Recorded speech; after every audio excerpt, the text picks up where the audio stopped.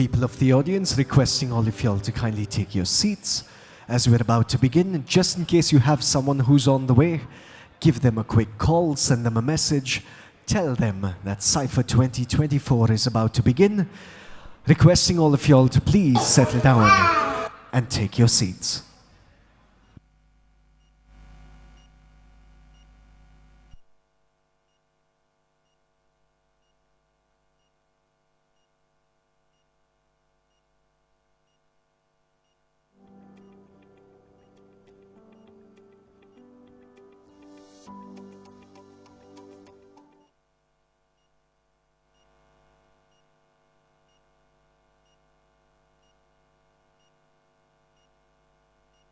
Ten, 9, 8, 7, 6, 5, 4, 3, 2, 1. This is a show about our future. A moment comes which comes but rarely in history. Do something you're very passionate about. And the beginning of a remarkable journey. Invention and discoveries have emanated from creative minds. Find the thing that excites you more than anything else in the world. We're all looking to you, the world is counting on you, and we can't wait to see what you build next.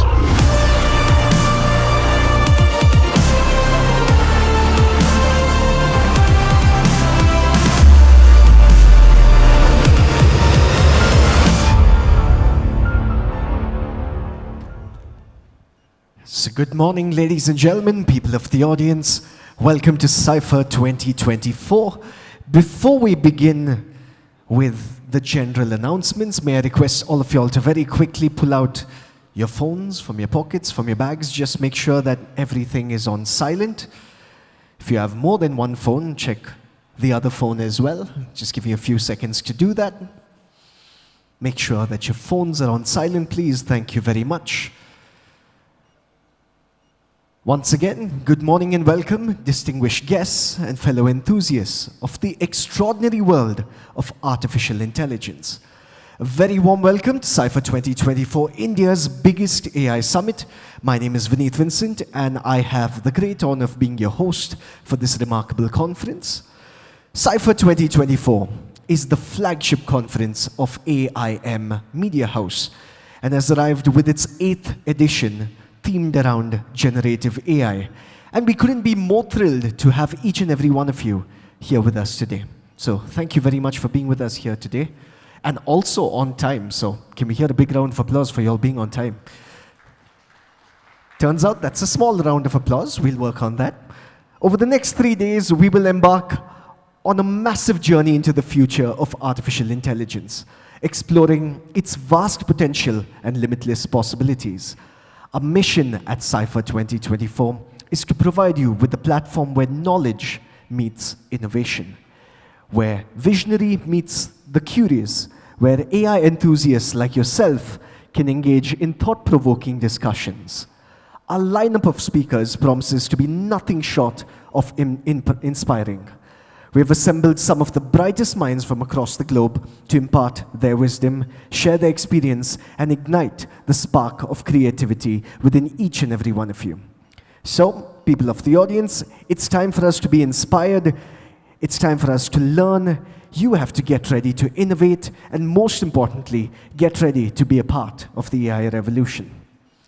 Before we dive into the exciting sessions ahead, a few quick announcements for the conference attendees.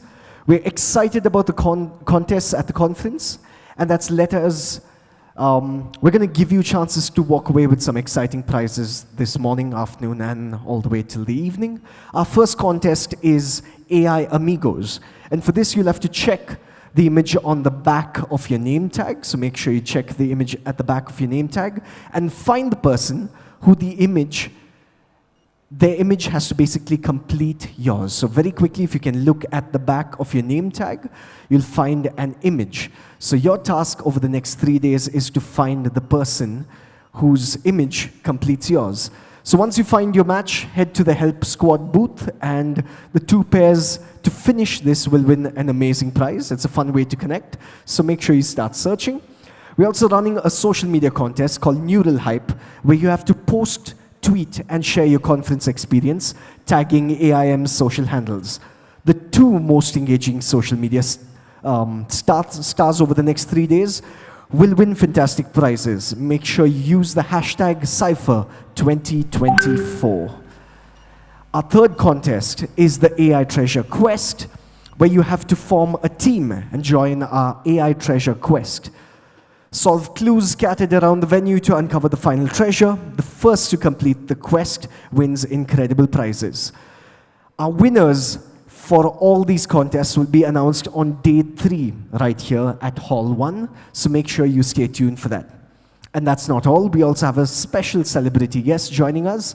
That'll happen over a fireside chat, so make sure you don't miss that.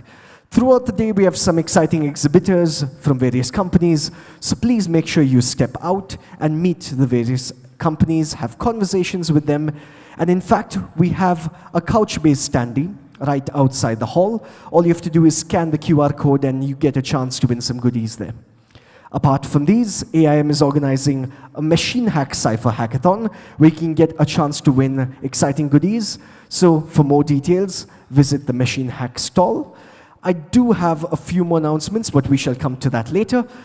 And instead, we're going to jump into the first sessions of the day.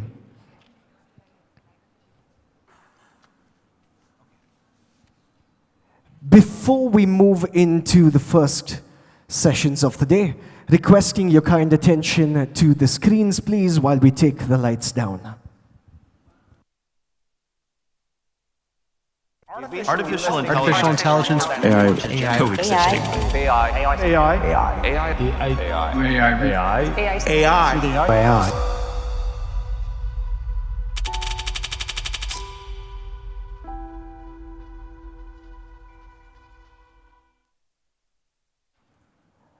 Events like these happen because of each and every one of you, and also because of the following people who I'm going to name, the following companies that I'm going to name as well. It's time to start sessions, but we cannot start the sessions without talking about the following brands. Cypher 2024 is powered by Fractal and Genpact, our AI community partner. Spurbank, our platinum sponsors, Google Cloud, Snowflake, Technology Holdings, and Tiger Analytics. Our gold sponsors, Fidelity Investments, Intel, Intuit, Synchron, Credence. Our silver sponsors, C5i, Confluent, Couchbase, LexLegis.ai, and Lowe's. Our exhibit sponsor, American Express, iOPEX, MetLife, Raga AI, and our lanyard sponsors, Walmart and Global Tech. Can we hear a big round of applause for all of these brands for making this event happen? Thank you very much.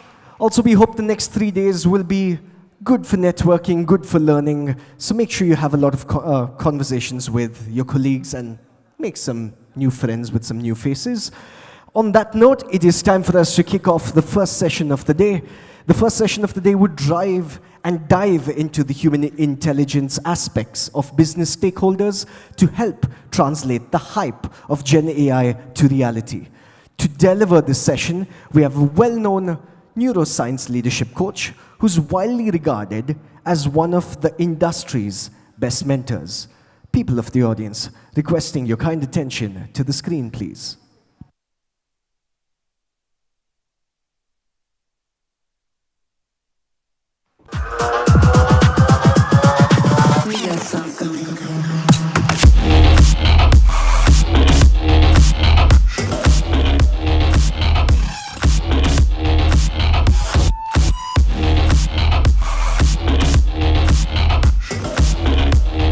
This is the first session of the day. Welcome to Cypher 2024, and please welcome to the stage Raja Jamalamakara, Managing Director of Roche.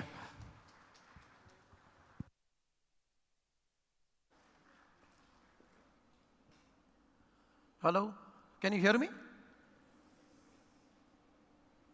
Okay, great. Wow, those lights are on and then I can't see the audience. Yeah, this is a little better actually. Otherwise, all you see is black color or nothing actually. So you have to figure out that that must be someone from the audience. So how many people attended a session similar to this one that I delivered last year? Oh, one in the front, okay. 2, Okay, good. That means if I deliver the same, you will not be able to make out whether I delivered. Okay, that makes my life even easier actually. I'll introduce myself now and at the end. I had a company whose name you heard right now, but outside of that, I studied neurosciences in the US. I did 2 startups. The time I did the second startup, that time AI was not so big. I was borderline burnt out. So what is burnout is something I wanted to study, so I went to the US, to Boston to study management, and then kind of branched into neurosciences. And that's a lot about human intelligence, and then that pads very well with artificial intelligence. So we'll talk today about some of those kinds of topics, and let's see how many of you relate to those particular things. Can we go to the next slide? Okay, while the next slide shows up, how many people have attended a session in the last 1 year without hearing generative AI words? Somewhere, any tech conference. Any conference have you attended without generative AI? Everybody has heard that word, right? You don't even walk into a conference, the office boy is talking about generative AI. You look at yesterday I was taking a vehicle from the airport. I'm not exaggerating, the Toyota driver was talking about generative AI. And he was asking me, Gen AI, job jayega, all that kind of, and I was wondering, okay, looks like it's gone very deep compared to what I'd expected. So a lot of talk about Gen AI. We'll go to can you go to the next slide, please? I don't know who's operating the slides.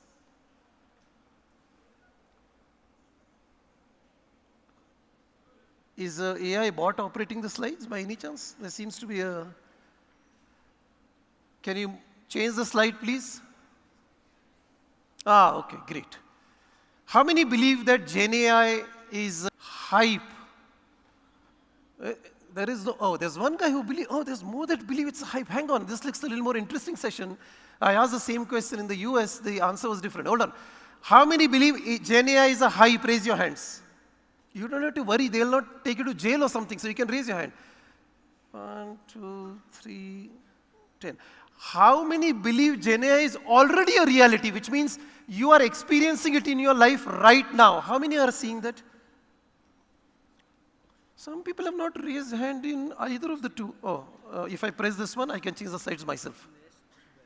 Okay. This is human intelligence, actually. It's given completely to my hands, actually. Okay. Sorry, how many are already seeing it as a reality? Can you continue to raise your hands? Okay. Some have not raised hands on either side, so somewhere in the middle. We don't know if it's a hype, we don't know it's a reality. Okay, no worries. So we'll figure it out, actually. I was in the US delivering a talk of this kind, and then I asked a lot of people, what do you think about Gen AI? And then some of these are CXOs, mind you, and a good number, in fact, in the session on the priority were CXOs. I asked them, what do you think about Gen AI? And then these were some of those. You would have seen this on the internet also. If you're not seen on the internet, you would see it with one of the well-known consulting firms. A good number of CXOs are not actively encouraging Gen AI. It's a fantastic development. It turns out a lot of them are not encouraging. Because a lot of them are thinking, we heard of robotic process automation, we heard of all these bots and all that. Looks like Gen AI is something similar. A reasonable number is also encouraging, but a good number are not encouraging, actually. Here's another interesting slide for you. When asked, what is the reason? What's the concern? All those kinds of things. And then when you go deeper, deeper, deeper and ask, a few words hit. Fear, lack of trust, ethics, hallucinations, and all of those kinds of words, etc. came up. And then what I did is I took all of those things, narrowed them down, and then the words, all of them came a little bit to human emotions. Fear, worry, loss. And I'll show you one slide that might be quite interesting to you, actually. This is a survey. Most of you must have seen this survey if you've been in the tech industry. That survey showed 61%. This is very recent. It's not 2 years ago, 5 years ago, very recent. 61% of the people feel there could be a loss of job if Gen AI takes over in reality. Is that going to happen or no? I don't think so, but I'll come to that towards the end of the session. 61, that's a big number. So in this huge pool of CXOs that I spoke to, I said, what can be done to translate this Gen AI from what it is to reality? This is a wonderful tool. I think we all need to use it very well. And important point that came up was, without getting too lost into a lot of things, it was all about help us understand this a little bit better. Tame this animal. Make it easy for us to relate to this particular one. And summarized into an easy language, help us manage our emotions. A lot of us tend to look at CXOs, and this is a pool that I work with quite a bit, or personally network quite a bit in different things. A lot of us tend to feel, when somebody becomes a CEO, CXO, whatever, they are these superhuman beings that have no emotions and all that. Contrary, they probably have higher than what a fresher would have, because they're going through a lot of things in their own life. They're going through a lot of challenges in their own life. So it turns out that all of these emotions help us manage them well and translate it into one line. I'll return to exactly this point at the end of the presentation. We need a high touch before high tech succeeds. I'm repeating that line and you can process it in your mind. Before high tech succeeds, help us with the high touch. High touch is all about simplicity, ease, helping people relate their emotions in a particular level, ensuring people understand that they will not lose their jobs. If anything, they will be benefited from it. There was a great line which came up just about a few days back, where a lady whom I'll not name made a wonderful line saying, I want Gen AI to do my dishes so that I can focus on creativity on writing, not to do my creativity on writing so that I can do my dishes and all of those things. Have you read it somewhere? How many agree with that particular point? If Gen AI will do all your job and then tell you go back and clean your floors and do your washing machine, how many will be excited with Gen AI? A few people are still excited. You want to go back to the washing machine days actually. Not bad. We will, ensure. Most people want to do the high-end works so that the low end is taken care of Gen AI. That's not happening. Gen AI seems to be writing all the paras, all the documents, and people are worried my creativity will go for a toss. How can this be addressed? So if you're a CXO or not a CXO, whatever be your role that you're playing in your current organization, all I'm going to delve in this talk is human intelligence aspect. I'm a neuroscience researcher, which means I study the brains. There is something here. Sometimes when I say brains, people, using their eyes are looking the other side. What is this guy talking about actually? And then I have to tell you also have one actually. You don't have to look at the neighbor next to you. Everyone has one. And then whether we put it to the right use or no, we don't know, but everybody has one actually. So I'm going to talk about that organ. And then all the other sessions will bankroll that particular one actually. Okay, great. So do we need HI for AI to succeed? This is the one that I'm going to talk about a little bit more in detail actually. Let me ask you a question. What do you do with your brain? Every morning you get up, do something, you then go back to sleep at the end of the day, whatever. What do you do with your brain all through the day? You don't have to brush you brush your teeth, do you open the... What do you do with it? You use it for something or you don't use it at all?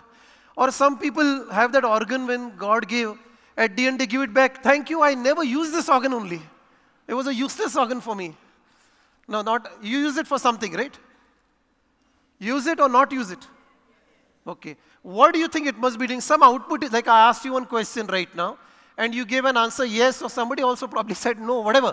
Yes or no, don't worry about it, whatever you gave. Some output came because I gave some input, etc. So your brain takes input and generates output. How many agree with this? Okay, some are not agreeing, so let me also understand that particular category. Okay, so you give some input and then some output is generated. How is the input given to the brain? Through the sense organs, right? I mean, Gen AI, you're hearing, etc. Don't worry about it. Some people are worried of answering which complicated algorithm I have to use. No. I'm the starting session today. The first session is always light and then you delve deeper into complicated topics. So don't worry about that actually. A lot of people are standing at the back. You can pull a chair so that you don't have to stand. It's a pain to stand for 40 minutes. I've been a perpetual backbencher all my life, so I can empathize with this standing culture actually. You might want to sit. Okay, great. So is only input and output the only thing that your brain does? No. there's something else that it does. This input comes to your brain from your eyes, from your nose, from your mouth, what you talk, etc., what you hear. This is where input comes from. How many agree with this particular point that input comes from these? Some which were never raising the hand are doing a little bit like this, still wondering, will I get called out? No, don't worry, I won't call you on stage if you raise your hand, whatever be the case. This is where you guys are hearing, you are getting an input right now from where? From your ears, you're listening to me. Yes or no? And those that are already asleep are getting input from the body. They had a heavy breakfast and already your body is talking to you, not any of the sense organs, so you're not able to hear me. So it comes. You won't believe when I tell you this point, a lot of inputs come to the brain compared to what you're thinking. So I'm going to ask you one question, and you saw this particular one. Current research shows that your brain gets about 11 million pieces of information per second right now. Right now in this room, whether you're standing or you're sitting or you're sleeping. Hopefully you're awakened already if you're sleeping, but if you're not awake, no worries, continue in that state also. 11 million is 1.1 crore. 11 million is an American way. In India, we call it 1.1 crore. 1.1 crore? 1.1 crore pieces of information you are getting right now in this room every second. What kind of information? When I stop talking, do you hear a humming of the AC or no? You are ignoring that if you want to listen to me, and ignoring me if you want to listen to that. Yes or no? You have an inherent ability to ignore the wrong things. Yes, no? Gen AI is still to develop this capability. I'll talk Gen AI gradually along the way. It's natural. A 2-year-old child also can do it actually. So if there are 11 million pieces of information every second, lot of it everywhere. There are lights, there's a lot of noise, you're hearing something, your body is telling you something, you're uncomfortable, comfortable, AC is high, will my friends come in, will I get asked a question, all kinds of information. So question to you, if so many pieces of information are coming, how many pieces are you consciously aware of per second? There are 4 options. How many agree it's, I'll go from bottom to top, I'll go from top to bottom. How many think it is A? Few people. How many think it is B? No, B, very few people. How many think it is C? Even fewer. Okay, as I'm going down, energy itself is going down, I think. How many think it is D? Ah, okay, some more are raising. Okay, I thought that as I go down, nobody will raise the hand actually. Okay, so most said D, which means out of 1.1 crore or 11 million pieces of information, you believe 14,000 you are aware of, etc. Unfortunately, the answer is something else actually. The very first one. 99.9996 and so on percent of information is screened out by your brain altogether. If this same question were to be asked to the world's most powerful Gen AI algorithm in operation right now, if 11 million pieces of information are given, all of it is processed, explaining why you need all these data centers. Your brain, in a small part, is able to determine, no, that's useless, these lights are not right, the AC is okay, that guy is photographing, but I don't need to look at that guy, except for the more handsome people and the more beautiful women who might look at him and not me. And then those blue lights are not right, my friend may be outside, I don't want to focus. This is natural. Given to each one of you. This explains why you are able to do a good job of filtering. The first thing that you do very naturally, which some of the world's best algorithm developers around the world are doing, how to filter, what your brain is doing so naturally, how to build it in Gen AI, how to do this filtering so useless pieces of information go out. How to ensure that if a huge amount of data is given, the wrong data is automatically removed so the algorithm can focus on the right data. I'll talk about it in a short while. Okay, so you are taking some input, filtering output. How many agree this is how your brain must be working? You must also be. Some people just take input and output. Idhar se suna, idhar aa gaya. They listen. Kya baat kar raha hai? Le off ho raha hai kya? Until, whatever. Some people processing, sometimes they don't. Okay, some people also filter information. Is this all you're doing? Is this all? Okay, I'll tell you something more that you could be doing. What is this? Dots. Bots? Dots. It's an AI session. I would have heard bots. Dots. Dots or no? Or you don't know? Dots. Okay, great. Good. You're sure you want to change your answer? Dots?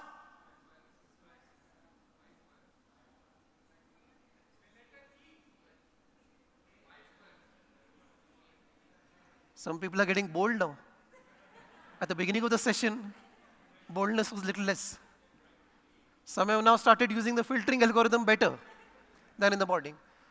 What do you think? Same letters, same dots. What is it now?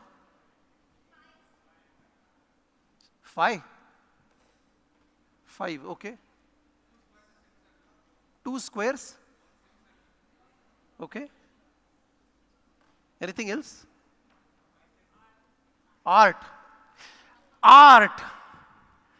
Anything, if you went to an art gallery, I have nothing against art, and those guys are great. One time somebody took me to an art gallery in New York City. You know this museum very well. And the painting was of some tennis player. I could neither see the player, nor the ball, nor the hole. And after some point, I was and predictably, you are worried to say that. However, I spoke, and then the individual said, "This is creativity." It is. Okay. Anything now?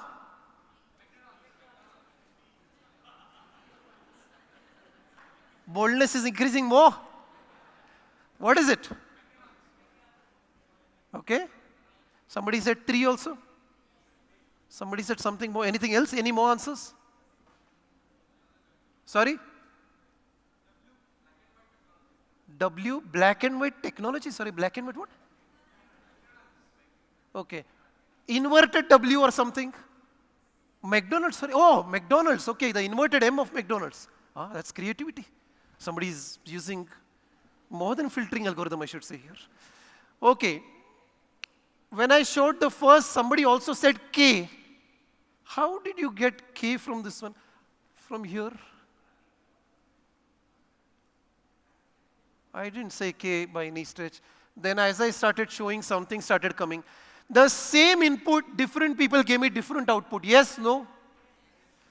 If you to go to a computer and press K, will the output change based on the person typing, or output is always the same? A computer and AIs of the world, they could be unpredictable, but for the large part, they're built for predictability. What is a human being built for? Creativity.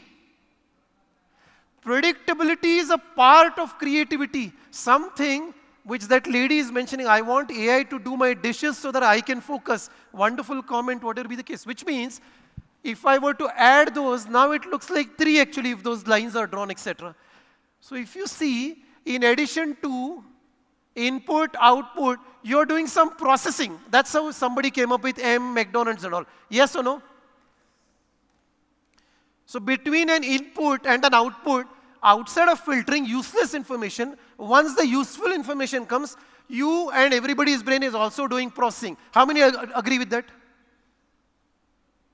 Okay, some don't agree that, yes, that's right. Some input and output direct, some input filter and output direct. Okay, great. Some people also do processing. Is this all that we do? What is this, 6 or 9? Is it 6, 9 or something else? The bold people, please answer. Sorry?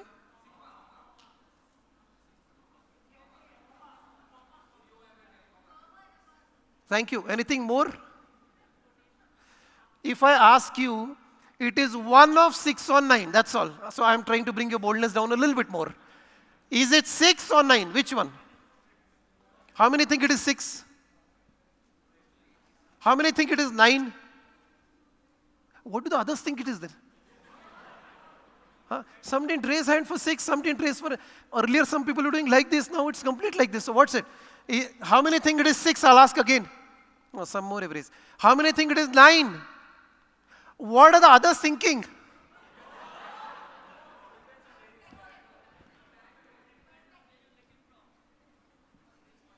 It depends. How many agree with this answer?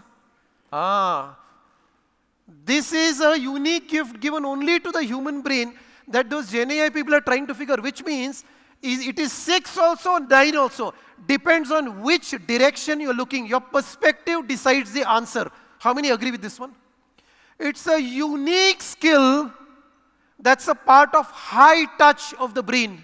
That's completely absent. This contextual understanding is completely absent. It's called fine-tuning. So once an input comes, you filter the useless pieces, you process them, and then you fine-tune to ensure you give the right answer.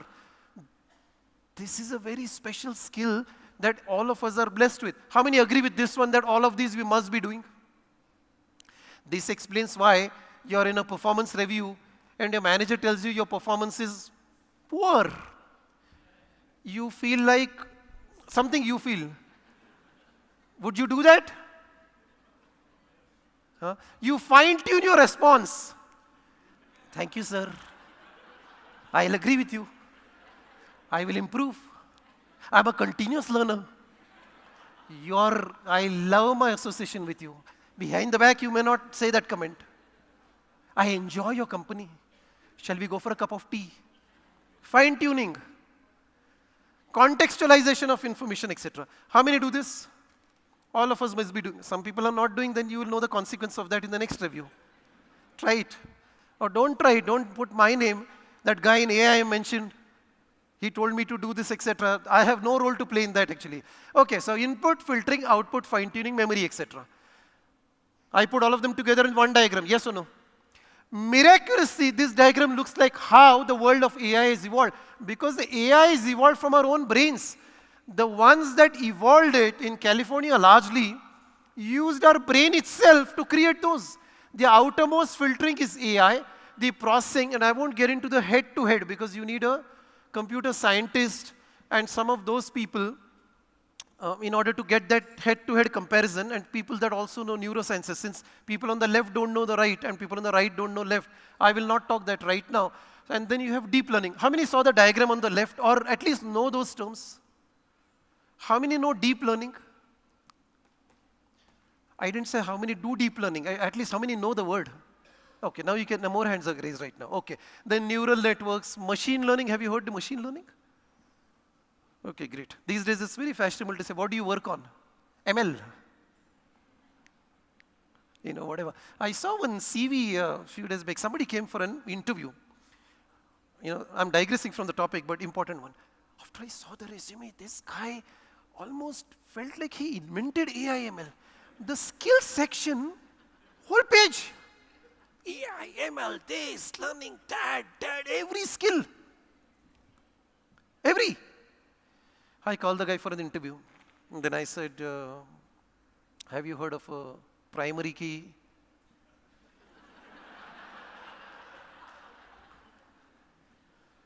That guy said, yeah. I said, in the old days, RDBMS, one table had how many primary keys or how many should? He said, every column is primary key all the time.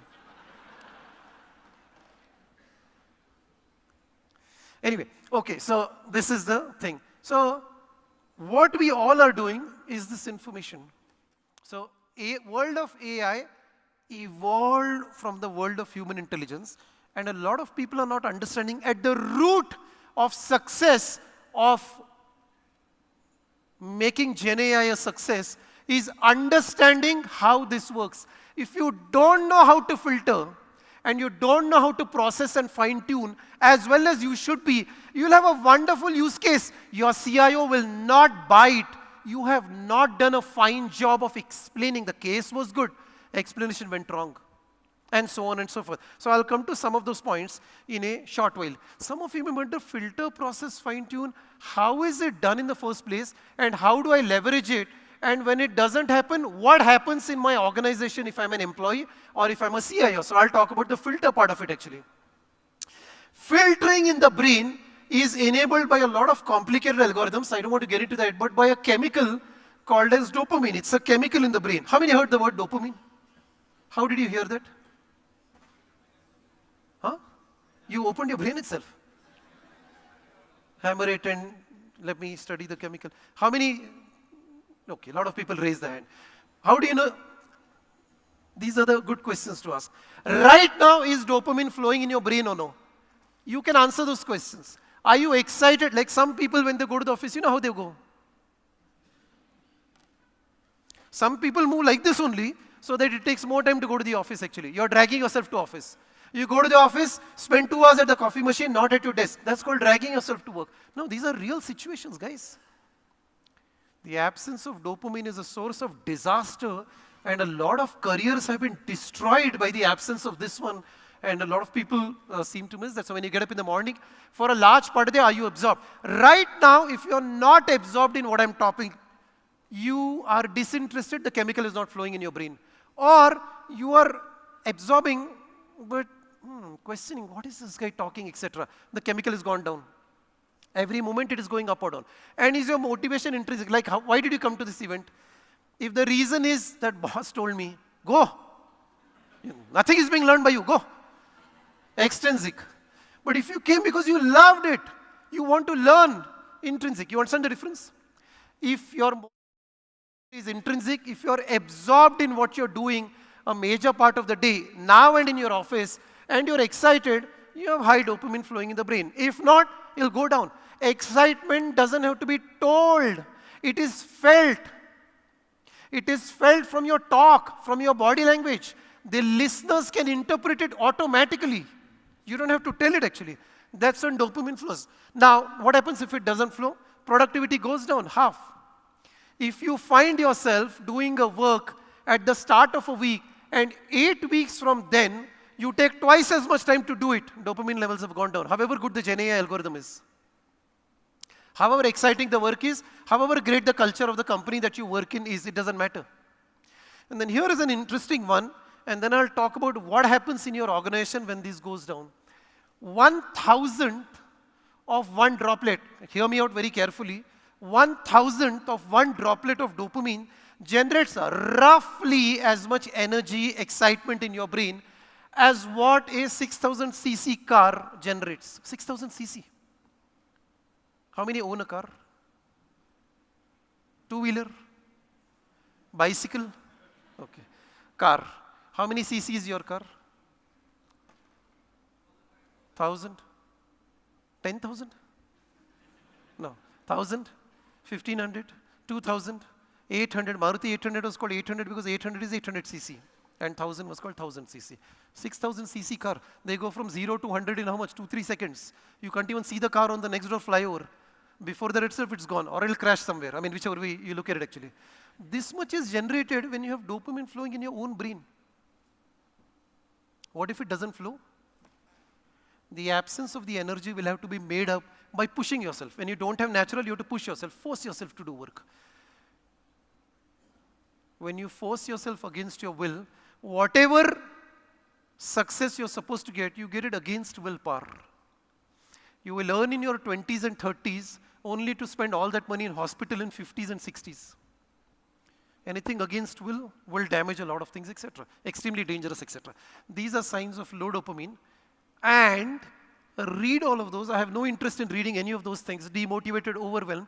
This is what is happening in the GenAI world. When I go to a lot of CXOs, they tell me, I'm on the fence. I know it's okay, but my people are not bringing me right use cases. Those use cases are not producing the right results. I'm not getting the productivity. I'm spending money, but I spend $1,000, I get output worth $1,000. Why should I waste my money? Or let me wait and watch. Let some other companies do it. If you're sitting on the fence, you or your CXO or your team members, your team is lacking dopamine. Your CXO is lacking. You need to work differently. Don't create more and more complex algorithms. It's a waste of time. You are wasting, you think you're working hard, you'll produce no results in GenAI. Your adoption will be low. Your adoption will be low. Change your focus. Decisions not happening. I'm presenting. Still no acceptance. Still no budget being given. I am not understanding how to use my filtering algorithm correctly. That's the analysis. And you have to put efforts to use that algorithm correctly. Any sitting on the fence, work or no work, You can also use it in personal life. You're getting somebody, you're proposing, the person is not saying yes. Yes, no, person is saying. You want to marry the person, person is not. Again, low dopamine. Don't use this there, you have to use it in work. I'm just saying everywhere in life is the same. Same chemical. Should I go to Cypher AI, Some people are outside. I was coming, they didn't know I was a speaker, right? Everybody's wearing a coat, they thought koi to aadmi aa gaya.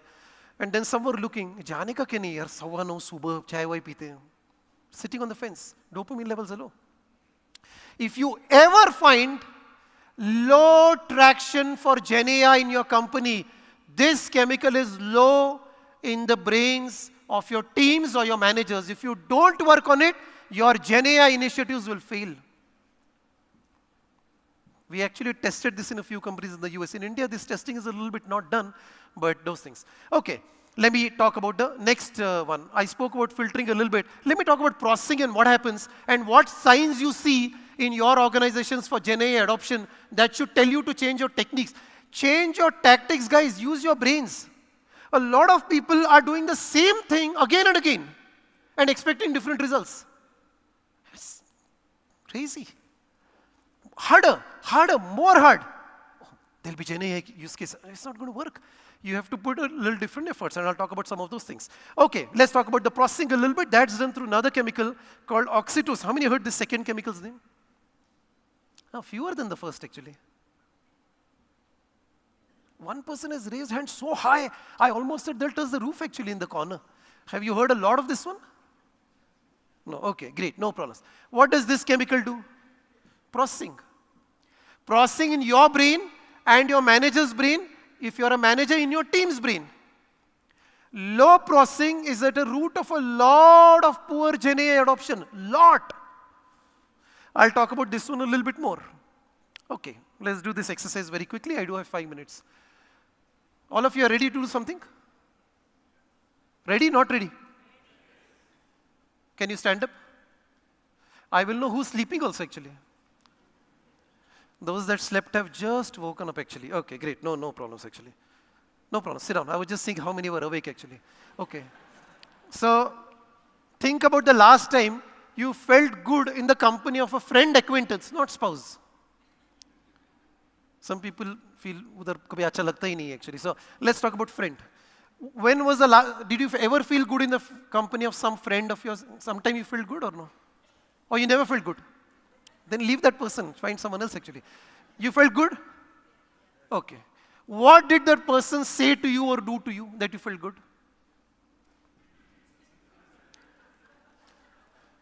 Some are wondering, actually, what to answer. What did that person say to you?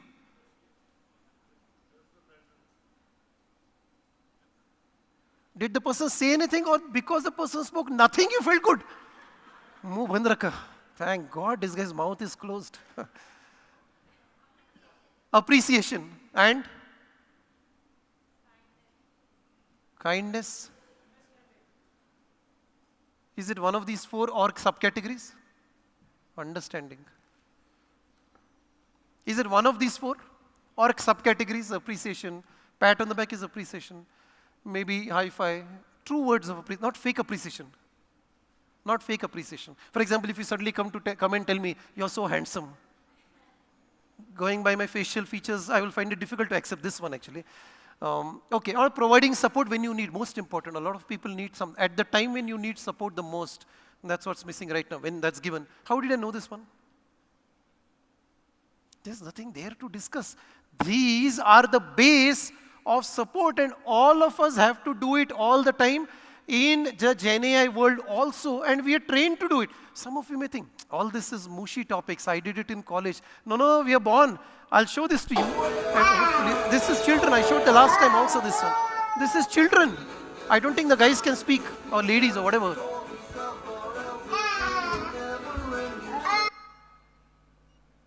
Children.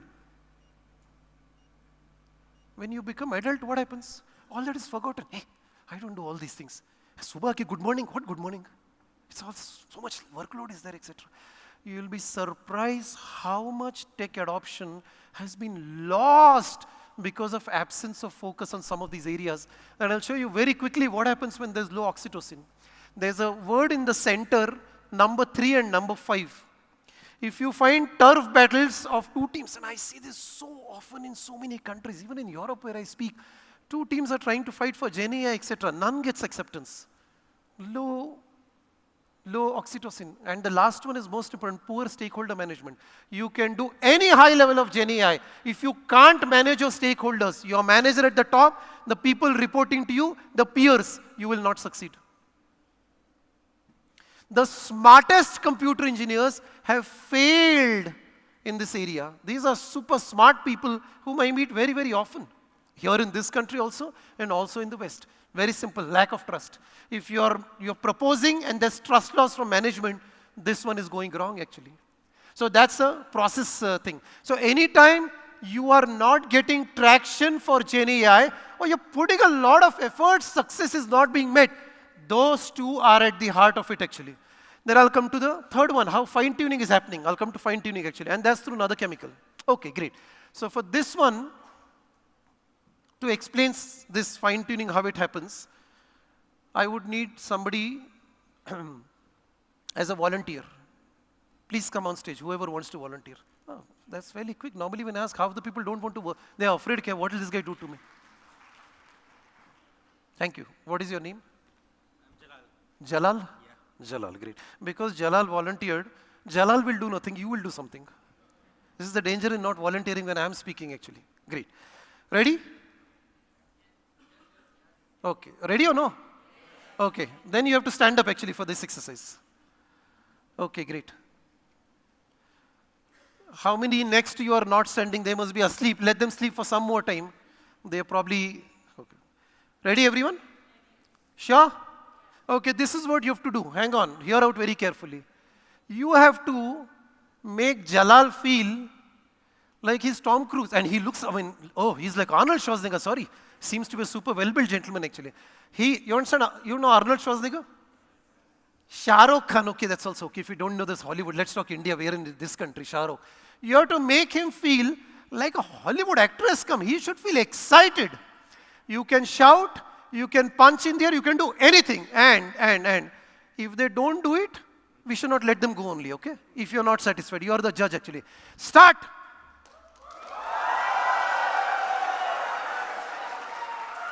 Sorry, he's not happy. He seems to be demanding more.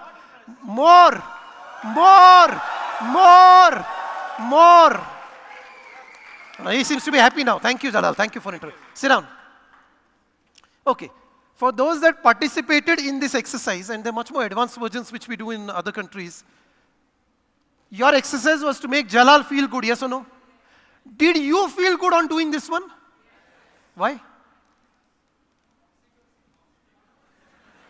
Some guy is already using the words a little more strongly than I had expected.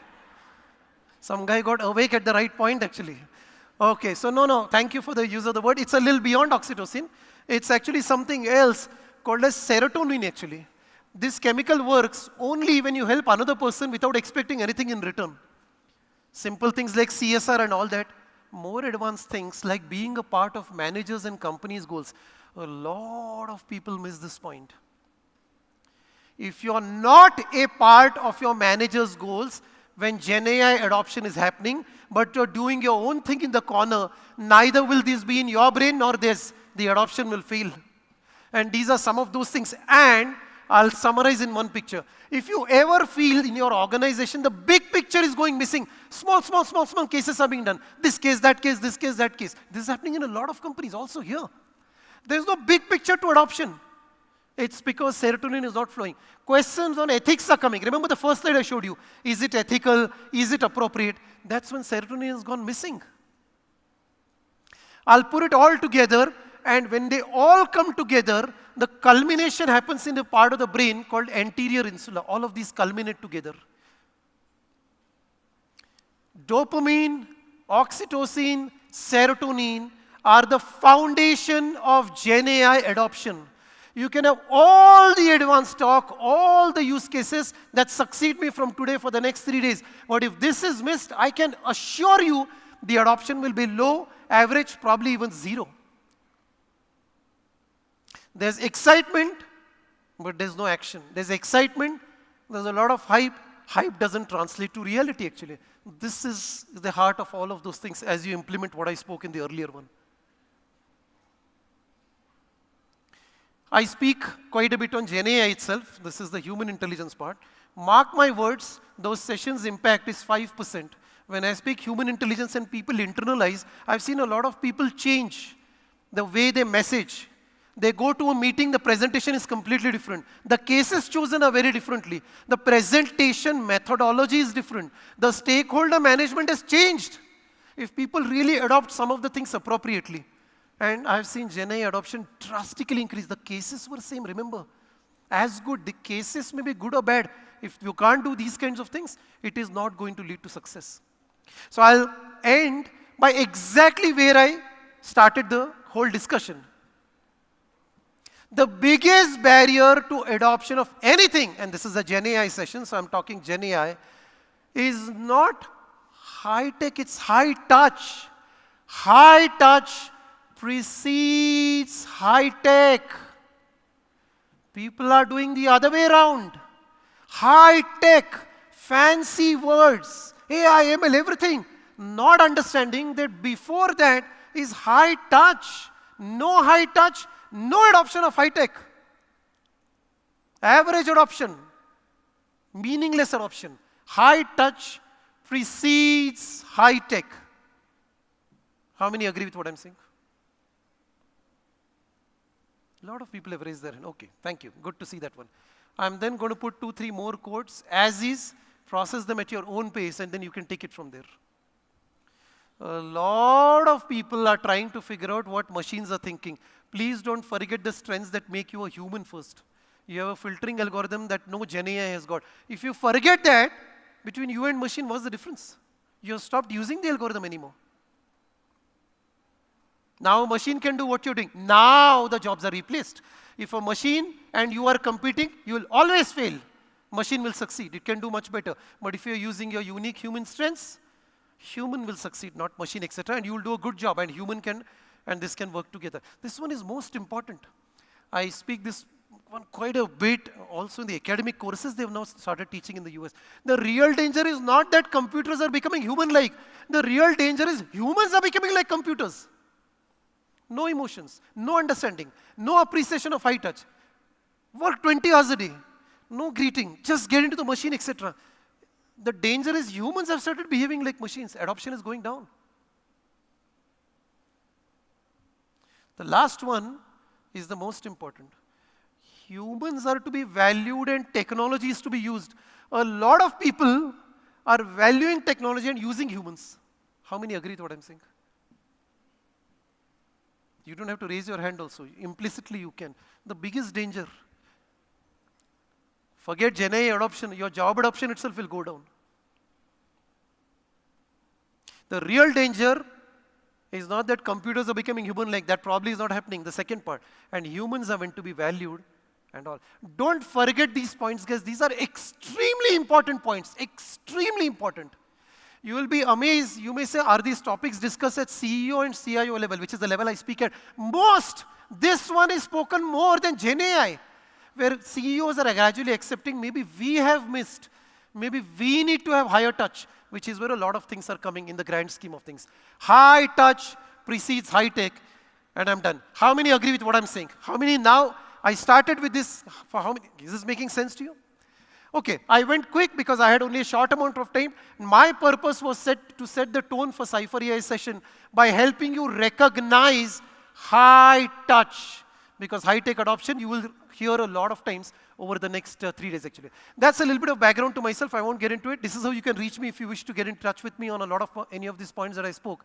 That's my email ID. I studied in the US in the same university, and that's a little bit on my LinkedIn profile. I'm done. Happy to take a few questions you might have. I see that I have only a few minutes. Any questions? Do I have time for questions? So we may not have time for questions, unfortunately. But will you make yourself available outside so that I'm outside the room. If you have any questions, feel free to talk to me, reach out to me. I'm happy to answer questions on very specifics of adoption of GenAI. Thank you so much for your valuable time. I hope you found benefit in this session actually. So before we met let you go off stage. Could we get a picture with you and the entire audience, since this is the first session of the day? So if you could stand I right stand there. here. All of you have to stand up if I am involved and then punch up in the air now for me, for yourself. So You're gonna big click like this, okay. smiles on your face. Would you get a selfie? Would Ready? that be okay with you? Yeah? Oh, Could you okay. use that as well? Okay, If you let's- don't mind. Yes. We're going to get a picture of you also getting a selfie if you don't mind. Yeah? A big round of applause for this man on Ready? stage, please. One of our favorites here at AIM. That is Raja on stage. Raja Jamala Makara. Thank you so much for being with us. Thank you so much, and I hope you have a productive set of sessions for the in the Cypher AI conference. Thank you. Thank you very much.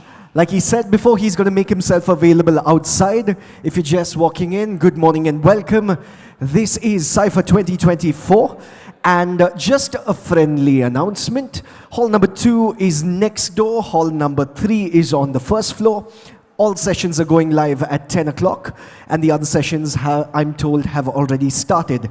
So in case you have any questions, check your AIM app for more information. Also head over to the AIM desk, which is at the end of this corridor. In case you have any questions or doubts, we have good people there who will help you out. Once again, the next sessions have begun. And I'm going to request all of y'all to settle down once again, requesting all of y'all to please settle down as we move into the next session and the next speaker. Requesting everyone to kindly settle down. If you're stepping out of the auditorium, requesting you to step out as quickly as you can so we can move on to the next speaker. Audience, can we have the lights on in the audience, please? Can we have the lights on in the audience? Audience, requesting you all to either very quickly settle down or step out so that we may move on to the next speaker. Thank you very much. Moving on to the second session of the day. We're here to talk about if the AI-ready organization bridging talent and tech. This session will offer actionable strategies to ensure organizations are positioned to thrive in the AI-driven future.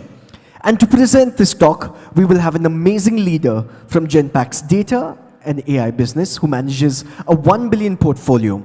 Her key focus areas are creating client value, building scalable practices, and strengthening employee experience and talent strategy. Once again, before I introduce the next speaker, requesting y'all to please settle down, requesting all of y'all to please settle down. Thank you very much. Can we take the lights down? Can we take the lights down, please?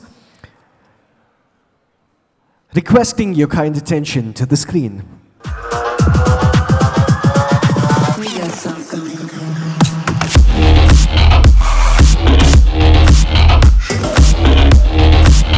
Cypher 2024. Please welcome to the stage Ms. Shalvi Chitkara, Business Innovation Leader, Data Tech at AI Genpact. Please welcome her to the stage. Thank you. Good morning. I think it's a tough one to follow the previous session. I can tell you, and I hope some of your dopamines are very, very high. Before the session started, and the first question that Raja posed, is Gen AI hype or a reality? You know, when I entered, I thought it was a reality. But as reflected on my today morning, I thought it's a hype because something as easy as booking a hotel close to the office, to the venue, I was positioned 10 kilometers away. You can just assume if you're in Bangalore, 10 kilometers away means what? So literally, whatever AI might do, human intelligence, human touch is still very, very required. First of all, I want to thank all of you for being a great audience in the previous session and really privileged and honored to talk today. Let me just step back and tell you a little bit about my view of AI, because this is about AI. I was at the airport yesterday and I saw a huge crane. Big crane which was there, and it was putting this big a boulder on top, at least 50 feet high. So the moment I looked at it, I said, oh wow, this is fantastic. Look at what machines could do. And then it took me back to almost 50 years back when we would have had the first crane, maybe 50 or 70, whatever, some decades back, when the first crane would have been introduced. And think about what people would have felt. What they would have felt was fear. Fear of losing livelihood. Fear of literally thinking about what will happen if this doesn't work. Fear of what if I injure someone. Fear of my livelihood. But today, it's a reality. It is the flow. It's the way the work happens. I think that's where AI is today. All of us understand and appreciate the value. We're very clear about it will create an impact. But there is still that fear which we talked in the last session. People are still sitting on the edge. And sitting on the edge not because of anything, just because of the fact, what will happen to me? What will happen to the world? AI is getting adopted, but it is more embedment versus flow of the work. And that's one of the key things which I want to just talk about today. So what's stopping us from adoption? The only thing which stops them from adoption is us.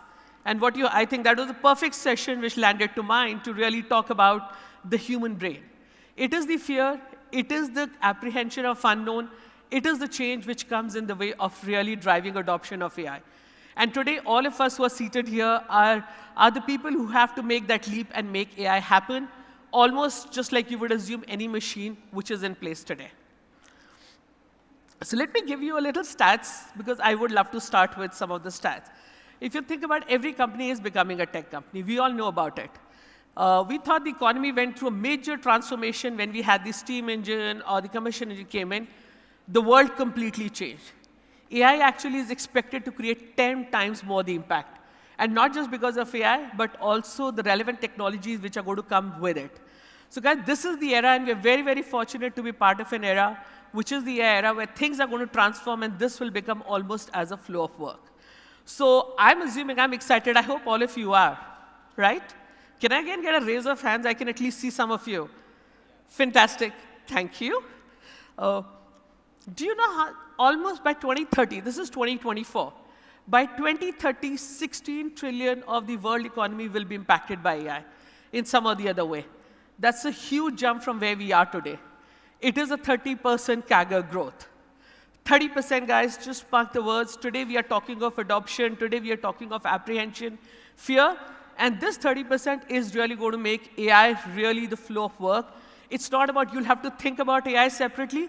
All of you will be part of it. And along with this growth, this is going to impact the GDP of the world economy. The way work happens, the way people interact, the way industries work, how the value chain of the industries will get disrupted is going to be huge. As we think about, so which is fine, we all get it, there's huge stuff happening, this is the future. The challenge which all of us have is it real? Will it really happen, or is it again a hype?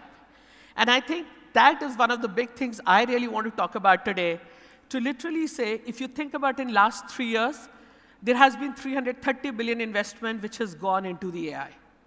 330 billion in 3 years, which is a huge number. It was some less than 100 a year back, which means there is the potential and the business value that everyone is thinking about.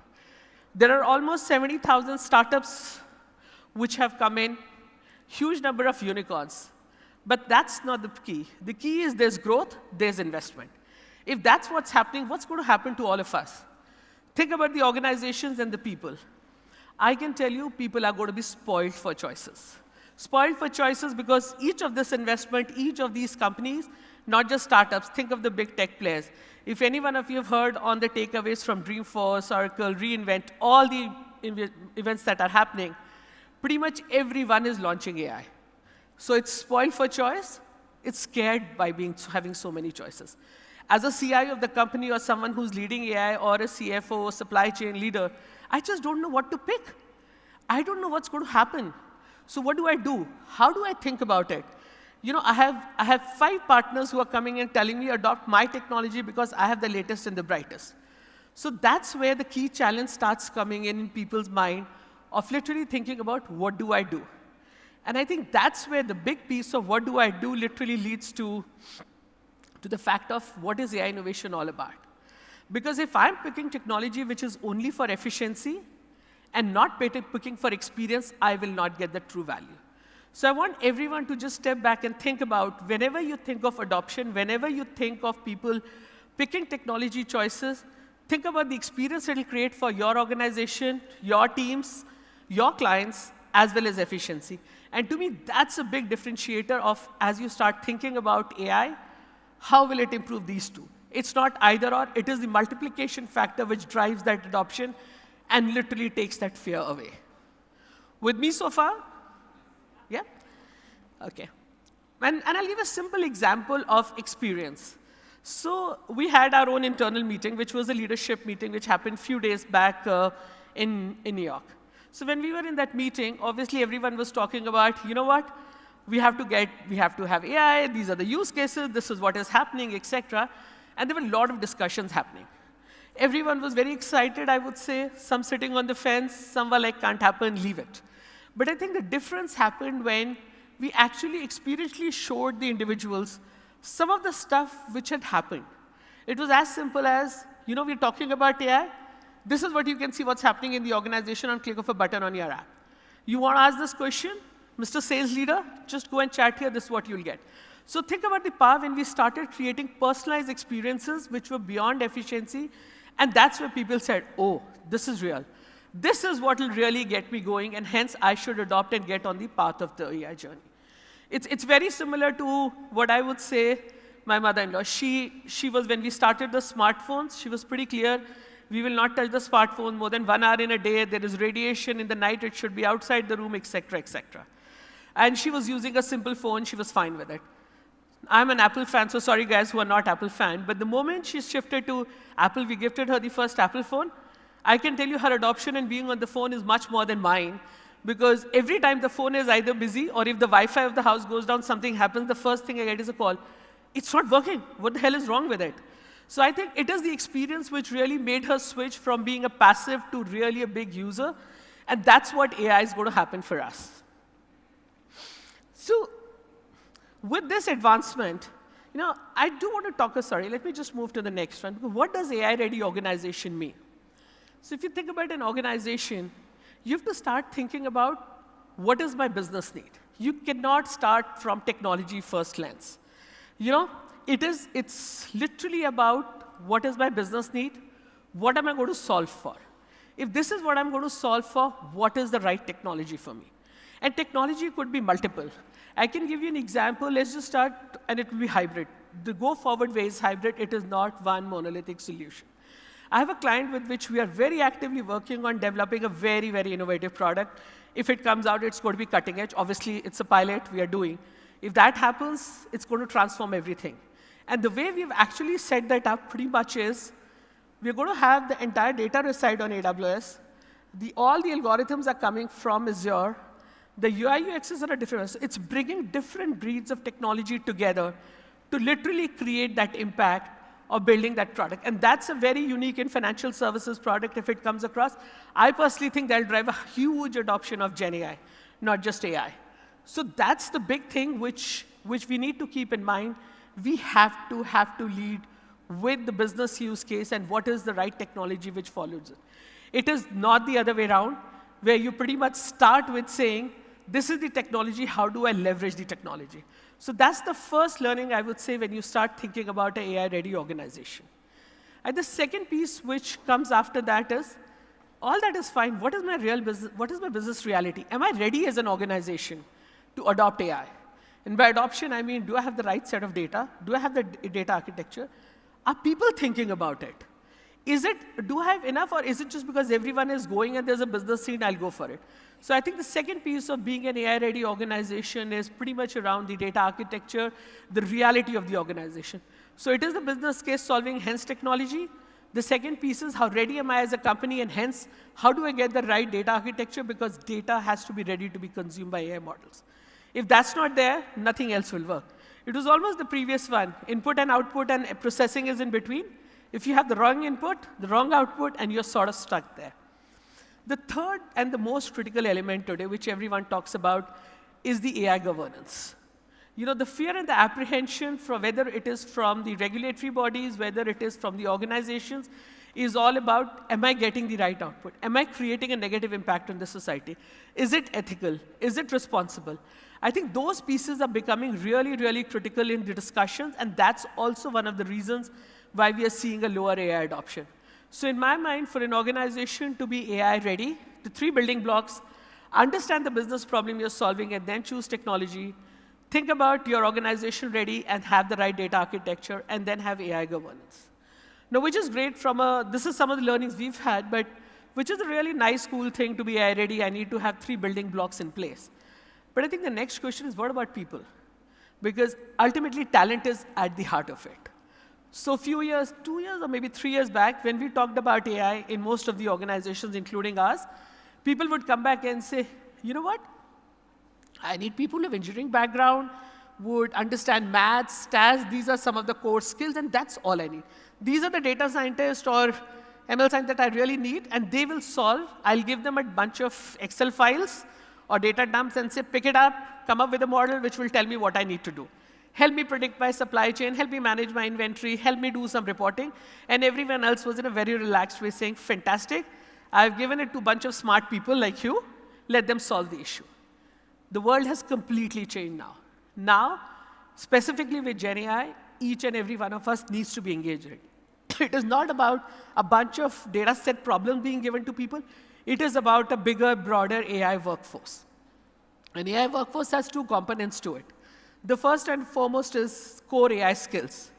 And today, AI skills are no longer limited to what we had earlier as data scientists. It is data engineers, UI, UX, technical architect. You have to figure out what sits where. How do you combine this complex environment to create a model which will run and actually run in production?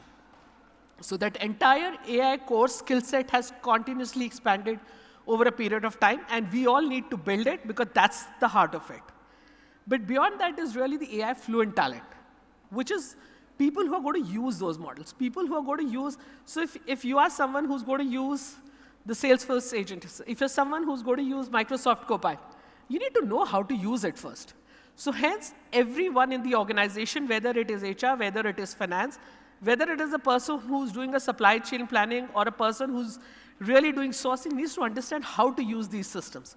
So the fluency level and the focus suddenly changes on how do I get my entire organization on the AI. And that, I can tell you, is the toughest journey. You could build the brightest models. You could have the right data architecture. You could have everything there. But if people in your organization are not fluent, I can guarantee you the adoption will not happen. And that's where the change has to happen. The shift has to happen that AI is not limited to these pool of people. AI is broader. It is for everyone who's going to consume. Just like smartphones, everyone consumes. Today, if you go and buy vegetable, like my husband's posted in Guwahati, we don't use cash. We only use Paytm or Google Pay. That's it.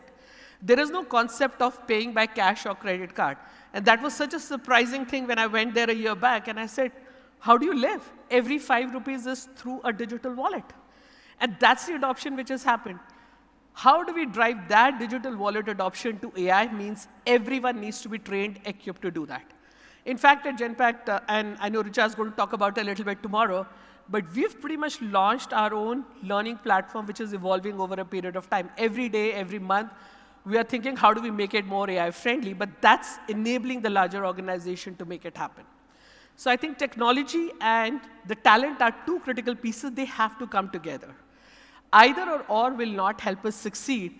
It is not about machines replacing humans. It's not about humans being fearful of what the machines will do. And to the point earlier, it's the fear which has to get over. And it's almost like you use your phone. I'll use models. That's it. So I think that's the intersection that we're really talking about and will create that impact.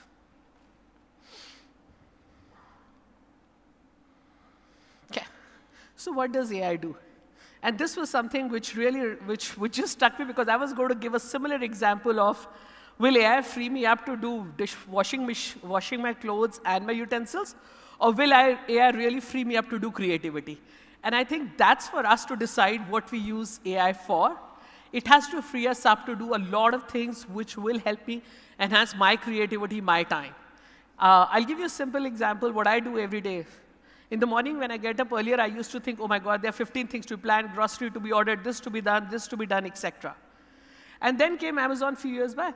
It has given at least 1 hour back in my life, because I don't have to think, I don't have to plan. It will tell me this is going down, this is what you need to order, you can do quick delivery, you don't have to go to a grocery store.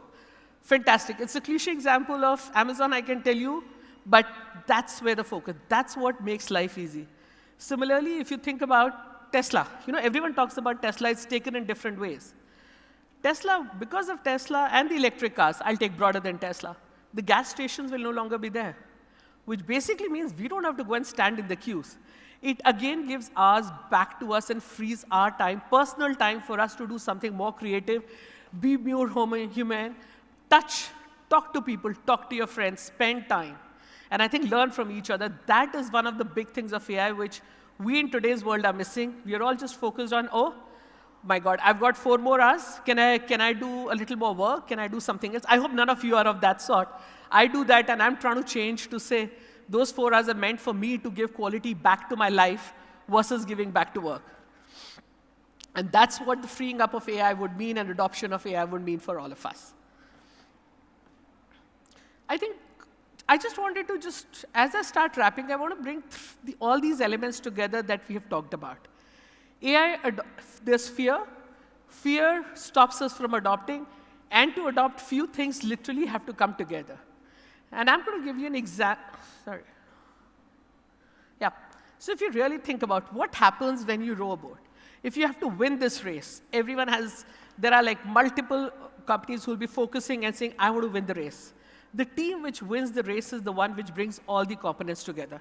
Components around technology choices, components around AI governance, components around data, components about core talent, components about the AI fluent talent. It has to bring all of them in sync, all rowing in one direction. It's only when they row in one direction, in tandem, and flow almost like a poetry, is when the real results will be enabled and companies will be successful. So that's a big piece that we need to start thinking about on AI adoption. I want each one of you to reflect and think about, is this happening in your organization? Are you there, or are components missing? If these components are missing, that's where the gap happens, and that's where things don't move alike. So just wanted to bring this back.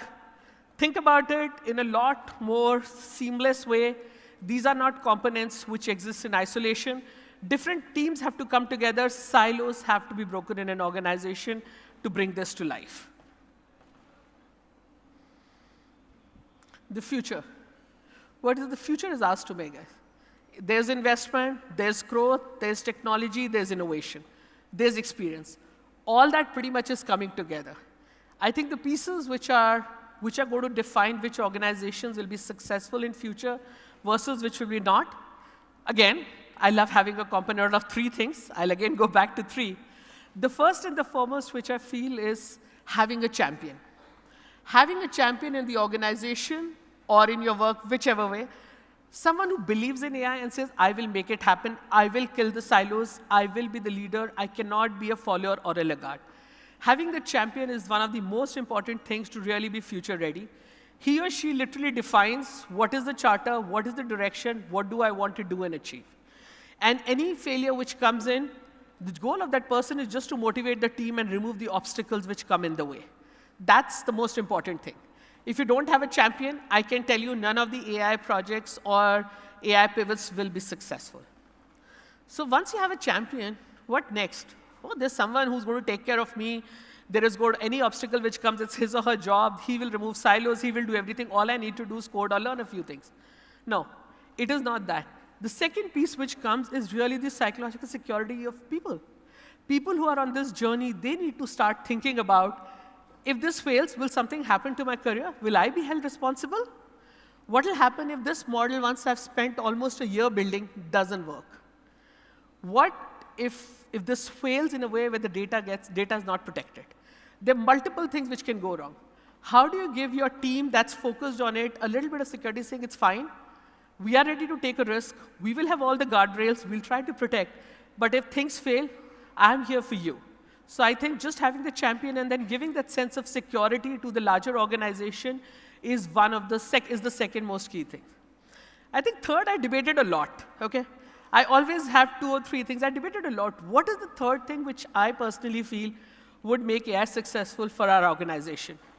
It was culture, it was dynamism, everything. And this is where I landed. And I would love if you guys feel differently. Maybe we can talk offline about this. But where I sort of landed is, it's not agility, it is about how dynamic we are and do we have a learner's mindset. Are we as an organization, someone who's, as an individual also, are someone who's constantly learning and ready to try? saying this will work, this will not. This can, this can't, it's okay, I'll leave it, tomorrow I'll do something new. So having that learner's mindset and having that dynamic view is going to be very, very critical. Being static, living the way we've been will not help us grow. So again, if you really have to be a successful organization of future, that organization, and you can look around at the companies who've been successful in AI, and I don't have to take names, all of you know about it, pretty much 3 things which came in the way. The first in the firm is they had a champion who had the vision, who had the dream, who was killing all the obstacles. The second was literally people were free. People could think, could bring ideas to the world, to the point made in the earlier session. If you don't have just ideas alone won't help. You have to give them a sense of security, a sense of belongingness, and then ultimately that learner's mindset. So to me, tech and talent, if I could just sum it up, tech talent needs to come together, but along with this, there has to be that organizational fabric which allows people to innovate, which allows people to think differently, and literally get to a space where they feel they can create an impact on the organization, on the society, and on the client. And that's what I would say, tech talent together is going to be the differentiator, so be ready to embrace it with a learner's mindset. Thank you. Thank you very much. Thank you. Maybe one or two. So we have time for a couple of questions, just in case you do. Put your hand up in the air. We'll have someone come up to you with a microphone. If you do not want to ask questions here, we can also make you available outside for a quick chat. I will, yeah. Yeah? And by the way, this is human intelligence, so let's go with that versus artificial intelligence.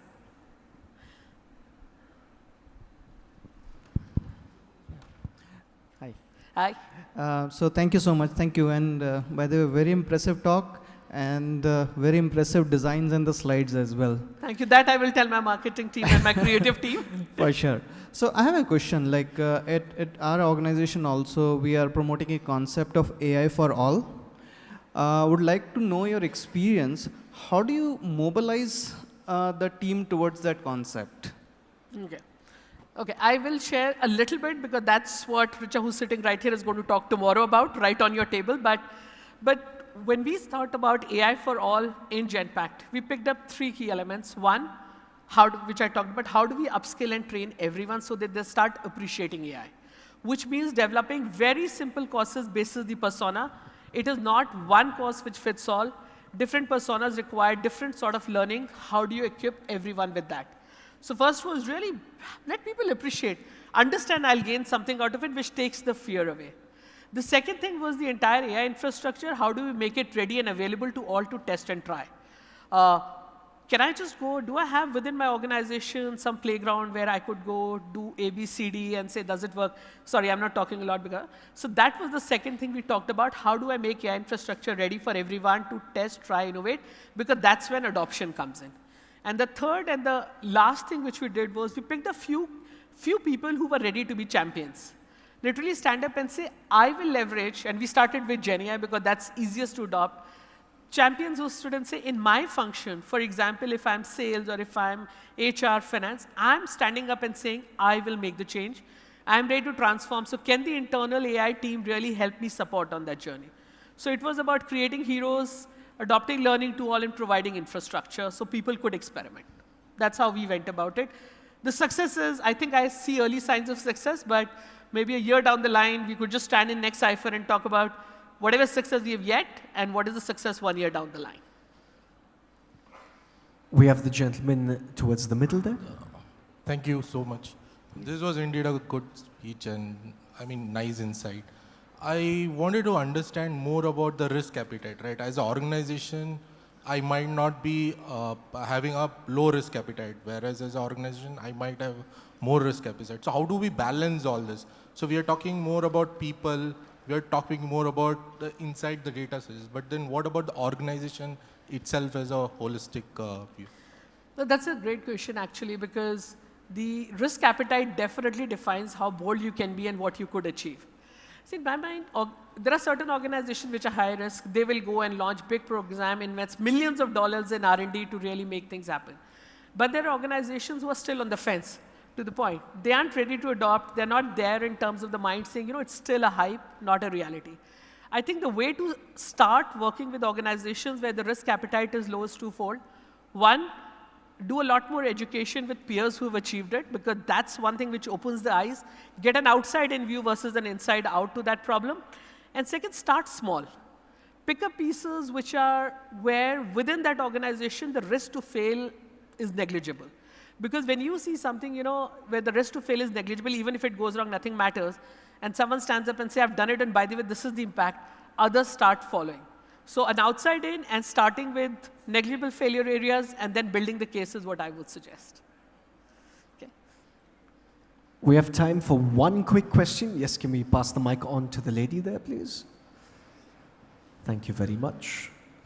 Just for a quick question and answer, please. Hi.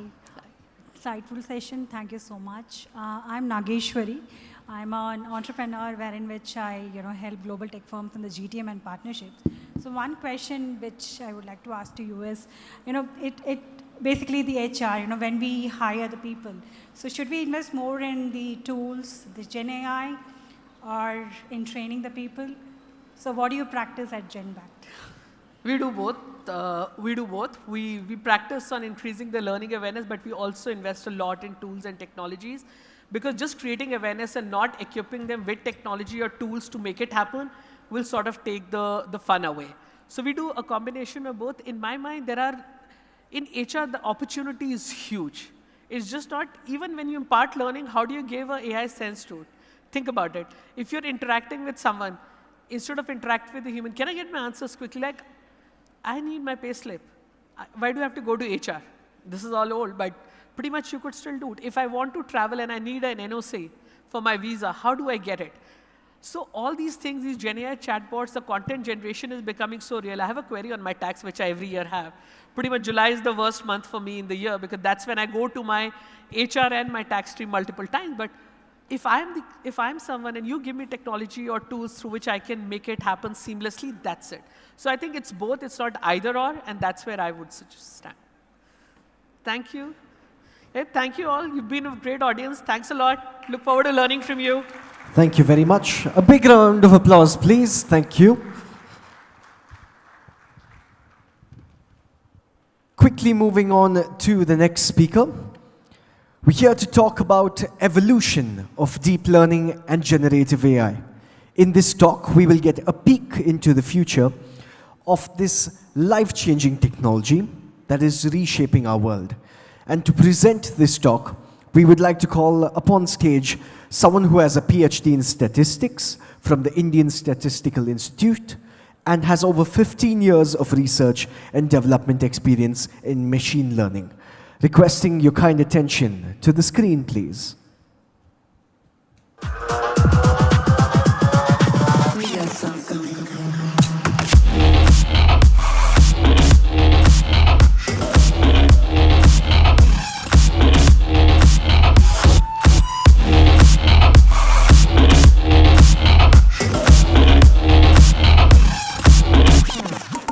Cypher 2024 welcomes Mr. Vignesh Subramaniam, Group Manager, Data Science at Intuit, to the stage. Can you give him a big round of applause while he makes his way to the stage?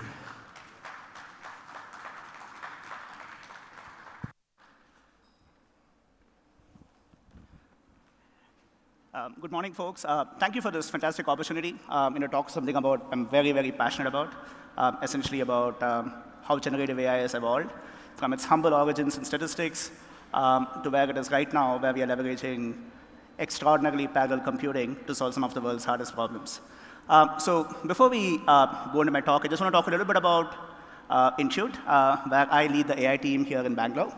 So in Intuit, our purpose is that we are powering prosperity around the world. So what does it mean? So we basically have a whole bunch of, I do have this thing over here. Yeah, so we have Intuit is essentially the global financial technology platform that powers prosperity for people and a whole bunch of communities. So small businesses, individuals, help manage finances better. The previous speaker was talking about things that they hate doing, filing taxes and so on, very stressful. Intuit has amazing financial products that can help file taxes, especially if you're in the US or Canada. We have amazing suite of products to help small businesses prosper, to make more money better, to basically manage the cash flows better, to basically get new customers. Some of their hardest problems as they focus on doing what they enjoy the most, Intuit powers all of those. If you look at Intuit's strategy, it's essentially an AI-driven expert platform. Intuit is leveraging AI fundamentally to basically power decisions, optimizations for small businesses, millions of small businesses. We essentially have three groups, essentially small businesses, self-employed, and consumers, and we use AI for basically helping all of them. And if you look at the Intuit's AI-driven expert platform, what does it mean? So we have over 10 million small businesses. The company produces almost 65 billion machine learning predictions every day.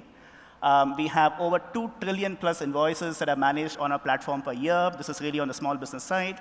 On the consumer side, we basically have 90 million customers, 60K financial attributes per customers. That's a scale that we operate in. We have about 810 million, almost a billion AI-driven customer interactions per year that take place on our platform. And we process almost like $106 billion of tax refunds every year. And we have visibility to almost $9.5 trillion of debt that consumers have. And we help them get debt-free, so to help them save more. So those are the things that Intuit does with AI. Now, coming back to the core of the talk, so I'm going to be talking about the evolution of generative AI. So I'm going to start the presentation by quoting a very famous Scottish philosopher. His name is David Hume. David Hume, almost 3 centuries back, he had a prescience to make a wonderful statement. He said that, by this means, all knowledge degenerates into probability. This was 300 years back, when people did not even have calculators and so on, an extraordinary visionary. And what exactly did he mean by that? I'll come back to that at the very end of this talk. So I'm going to ask a question for you, for the audience. If I were to give you a data set that looks like this, okay? And now I ask you, can we simulate data similar to these points? Are there any ideas on how would you simulate more points that look like these points? Any thoughts? I'll just give you a problem. I give you this data set and I say simulate more data that looks like this. How would you generate one more point which looks like this? Any thoughts? What is it again? Yeah.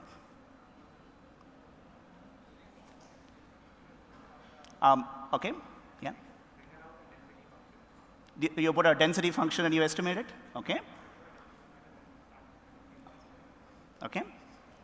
I'll basically take away the suspense. So these points were chosen at random from pixels denoting highways in India. So what are all the major highways? You go and pick those points from there, and you randomly select from them, and you end up getting points. So the question that I ask is, could a computer algorithm have learned this from the data itself? At the core of this, answering this question leads us to what generative AI is really all about. So generative AI is essentially probability. It basically learns the probability laws governing data generation from human and natural processes.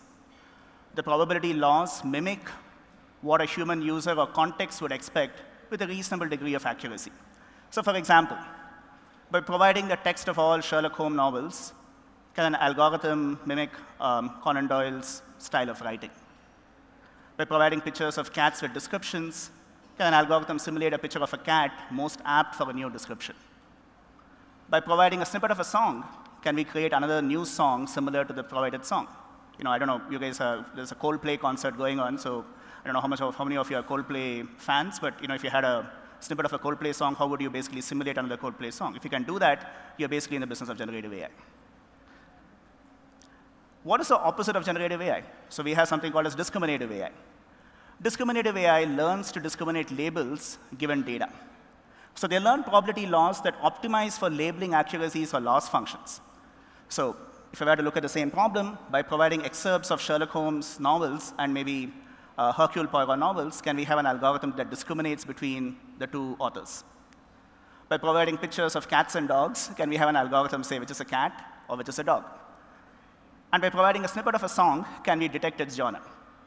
So these are all examples of what is called as essentially discriminative AI. For those who are mathematical or math buffs, discriminative AI is essentially the conditional probability of y given x. Generative AI is essentially the probability of x given y. It's just the inverse problem. So for a long time, a lot of machine learning researchers were focusing on a conditional probability that said y given x. We are now coming back and saying that can we do x given y? So what is the x? It could be the picture of a cat. The y is, hey, I want a cat. So that is essentially the mathematical basis of what generative AI really means. Now, what does it take for a machine to learn? I mean, why, we took a lot of effort. We talked about the mathematical basis of how we do this. Now we talk about like, what are the things that happened that helped, really supercharge this field. So what does it take for a machine to learn? So essentially, you need three things. For a machine to learn, it needs to construct a modifiable function that provides an output when it gets feedback. A long time back, a very wise scientist once told me that if you have computer programs that can modify themselves, rather than having a human create those computer programs, you're in the business of machine learning. So if you look at think of the simplest machine learning algorithm that you can think of, logistic regression. I'm pretty sure a lot of you know about logistic regression. It's essentially, if you look at it, it's basically a simple rule. But then, can the program modify the rule by itself? You come back and say, if x is greater than 10, you basically say yes. If it is less than 10, you say no. So, but this greater than 10 and less than 10 was coded by human beings. Is there a way for us to basically come back and have these functions modify themselves? So when you basically have algorithms that can modify themselves with feedback, you essentially start doing machine learning. So to enable that, you need a loss function that can be computed. Very important. If without a loss function, you cannot do machine learning. So one of the first things that I ask myself is like, what is your objective function? Can you mathematically formulate it? If you can do that, you can do machine learning. Second part is that how do you optimize a loss function? By modifying the function. So that's the second part of it. And the third part of it is essentially you need a representative data set for feedback and optimizations.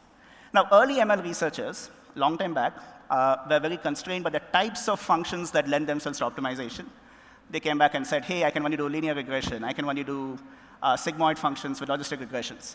And they were like coming back and saying that, hey, can we get exact solutions for solving linear regression? So if you want to do linear regression, there's actually an entire theory that's called the Gauss-Markov theory that exists over there that says that there are exact solutions for basically estimating linear regression. People focus a lot on that. And then they also looked at very simple families of loss functions, mean squared error, cost entropy loss. All of these loss functions lend themselves to the mathematics of how we optimize them. What changed, was auto-differentiation and gradient descent algorithms on GPUs that basically helped researchers completely move away from saying, let's define simple functions for solving these problems. So if you look at what are the three things that have happened, the first is gradient descent. The foundations of the gradient descent algorithm that powers a lot of generative AI actually was published in a very seminal paper in sometime in the 1970s by Larry Aramayo that talks about how can we minimize functions which just have continuous derivatives. To be very precise, it's called Lipschitz continuity. How do you basically optimize functions that are Lipschitz continuous functions? Basically, you come back and say that if you have a function that you can only compute derivatives for, can you minimize it? 1970s, the mathematical basis for the gradient descent algorithm was actually in this paper. This actually comes back and proves that gradient descent algorithms will actually end up under reasonable assumptions, actually end up converging to the optimum. The question, though, is that will this optimum be guaranteed? So if you look at a lot of the things over there, if you have let's say fine-tuning an LLM right now, it's going to take a long time to converge. The reason why it's taking a long time to converge is that it's very hard to prove optimality of convergence for a lot of gradient descent algorithms. The second main innovation that happened after that was auto-differentiation. Can we compute exact derivatives of arbitrarily complex functions? So if I were to basically say, I'll give you a function, and then you want to compute its derivative. So what would you do? You do numerical derivations. Right? You'll just do f of x plus h minus f of x divided by h. That's how you compute numerical derivatives. Problem with that is that it's an approximation, right? And then there are approximation errors that will keep going on if it becomes like a very complex function. Auto differentiation solves that problem. So what does auto differentiation do? You can compose primitive functions with known higher order derivatives, and then you use that to differentiate exactly without loss of precision. It does not suffer from numerical errors, and most importantly, you have a DAG. That's a directed acyclical graph that is over there. So for example, if you basically want to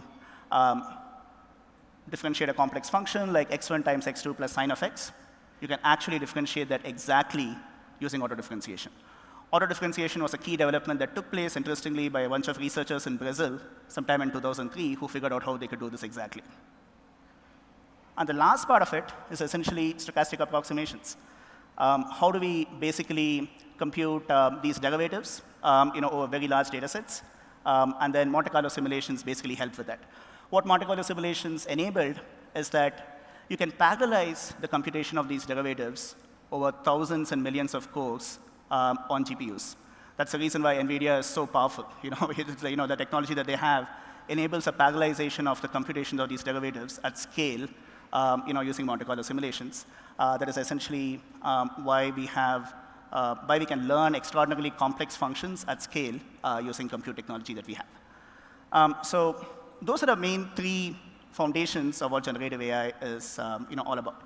Essentially about how do you have gradient descent algorithms, you basically have auto differentiation, and then you have parallelizable computation of derivatives at scale that has enabled a lot of the developments that you're seeing today. What does it take for a machine to learn human language? Very interestingly, human language is essentially a sequence of tokens. Okay, so when you realize this, you basically made a fundamental discovery. So a language model essentially assigns probability to sentences or sequence of words. So for example, machine translation, probability of high winds tonight is greater than probability of large winds tonight. Spelling and grammar, the office is about 15 minutes. There's a spelling mistake. That is going to be lesser than the probability of having the correct spelling. So for every sequence, for every sentence that is there that you can think of in human language, you basically have a probability. That is exactly what a large language model does. It assigns probabilities to sequences of words. You have text generation. You have a whole bunch of things that you can do with that. And yeah, so what is a large language model? You basically want to compute the probability of a sequence or a sentence of words. The related task, if you formulate this as a probability problem, you can come back and say, generate the next word that's going to come in from a sequence of words. You can even say that if there's a missing word that is going to be there somewhere in a sequence of words, how do you basically impute that? All of these become possible. So conditional probability enables prompt engineering. So at the core of all large language models, you have a probabilistic model that essentially computes probabilities to sequence of words. And if you look at the evolution of generative AI, finally, is that initially it came back and said that you want to train a model from scratch. I used to remember when I started my career, people used to come back and say, give me the data set, I want to train the model from scratch. A lot of fun I had. And then it slowly moved towards pre-tuning and fine-tuning models.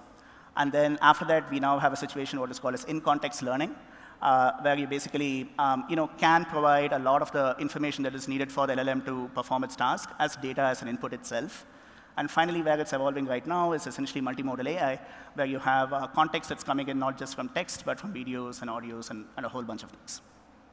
So you have more general purpose models with less training for specific tasks. So this has, in essence, been how models have been evolving. So I promised, why did I start with that statement by David Hume? So David Hume, this is an excerpt from his treatise on experimental method of reasoning. He made the statement, by this means, all knowledge degenerates into probability. And this probability is greater or less according to our experience of the veracity or deceitfulness of our understanding, and according to the simplicity or intricacy of the question. This was David Hume's 300 years ago, who basically summarized the essence of all human knowledge, which is all human knowledge degenerates into probability, and that is exactly what LLMs are doing right now. So thank you so much for your time. I'd be happy to take some questions. Thank you very much. Once again, if you have a question, just put your hand up in the air.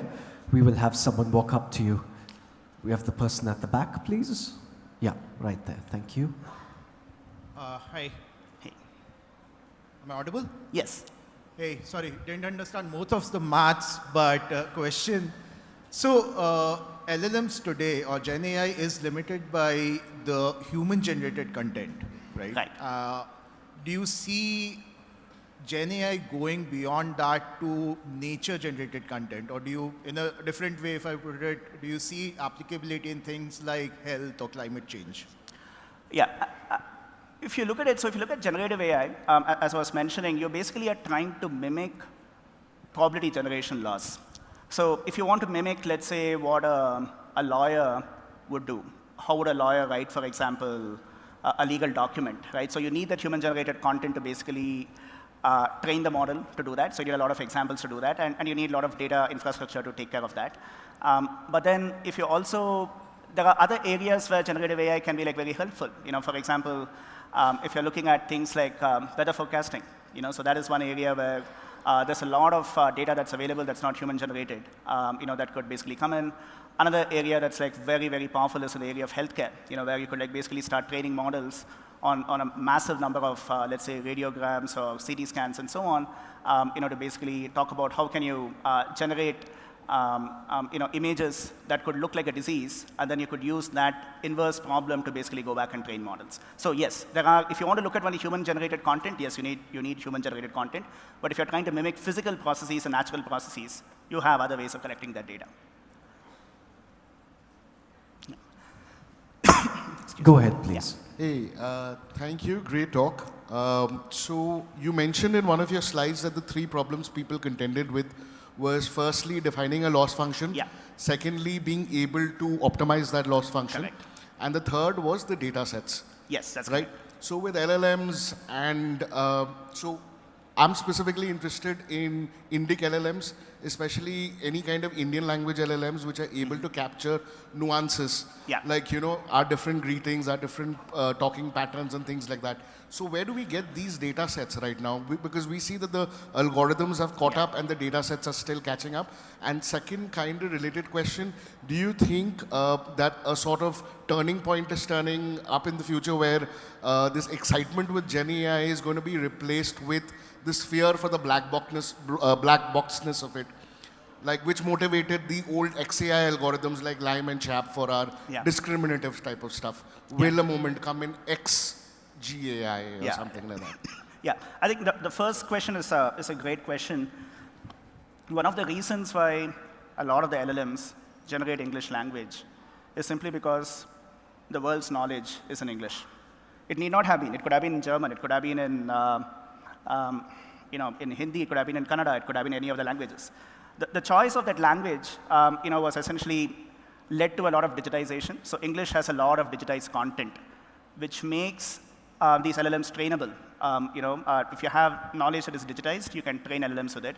If you don't have knowledge that is digitized, you can't train LLMs. So to your question on how do we solve this for Indian language, we need to have like initiatives that digitize, you know, the vast diversity of Indian languages that we have to be able to start training LLMs for that. So that is essentially the way that we have to do that.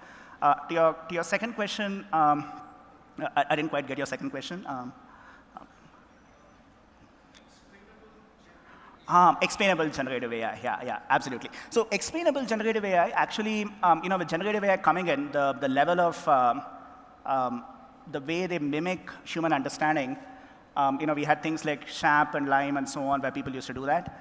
Right now with prompt engineering itself, you'd be surprised at the number of explanations that are provided. So language models can introspect, they're starting to introspect themselves on basically understanding how they generate the results. Are there hallucinations that come from that? As obviously, there are risks from that. But then yes, so as the language models evolve, they'll also have the ability to introspect and basically do chain of thought reasoning to come back and say that, hey, how exactly did you arrive at that conclusion?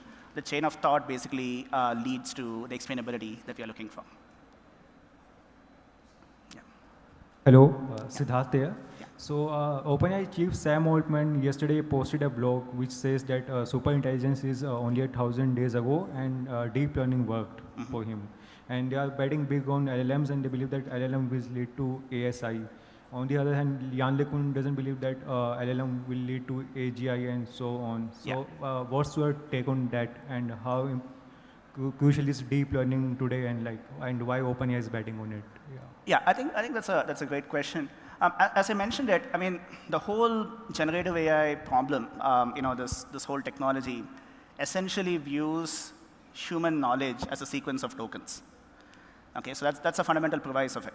So if you really want to understand, if you are an expert in generative AI, you'll know that every sequence of words that is there that human beings generate, there is a probability number associated with that.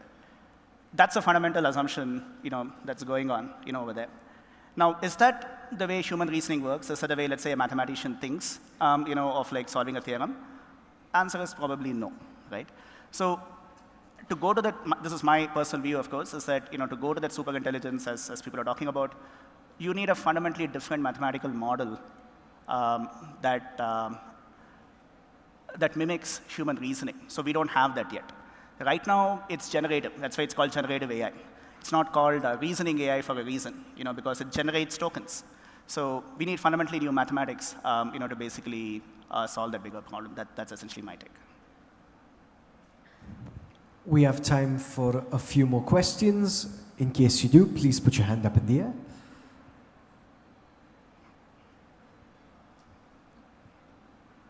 Anyone with any more questions, please put your hand up in the air. We'll have someone come up to you with a microphone.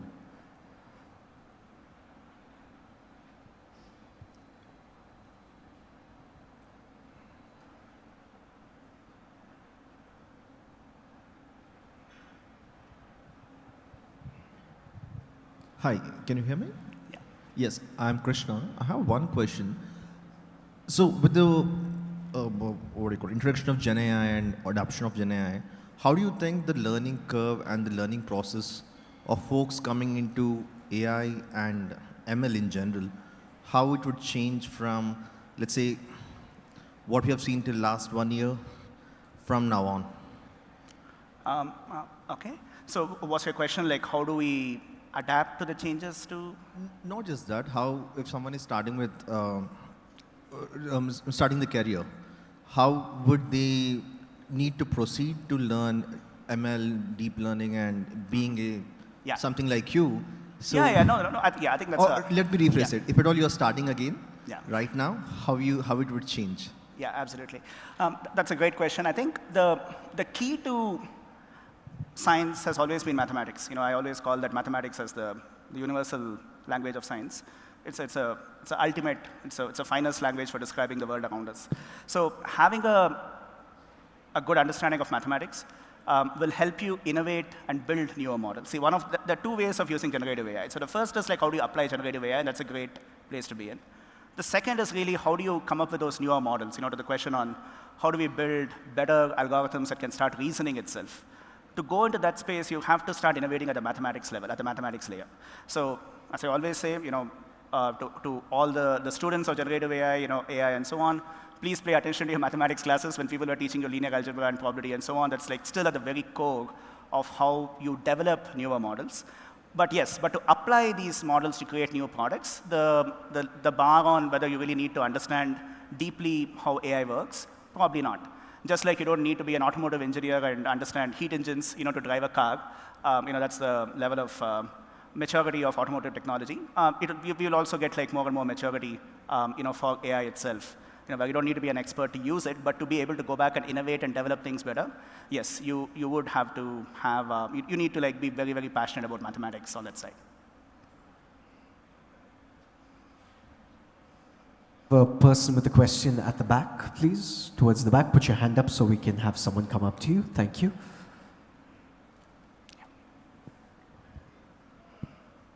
Hi, can you hear me? Yes. I'm here. Yeah, this side. Yeah, oh, sorry. Yeah, the glare on the lights is too much. Yeah, please tell me. Yeah. So my question is, you spoke about some of the underlying mathematics or science that is, powering the current cutting-edge algorithms were actually, developed 30, 40 years ago. So, I mean, are there some fundamental things that we are discovering now which will probably impact us 20, 30 years in the future? I mean, what is it that we don't know? You mean in terms of like the mathematics of how we build these models? Yeah, I mean, are there some more foundational mathematics or science things that we have? Maybe recently somebody has published something which we've still not figured out how to use. Yeah, that's a great question. I mean, there is a saying in the mathematics, among mathematicians, that if you look at the current physics right now, the physics of relativity, the mathematics of the physics of relativity was discovered sometime in 17th century and 18th century by Riemann and so on. So mathematics is always like 300 years ahead of science. So what it means is that, yes, you're probably right, that 200 years from now, there will be new mathematics that's probably used to describe how human beings think and the logic of how they reason. So that can very well happen. Yeah, a lot of the mathematics that we're using right now is actually ancient mathematics. Okay, that's powering a lot of the generative AI. But yes, there's a fantastic opportunity for mathematicians to come in and really explore the space and see how they can solve this problem really well. We have time for one last question. Sure. Gentleman at the back. Hi, Vignesh. Yeah. Over here. Hey, yeah. I'm Sham. So you spoke about large language models, right? So training a large language model takes a lot of computational power. Yes. Right? Is the field moving towards small language models? That's one question. Yeah. My second question is the field moving towards new set of optimization algorithms, because the gradient descent has been there for a while. Your thoughts on that is highly appreciated. Yeah, absolutely. So the question is, gradient descent is a fantastic way for optimizing loss functions, but it is not the only way. I'll answer your second question first. To those who know optimization really well, there are interior point algorithms like quadratic programming and so on, which people are not even using. There's a whole field of genetic programming and anthill optimization that has unfortunately been sidelined. So if we use some of those algorithms and basically start training LLMs and so on, or for your matter, even like much smaller language models, I think that's an area that's like absolutely very exciting to explore. New optimization algorithms to come in that can basically do that. That's a prime field to look at.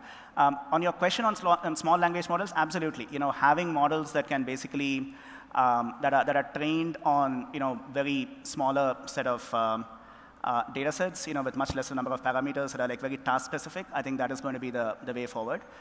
There's actually a very famous theorem in machine learning. It's called the no free lunch theorem, which basically says that there is no universal function that can approximate and solve all classification problems. So does it have implications to come back and say that will there be one language model that can solve everything? It's a very interesting conjecture over there. So maybe you need small language models that are very task-specific, that outperform things for that specific task. Vignesh, it seems like we have time for one more question. Oh, Can sure. we do the gentleman in the Yeah, front? please. Yeah, perfect. Thank you. Oh, hi. My name is Siddhant. So fundamentally, we build intelligent models to solve human problems, complex human problems. And the way we do that is, as you said, by human reasoning. But what if the best solution for problems, or the most optimized one solution, is the process is not through human reasoning? What if it's something different, that we can't comprehend or we can't think about it? Yeah, so, I think that's a great question. I think the way you look at it is that if you can basically, look, computers are dumb, okay? Apologies for saying that. They can only do things that you instruct them to do. So if you can basically convert the way you're thinking, okay, you have to be able to express it in terms of an algorithm, as a flowchart, or as a mathematics. So that's like the foundations of how we do it. So if you cannot, if there is like, for example, a way for solving something, that you cannot put down as a sequence of steps, okay, it's going to be hard to do that, right? I don't think these methods would be applicable. So if there is, that's basically the challenge. So you need to be able to convert the way you solve a problem back into a series of steps or a mathematics of how to do that to be able to leverage AI to solve it. On that note, can we give a big round of applause to our speaker on stage? Yeah.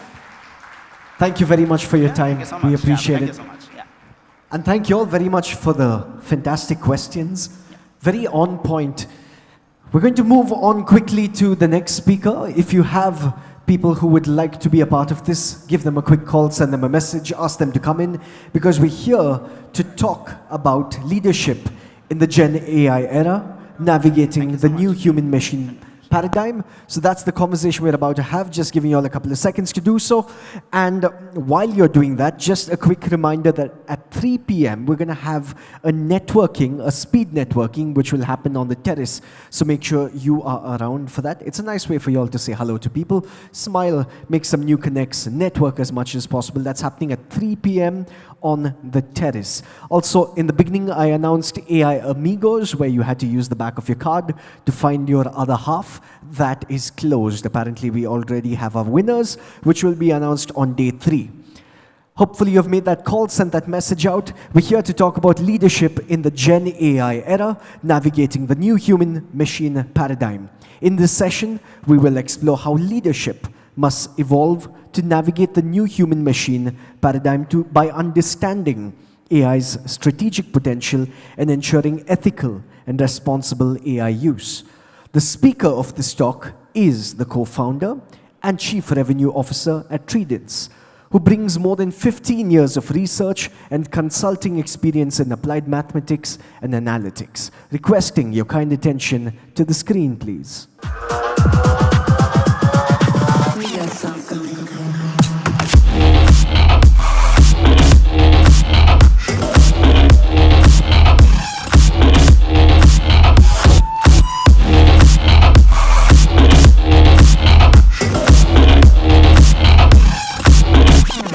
Cypher 2024, please welcome Shashank Dubey, co-founder and chief revenue officer at Tridence Inc. with a big round of applause.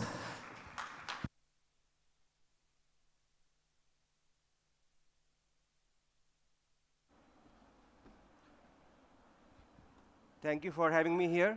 Just doing a quick voice check. You able to hear me all? Good? At the back as well? Nice. Okay. So I'll take about 30 minutes here to talk a little bit about this topic here.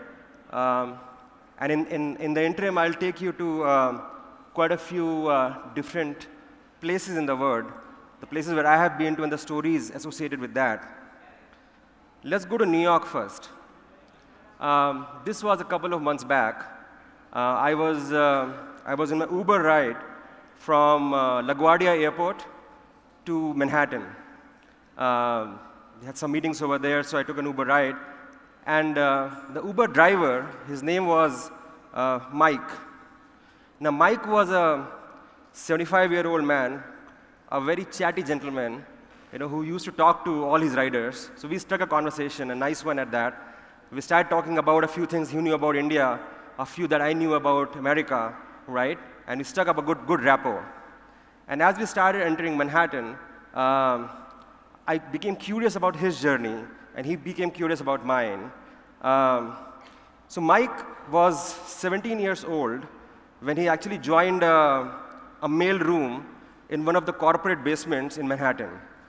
Now, for those of you who don't know what mail room is, this used to be at the basement of these big high-rises of corporate offices in Manhattan, and that is where human beings used to sort emails. Sorry, the mails, not the emails, the physical mails, right? That's their full-time job.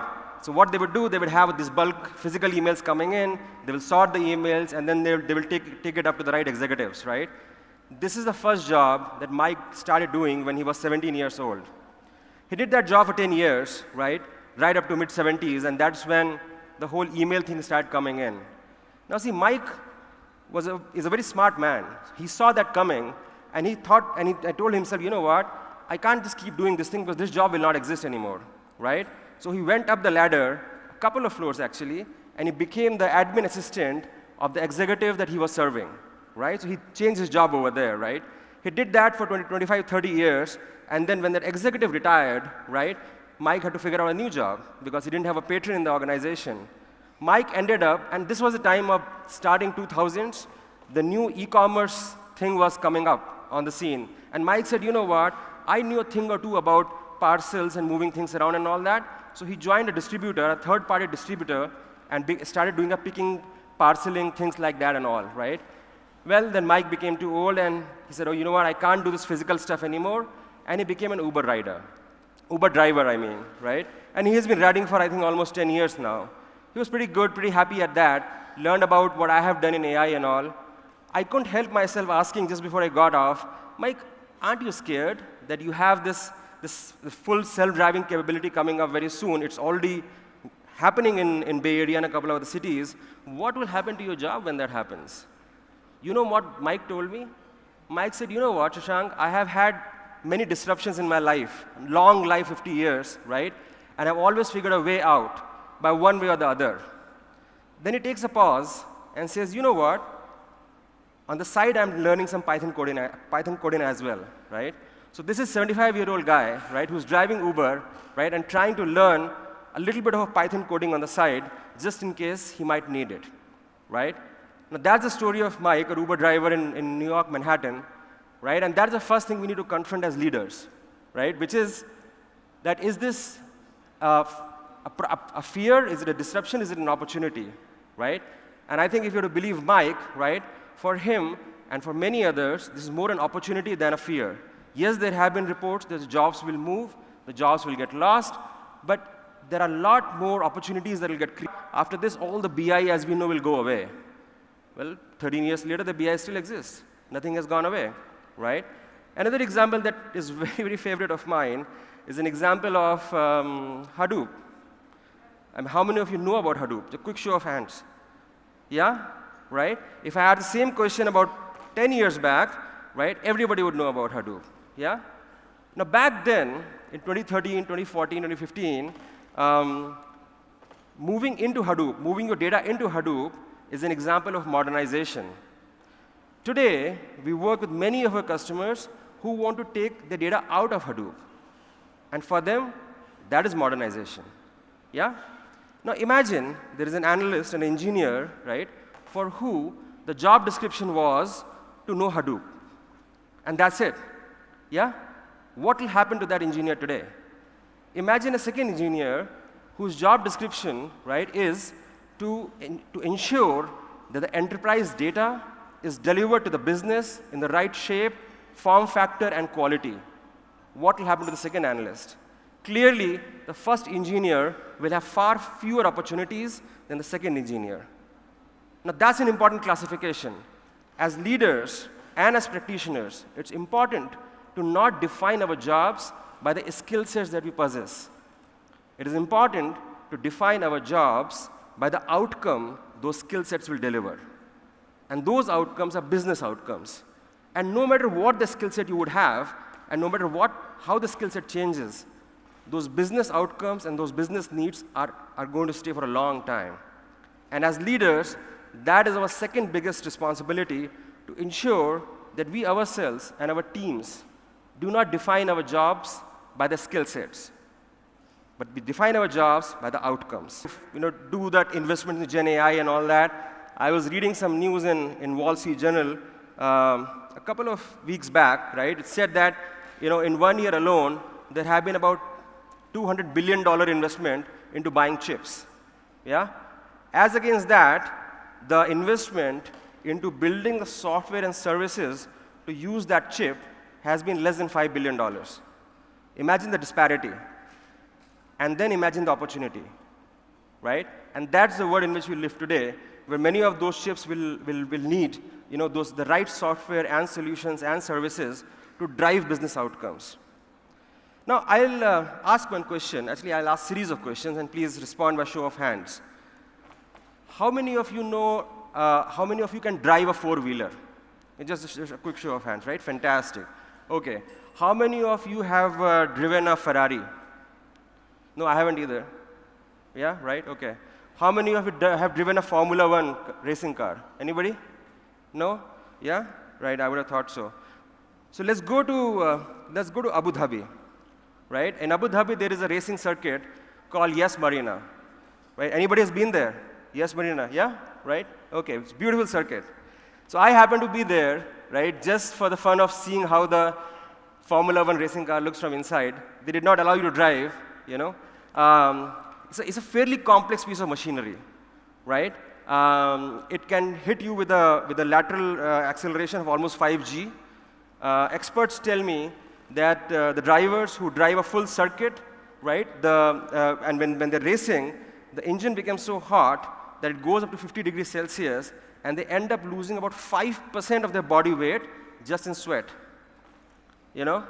The reaction time is extremely quick, right? And all of those things, yeah? Now, imagine you have that Formula One car, right? And it is given to us, right, all of us, and we're driving it on the road right outside. How will that work? That will be quite a chaos, as you can imagine, right? The current traffic rules, the quality of the road, our own driving habits, right, essentially disqualify us from using Formula One car, yeah? Formula One car needs a very special racetrack, the right embankments, the right pit stops, the right speed breakers, the right technicians and mechanics, and a very different ecosystem, right, to be able to run a Formula One car. Now you might be wondering, we aren't here to talk about racing. What has Formula One to do with this conversation? Well, you know what? Gen AI is no different from Formula One. It's the same thing, right? And it's very similar, right?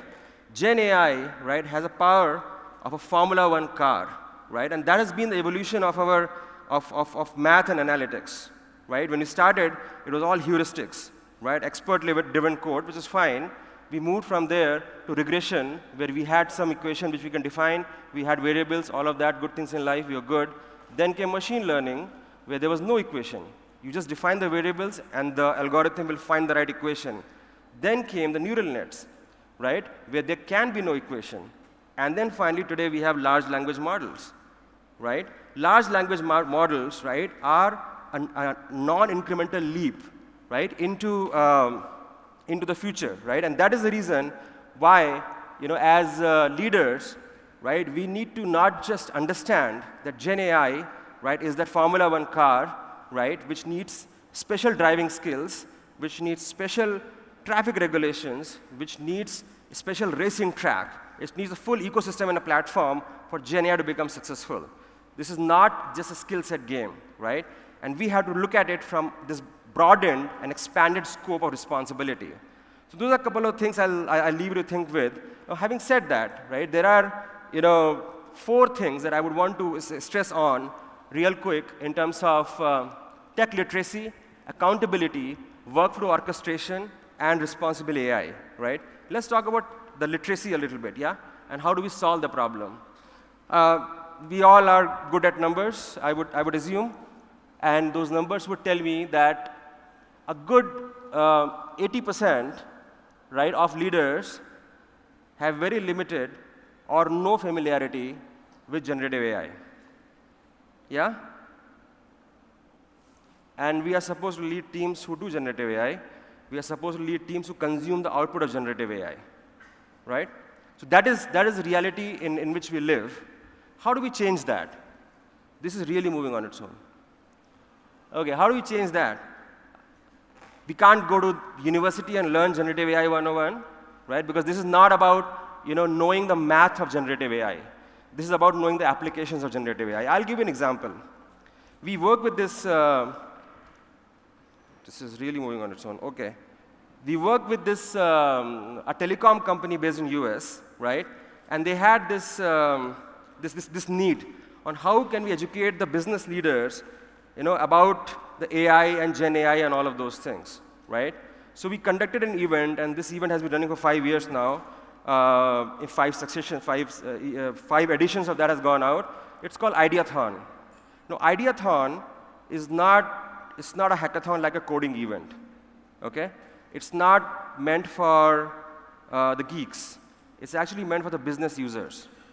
You know what Ideathon does?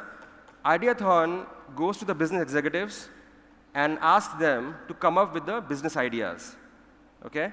And this could be anybody in any function. And then these business idea owners will work with a team of analysts who will support them to see if the data can justify the business case of solving that problem. That is it. You're not actually solving the problem. You're just exploring the feasibility of solving the problem.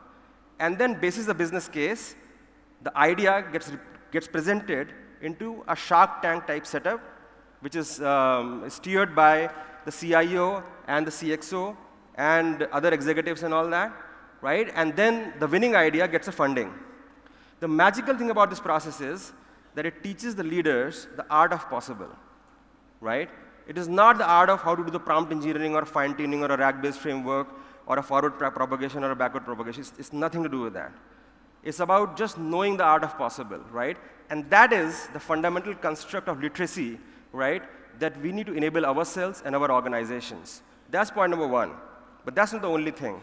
The second element after tech literacy is the human-machine collaboration, right? And look, I think the last speaker, I had a privilege of hearing him in the last 5 minutes, was running a bit late, and I heard him saying rightly that if you can, describe your job, right, as 5 or 10 points, right, and if it's very predictable, and if I can give that job sheet to any graduate and that person can do it, then that job can be automated and should be automated, right? And that's all good, and that will happen, right? Now, there are two types of jobs, two categories of jobs, which are very interesting, which I don't think can be automated. So be with me, and let's travel to, where should we go to? Let's go to Portugal. Yeah? We go to Lisbon, right? So I found myself in Lisbon a couple of years back.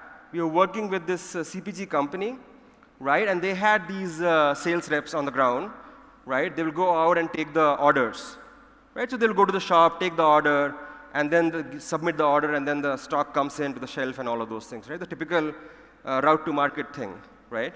The problem was that the stores that they visit, right, were a set of static stores. This was not a dynamic, smart recommendation. So our job was to build a recommendation system which is dynamic, which is smart, right, and can tell the right set of stores to the sales reps so that they can put more orders by visiting lesser number of stores. Very, very, common optimization kind of a problem, right? Now, how would you want to do that, right? We would look at the data, we'll start doing the math, we'll start, building the models, algorithms, and all that, right? Well, we did not start with that. The way we started with is that we went to Lisbon, we sat with the sales force, sales reps, and we went into the beats with them. Now, what's a beat? A beat is a route when the sales rep starts a day, sales rep starts a day, goes to store 1, store 2, store 3, store 4. That's called a beat, right? So we went with them to the beat, right? And a couple of things happened in that process. Number one, right, once in a while, they were also carrying some inventory with them, right? So once in a while, we found ourselves carrying the crates, right, into the store, right, which is very helpful because, that is like a human help given to the sales rep who's anywhere running around, right? But more importantly, it helped build the trust and the relationship, right? That became very important, and AI cannot do that, yeah? And that was critical because whatever solution we are going to build, right, it has to be eventually be used by the same sales reps, right? And by using that sales rep, by using that solution, their payout will get determined. So it is a question of their livelihood, by the way. For us, it's a question of the algorithm. For them, it's a question of the livelihood, right? So what do? We go there, we work with them, we build relationships, right? That is where the human-to-human exchange happens. Extremely critical if you want our algorithms and solutions to be adopted on the ground, not just in the boardrooms. One more thing happened, which is very interesting. So we figured that in the second half of the day, when the sales reps are going around, meeting the stores and all that, sometimes, so they have to do the check-in, right? So for example, I'm store 1, I go to the store, I do the check-in, right? Okay, I am at the store, so it's done. Okay, good. What started happening was the second half of the day, right, there were all of these stores nearby, and they would actually not do the check-in, right? As in the sense they will do the check-in on the app, but they will not physically visit the store. Because the store was nearby, yeah? Now you see the problem with that. The problem with that is, purely from the data perspective, what will the data tell you? The data will tell you that the sales rep visited the store and the order is 0. But what really happened was, the sales rep never really visited the store. And no amount of AI or Gen AI or any type of AI will ever tell you that. Only a human interaction will tell you that, right?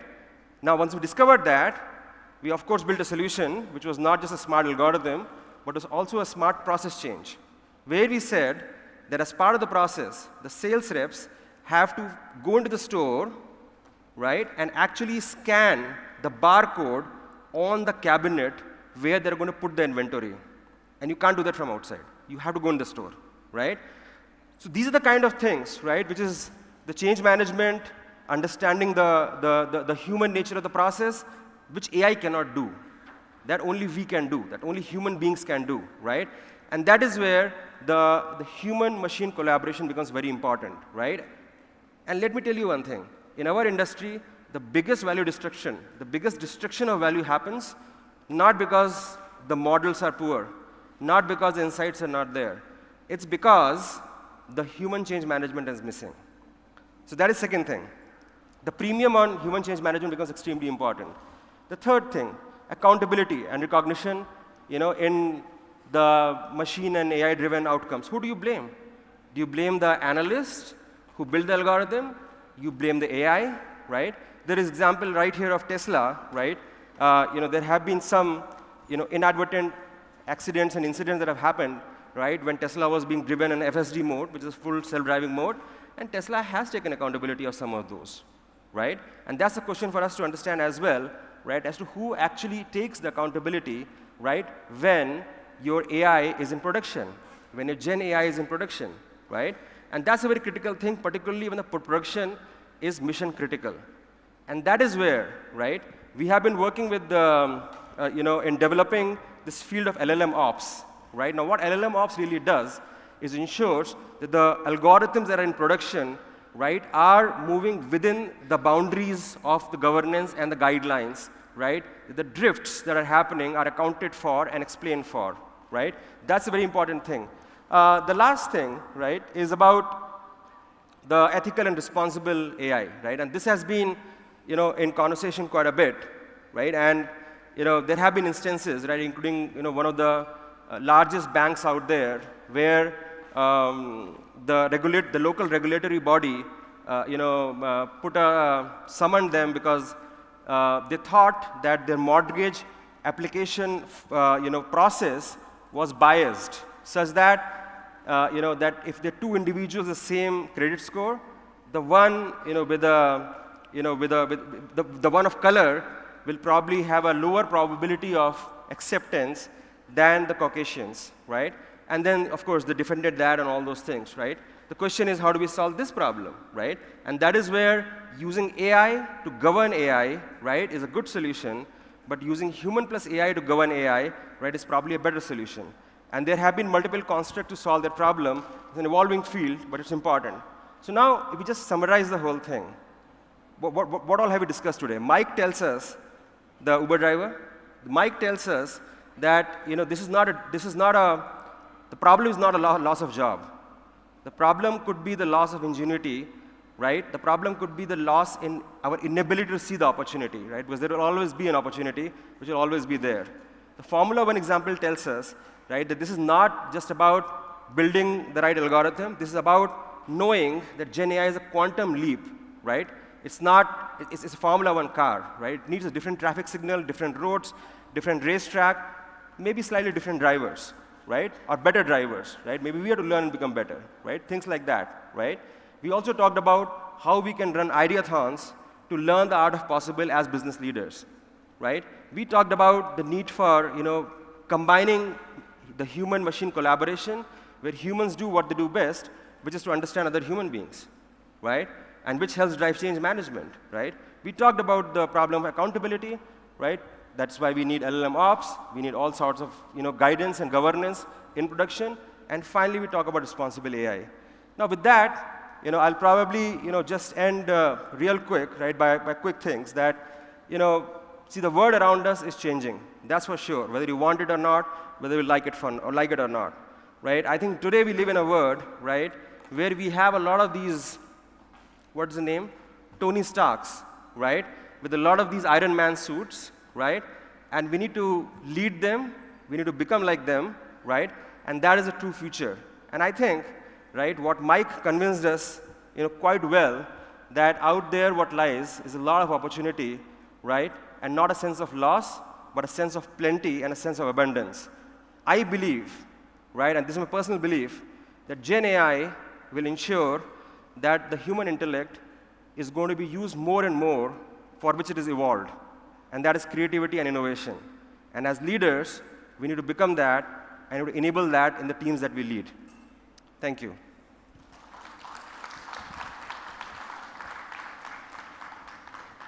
Thank you very much. Once again, if you have questions, please put your hands up in the air and we'll have someone come up with a mic to you. I think we have one over there. You can just pass the mic down to the gentleman. Hi, my name is Sayan. I'm from Anheuser-Busch InBev. So as you rightly mentioned, right, there is always a last mile problem where we develop our algorithm, and then in CPG retail at least we see that we need the sales rep to deliver the recommendations that has been generated from the analytical solution. So I want to understand your thought that as a data scientist we do model training, reducing error, getting some recommendations. But then the sales rep has their own incentives that goes in, their own objective functions that needs to be maximized. And then if you sell to the retail shop, they have their own sense of objective function that they want to maximize. Yes. So how do you align these different players that is part of that whole chain? Yeah, great question. So okay, so I'll tell you how we don't align first. We don't align by building a better model. That just doesn't solve the problem, right? We align by going on the floor and actually driving the process change and actually driving the change management. Like in this case, right, I'll give you another example what happened in Lisbon. We went to a couple of restaurants around afternoon, right? And the restaurant owner just hated the fact that we are coming in at the time of peak traffic when his guests are coming to have lunch and disturbing him by taking orders, right? The question of alignment. No amount of algorithm will tell you this human need, this business need, right? So I think see, our work of data science and AI actually doesn't start from data. It starts from going and talking to the end user, right? And then you go to the data, and then you go to the algorithm, right? That is how a lot of this last mile in change management becomes real. That's what AI cannot do. Yeah, firstly, thank you for this very informative session. And you rightly said it's all about change management. And I believe change management happens at both the ends, the bottom up and top to down. Yes. Now, when we come from top to bottom, especially think about if you have and that's a practical challenge we are facing. So think about you have the leaders in 50s, 52, 55 maybe. And many a time convincing them about generative AI really becomes a challenging thing. Yes. Because they have not seen that much of IT and they have their own reservations. So can you share a few tips and tricks that how can we educate those leaders? Because unless and until they are giving a buy-in, it will not go down. Yeah. So that's actually a very interesting question. And we have seen companies across the maturity curve, right? I'll tell you a different example. So I was in a call just last week, talking to the CIO of a Fortune 500 company, and this guy starts getting a phone call. He puts us on mute, telling me that he's getting a call. The call from a CIO who was sitting in a board meeting and who's been asked about generative AI, right? So that's one extreme, yeah? See, today, right, most of the organizations that we encountered, right, they all have some sense that there is something going on in generative AI, right? And there is either a fear of overinvestment or there's a fear of missing out, right? Now we see those two emotions out there, right? Now, for medium to low mature organizations, right, one thing that works very nicely, right, is where we can come in and start showing them the art of possible, right, by these initiatives like Ideathons, right? Now, Ideathon is not a very expensive initiative, actually. The Ideathon that we did with this telecom company was actually sponsored by Azure, right? Azure provisioned their own workspace, right, for the analysts and the business users to work on, right? The total time commitment was like, 2-3 hours per week. It went on for like 5 or 6 months, right? Ended up in a Shark Tank, right? Now, the good thing with that was not that we came up with the next billion-dollar idea. The good thing with that was we came up with a bunch of business leaders who are now a lot more educated and convinced, right, about the art of possible and the promise of AI, right? So some of those organizational, movements have to be done, right, to basically create a larger education and tell people about the art of possible. Does it make sense to you? Right? Pilots and POCs, the problem with pilots and POCs are, right, that they're not designed for scale, right? And a pilot is typically a pet project for one executive, not a priority for anybody else, right? So you won't go too far by doing those pilots and POCs, right? Doing a more foundational education is probably a better approach. The last one is very right one, and this is what we are also doing. We are building up the small POCs so that they can at least see the way of working, and then we go for the high scale use cases. Yeah, absolutely. We have the gentleman towards the back. Yes, please. Hi, Shashank. Great insights on, especially the first point on missed opportunities and what we don't want to be in a situation in.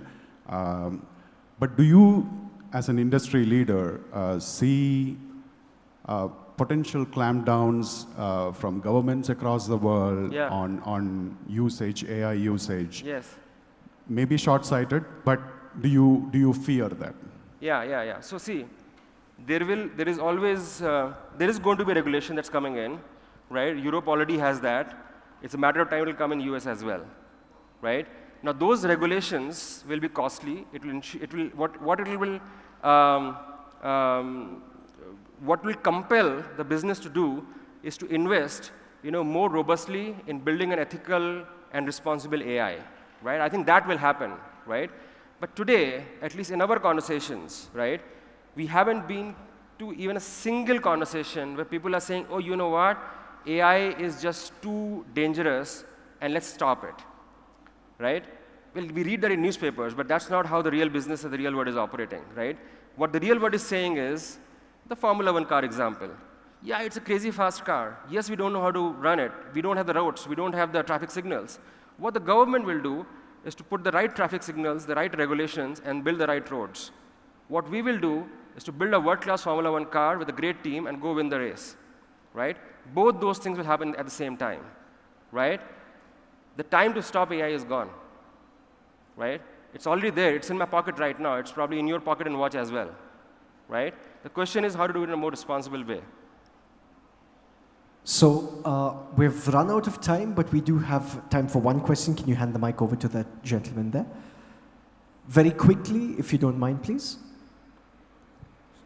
Hey, cutting straight to the question. I have a client. He said that, hey, Binoy, the technology changes faster than I could get my ROI from the previous change. Yes. So this client is from Disney, and I'm not taking names. And he said that, I had AS400, you wanted me to move to the cloud. Yes. I did it. Yes. Now we are on GCP. Yeah. Now you say, I want you to move to LLMs. I haven't taken the ROI from the previous investment. Yes. What do I do in this case, Binoy? I'm up for it, but I just can't get the budget for it. Like, have you had this situation? Yeah, okay, very good question. It's a very real problem. It's a very real problem. The thing is, if you have GCP, right, then you don't need to have a new set of LLMs and all that, because GCP is already creating all of that in the same hyperscaler ecosystem, right? But see, this problem is bigger than that. This problem is jumping from one technology to another without realizing the outcomes and benefits, right? And in our experience, what we have found is that the reason why the benefits are not realized is not because the technology was not optimally utilized. That is because the solution was not designed in the right way. It's a problem of that, right? There have been organizations, right, where the design of the solution, right, was keeping the front end in the mind, the last mile in the mind, right, and the ROI came fast, right? Because technology is going to change any which way, right? The question is, from the adoption of technology to the time to ROI, can you compress that, right? And the way to compress that, right, is not by doing cooler math. The way to compress that is by designing the right solution, by talking to the end users. It goes back to the last mile thing, right? And that, in my mind, is the biggest roadblock, right? We keep sitting with the technology, keep fumbling, keep stumbling, right? And not solve the solution for the warehouse manager, for the factory worker, and for the sales rep, right? We somehow build the solution for the boardrooms. The boardrooms are not going to use the solution. The warehouse manager is going to use the solution, right? And if we do that, we can compress the cycle from investment to ROI realization, right? Disruption is inevitable. Technology change is absolutely inevitable. The cycle will keep on happening. The question is how fast you can make the money. Thank you. Yeah, thank you. Okay. Thank you very much. Can we hear a big round of applause to the speaker on stage? Fantastic conversation. Thank you very much for that. Thank you for the fantastic question as well. Binoy, is it? Binoy, thank you very much for that. We're going to move on to the next speaker, but before we do, a quick announcement. At the Credence stall, we're going to have a Credence quiz starting in exactly 17 minutes on the dot at 12 o'clock. So make sure you head out to the Credence stall. They're giving out a bunch of goodies for the people who win the quiz. It's quite simple, I'm told, so give it a shot. And it's time for us to introduce the next speaker on stage. We're here to talk about data for AI and AI for data, where we will dive into the innovative ways in which AI can help overcome many of the all-too-familiar operational data hurdles and more. To present this talk, we have the co-founder and CEO of Tiger Analytics India, who is a technologist at heart and laid the foundations for Tiger's state-of-the-art capabilities, processes, and teams that are now in the forefront of redefining the potential of AI and analytics. Requesting your kind attention to the screen.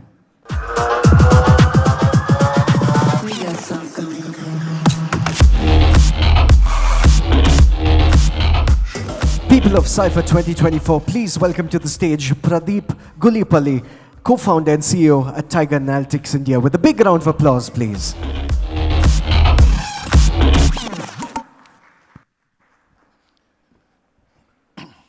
Good morning, everyone. I think, yeah, I can hear my voice loud and clear. Wonderful presentation, Shashank. Thanks for that. And this morning, I've been juggling between this hall and the other. Very, very fascinating conversations on impact of AI for, what the impact of AI for several business problems has been, and how people on the ground, whether it be things like we spoke about sales reps and warehouse managers are using AI. So I wanted to take a step back in this conversation with you and walk a little bit more broader journey with AI, and you'll understand what I mean by that. Is we're all familiar with this concept, right? Data for AI, which is, we're building all this, the fancy cool models starting from a few years ago. It was all the fancy, the cool ML models that came out, that were all the rage, and now somehow we are thinking those are legacy, and we have all the new age LLMs and all coming, saying, hey, we all hear loud and clear, data is the new oil, data is the lifeblood of our AI systems. No, wonderful, right? Data comes in. Of course, a lot of us in the hall here are data scientists.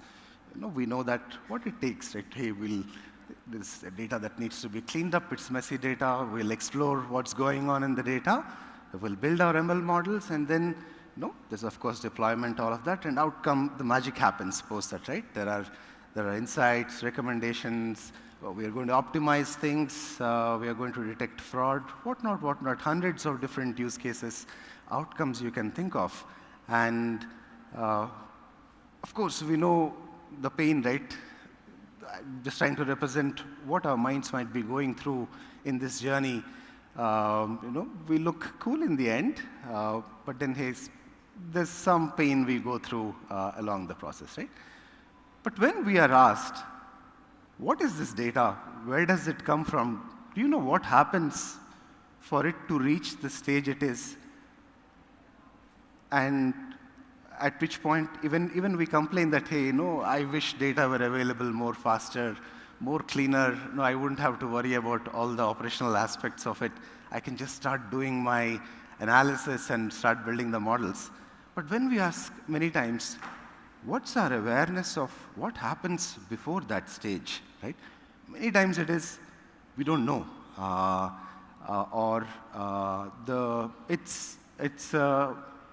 It's pretty complex, and our understanding as data scientists could be limited. So on this talk, I wanted to focus on what happens before this, right? Before the data reaches all of us for insights. And that's what I'm calling AI for data, meaning what happens for the data to reach us and what can AI do before that. Right? That's what we'll talk about. So to do that, maybe I'll take an example of, let's say, a consumer goods company. Right? It could be anything. It could be someone who is manufacturing shoes or someone who is manufacturing chocolates. And let's understand what happens in their organization so that you get a feel for what is this data complexity any organization is dealing with. Right? So let's say it's a typical, what happens in a consumer goods company? They get raw materials, right? Which is what I'm calling sourcing. They manufacture the product, right? The product is ready to be sold. Then there is distribution, meaning it goes to warehouses and etc. And then finally it hits a retail store. It could be a physical retail store. It could be a e-commerce website like an Amazon or something which, as a company I myself own, whatever it could be. Just this is a typical process that happens. Now, if you think of sourcing, what happens in sourcing? There's a lot of activities going on there. You have to manage suppliers, you are negotiating deals with them, you are writing contracts, you're actually procuring.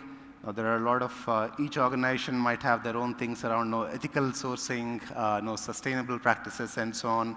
So then you come to manufacturing. There are questions on how much should I manufacture, how much machinery is available, how should I plan my production schedules. There's my equipment, how do I maintain, what's my backup, quality control and audits, so on and so forth. A lot of things in the manufacturing setup to think about. Then there's distribution. What are all my distribution channels? What's the demand? How much inventory do I already have? What's my network, the network design for transportation and warehousing, etc. that I need. Then you come to retailing. What retail outlets am I dealing with across geographies, across different modes, etc. You start to see what are all the functions, and you see how data gets generated at every single step of this journey. Right? And for a consumer goods company, life doesn't stop here. Right? You can see there are other things like, hey, we need to think about R&D. How do I even formulate a product? Right? Then if I just formulate and manufacture, that's not going to be the end of it. There needs to be sales and marketing efforts. There's a lot of ads. A lot of the revenue of any consumer goods company goes into advertising and marketing, right? Then there is, of course, customer service. If you're directly selling, there's again, orders, fulfillment, the returns, exchanges, whatnot.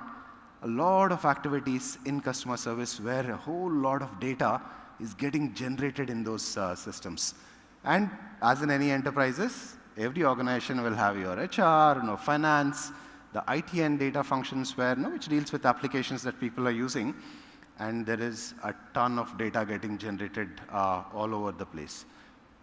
Just to give you a sense of things, for example, when you think of an R&D team of a consumer goods company, they are working on different formulations, they're creating different concepts, they're creating different models, simulations of all that.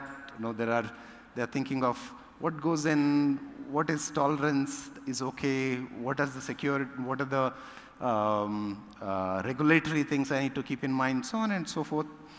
Same way, there's we talked about supply chain, production, data coming out of machines, so on and so forth. And you start to think of this saying, hey, this is actually the amount of data that is being spewed out by various functions is quite a lot. And it comes in various shapes, right? It could be your typical structured, unstructured data. It's still digital. There's still a world in which there's a lot of paper data coming in, right, in the form of contracts and so on. Data could be, just for a flavor, it could be like I said, like time series based. It could be transactional data which is flowing in live. There could be things which are coming in a batch manner, maybe once a day, once a week. There are things which are just streaming in live as things happen. And somewhere along the way, there are attachments coming in emails, Excel files and PDF files, which also we need to worry when thinking of data. Data is being captured in ERP systems. It's being generated by applications that are running in different parts of the organization. Or there could be machines, right? OEM machines in the plants, which again capture data. So why did I talk about all of this? Just to give ourselves a sense of what is the data getting generated, the extent of data that's getting generated in any organization, and which many times as data scientists, we are not fully aware of, right? We are aware of the clean or what we might think is not very clean, but still quite clean data that comes to our plates for any of the AI and ML models to work on. Now, if you start thinking of what are all different kinds of data sources here, there are hundreds of them. So you're thinking of the R&D teams might be using a product lifecycle management kind of system to do that. There's a procurement team will be looking at materials management, ERP systems to do that. The same way there'll be the manufacturing, the factory will be looking at production planning, plant maintenance kind of systems to capture all of this data. Then the same way there is machine data, IoT data which is coming in, right? So then there is things on your whole transportation network, inventory management systems, warehouse management systems. When you start to look at marketing, that's a different ocean. Your digital marketing has, I don't know if those of you who have worked on marketing, hundreds of different types of data sources that are flowing in. Then there could be market research, which you are doing, which are capturing data from customer panels about your products, about your competition, and so on. All of that. When you're dealing with customers, there's all the way, that's a notion. No customer purchase history to complaints to loyalty programs, and so on and so forth. We can keep going on, and you see in any organization, there will be hundreds and hundreds and hundreds of such data sources available. So much so that the problem is not lack of data, but many times the problem is about, hey, there is so much data, where do we even start? Right? There is so few resources who can work with the data to get it into the hands of the business and data scientists, and there is so much data that many times a lot of this data just goes waste. We are not able to make even good use of it. So we've been, so I've been part of several this data strategy discussions in recent times, just to address the same question, right, on behalf of enterprises. What should be our approach so that, hey, all this data that is there in a reasonable way, can we make it useful for business, right? So you would all have heard about your data engineering colleagues talking about things like, hey, terminologies, right? Bronze layer, silver layer, gold layer, your lake houses, and so on. Just to cut through the jargon, and then talking more in terms of business terms, how the enterprises today are beginning to think about making sense of their data, right? Step one, there are all these raw sources out there, hundreds of them. And then, as the next step, organizations are starting to think about, hey, we need to build some foundational data products. When I say data product, this is just data, right? This is data as a product. It could be specific logical clusters of the data that is available all on the left. These could be hundreds, and these could be a couple of dozen, right? The foundational data products. It could be things like, hey, everything to deal with supply, or everything to do with, say, a factory or a logistics, or I could have my own custom approach. Those are the foundational data products, right? Then we create business-ready data, which we could call a domain data product, right? And these will be much fewer. Maybe think of it as from hundreds, say we have moved to 30 or so foundational data products to maybe 10 domain data products. So examples would be, let's say it's a customer 360 or supply chain 360. I just gave a name 360, but the objective is you create data which is just readily consumable by business. Just how do you organize your thinking around these? And finally, there are analytic data products, which is now, say, data scientists is sending a request for, hey, we are a team responsible for demand forecasting. We need data. then how do you make that data available for that team, right? So that's the analytic data product. And then the business teams, business data science teams work on them to answer a variety of business questions. So now that we get a feel for what's happening all the way before a data is made available in the form of an analytic data product, I'll talk about the role of what AI can do in this process. Right? Step one, right, creating the foundational data product. We'll spend some time here. So when creating foundational data products, first there is unstructured data, which is like examples I'm saying, invoices, contracts, your POs, customer reviews, whatever it could be, and there is some raw structured data. The first thing of creating structured data itself was quite a bit of a pain till recent times, so much so that people would just leave, let that be, right? It's too much hassle to create this data. Let it be. If business specifically asks for it, I can pull it out. But now with the power of LLMs, a lot of these is being done in a much faster manner. Right? They just ability to ingest, say, invoices, pull out the right data elements, create the right structured data that's available. Just it's becoming possible in a jiffy. Right? People are thinking about those things, are doing those things. Right? Once you have your structured data ready, then the next step becomes, I need to do data quality checks.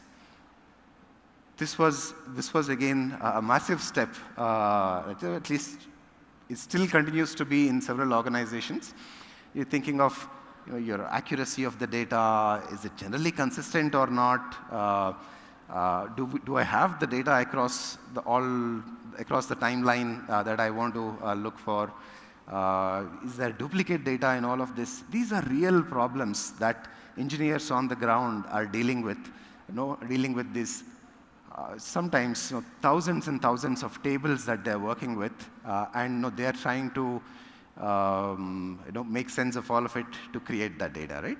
So now through AI, you are able to automate a lot of these things directly, right?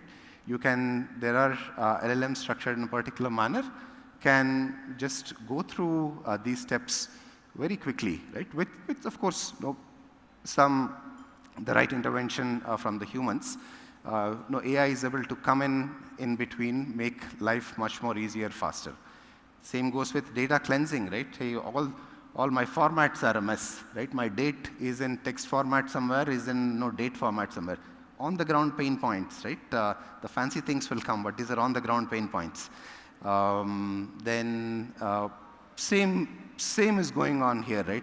With LLMs, we are now able to do a lot of this data cleansing in a much more faster, accelerated manner. So once you have all this data, which has been, we have checked for quality, we have cleaned it up, etc.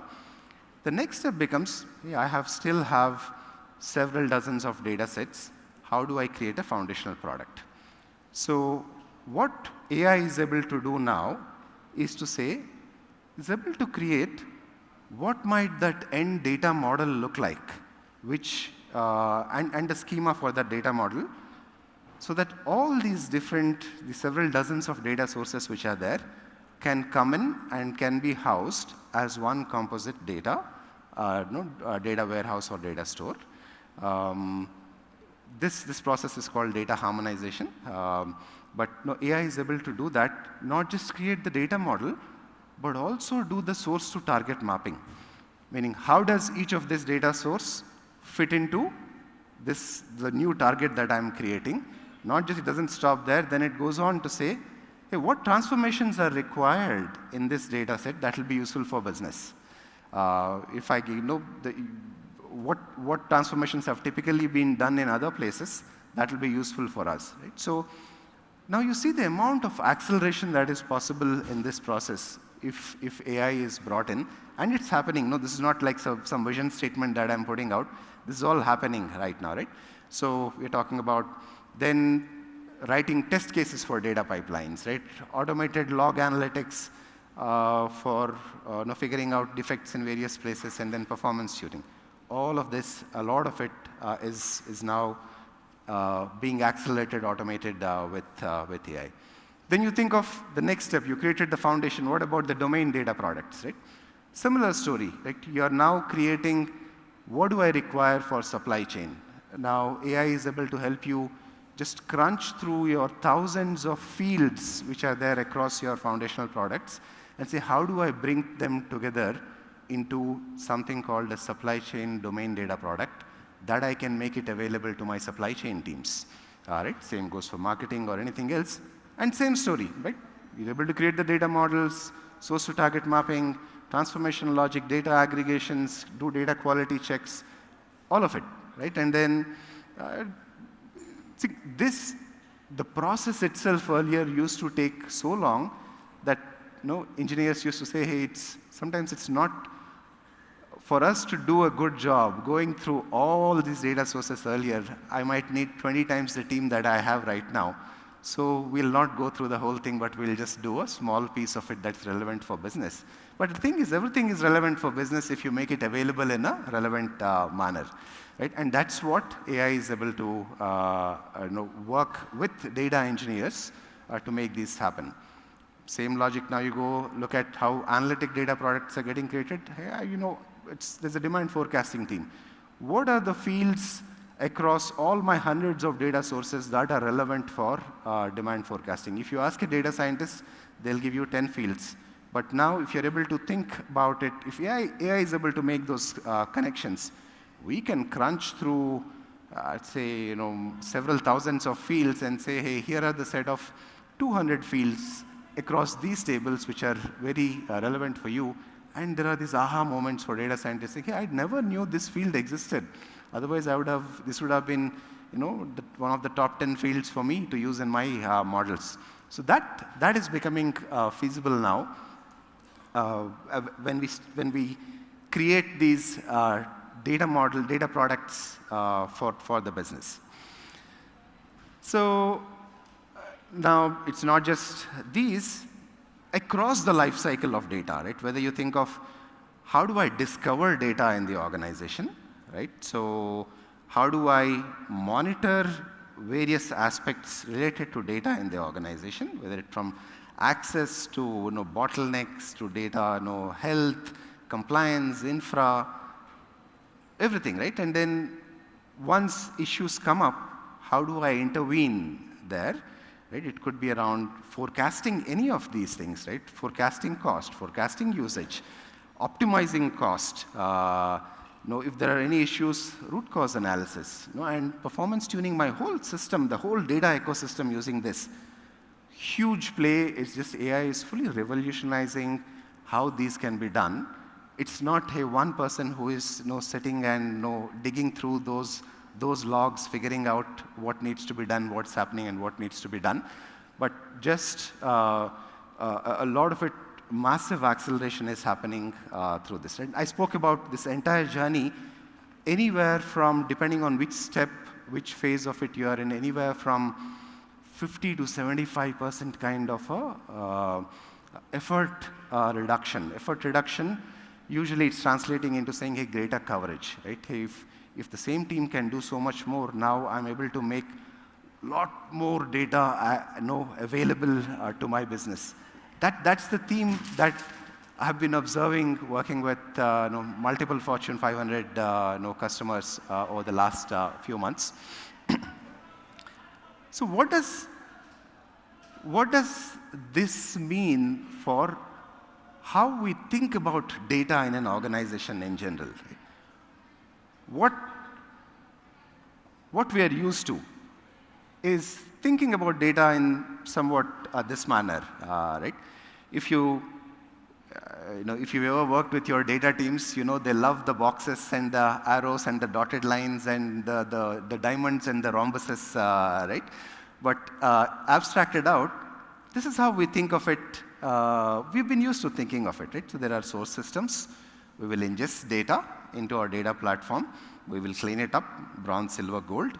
Then there is an AI ML platform on which we build our models, monitor, deploy, all of that. There could be a BI platform on which your dashboards get developed.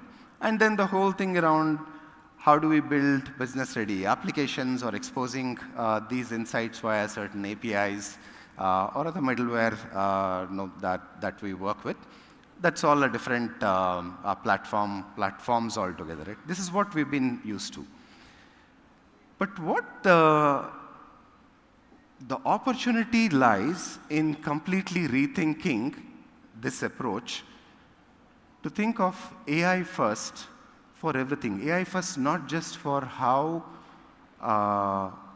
businesses operate the last mile. Last mile is, we have been speaking about it, and the most important thing, that's great, right? But just there's an opportunity for us to think AI first all the way. So what would AI first mean when we are thinking of data also, right? So it might look something like this. Once data comes in, now you have an integrated data and AI platform, right? And everything that is there, right, intelligence from data is part of this ecosystem, right? So you have your foundational data products, domain data products, and analytic data products, great. Your models are part of the same AI ecosystem. Your dashboards are part of the same ecosystem. Same thing goes for applications and your APIs, everything, right? And then there is one unified agentic framework which is cutting across everything. It is the same agents, same tools which will be used by the data engineers who are making data ready, by the data scientists who are building the model, by the business analysts who are building insights and dashboards, or by the application developers who are building the web or mobile applications, right? So this is going to be how we will start thinking about bringing everything under one roof. Platforms are evolving towards that, but platform is one thing, but the more important thing is our thought process to how we think about data and intelligence in an enterprise. These are not disparate systems, different platforms sitting in different places, but there is an opportunity for us to think about all of this in an integrated manner, and everything is connected, and how does AI flow through everything, how does AI enable everything. That's the opportunity that lies ahead of us. I'll just to give you a sense of what does this mean, because we spoke so much about data, I didn't touch anything about what happens after data, all the nice use cases, we didn't touch about those. But we'll talk a little bit more about what might this agentic framework for data look like if, as we build out these things, right? So first, those of you who've been involved in using agents to solve some of your day-to-day problems, you'll see there are first a whole set of tools which agents use.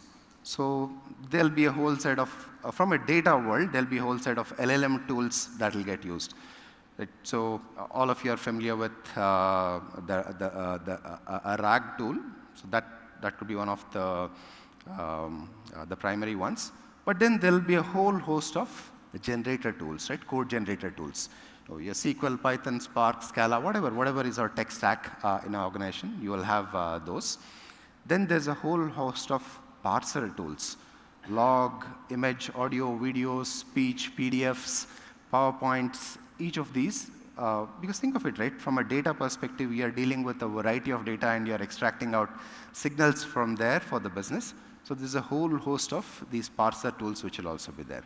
And there could be a couple of dozen more, but just to give you a sense of what these could be. Then there will be ML tools, because now ML is being used to make data more efficient.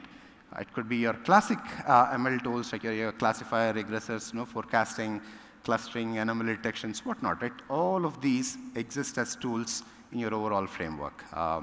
And then there are domain tools, because these frameworks that you're building, these agents that you're building, they need to understand how does a supply chain function work?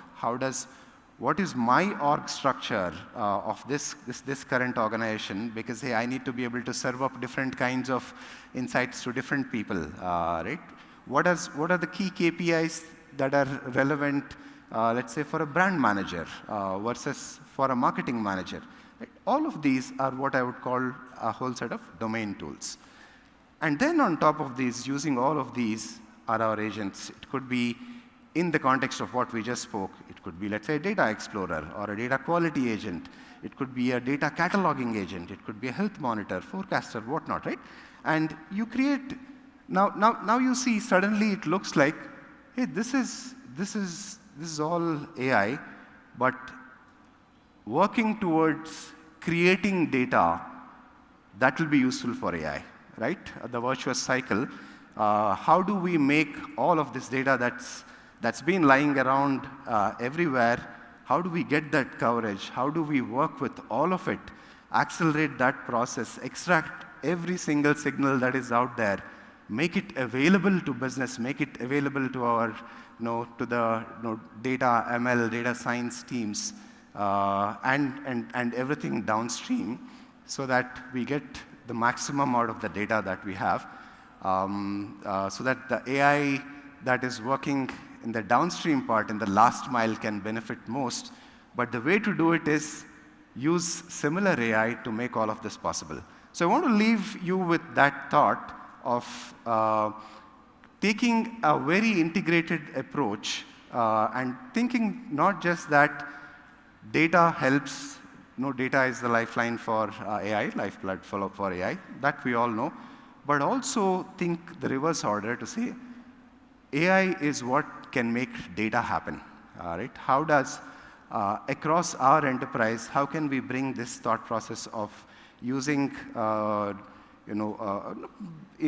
whether it could be using ML or what we, as an example, what I showed, an agentic approach to AI to make data available to everyone in a clean format. Data is ready for business 24/7, right? That's what we can achieve. That's the thought I want to leave you with, covering the journey that happens before data becomes available for AI, and how AI can make that journey faster. So thank you so much for taking the time, coming over here. Thank you very much, Pradip. We do have time for a few questions, so in case you have a question, please put your hands up in the air. We'll have, there's a gentleman all the way at the back, the white shirt. If you could stand up, we'll have someone walk up to you at the back. Could we have the lights on in the audience, please? Thank you. Hello. Thank you for your this very good session, first of all. And one thing I want to ask you, that whether it will be not a overkill to use AI for cleaning and for cleaning and then data sanity and all other stuff. Will it not be overkill? The question is, will it not be an overkill to use AI for? Use AI for everything. Like cleaning, you can do writing a simple rule-based code and everything. Why we need to use AI when it is simply done, can be done with the easy things, like code and something? This is, I think, it's a lovely question, right? And it's a question that we need to ask ourselves across the board, not just about what we spoke about. Why do we need to use AI for everything? Right? The answer is that, hey, for sometimes we don't need to use AI. It's a rule-based thing that can help us perfectly fine. But there are things where AI is able to unlock new value. The same thing applies in the data side of the thing as well. If you're able to make some of these make do with just rules, perfect. That will be my first approach. But what we are seeing is that the amount of inefficiency that exists today in the data world, but that many of us are not exposed to, it's what pains me especially is that there is so much data and it's not even seeing the light of the day because of the pain it takes to bring that to the fore. There are all these data sources which are hidden away somewhere. They are not even discoverable today many times, right? And then it seems like an opportunity lost, and that's where AI can actually help in the process. But what you said, I'm 100% aligned. If there is something where we can use just rule-based thing, straight life as always, continue with it. But where AI can help, just open ourselves up to the idea that in this space where AI hasn't traditionally been used, it can be used and a lot more can be done. We'll come to the gentleman there. Just give me a moment. We have two people here. We'll come to you right away. Please go ahead. Hi, Praveen. Thank you for that insightful session. So you have a few references to supply chain related solutions, right? So I'm a supply chain professional. And supply chain is one industry where you have huge number of partners, right? If you go into the back end, you will have hundreds of suppliers. And if you go to the front end, you will have like hundreds of customers or the type of customers you will have. What is the challenge you face in collating the data from all these partners and that can be useful for solution building? So the question is, what are the kinds of problems that might come up in the supply chain world where there's a whole lot of partners in the back end providing services, in the front end consuming these, etc. So let's talk about the back end, right? Just the data side of things for this. You know the front end problems that are there. Hey, signals need to go out for different components, whether it be your transformation network or your warehouses, all of that is fine. But the challenges on the ground are so fundamental that you might seem that, hey, these are trivial, but that's true. Your data will come in the form of, let's say, hundreds of Excel files, and each Excel file is different.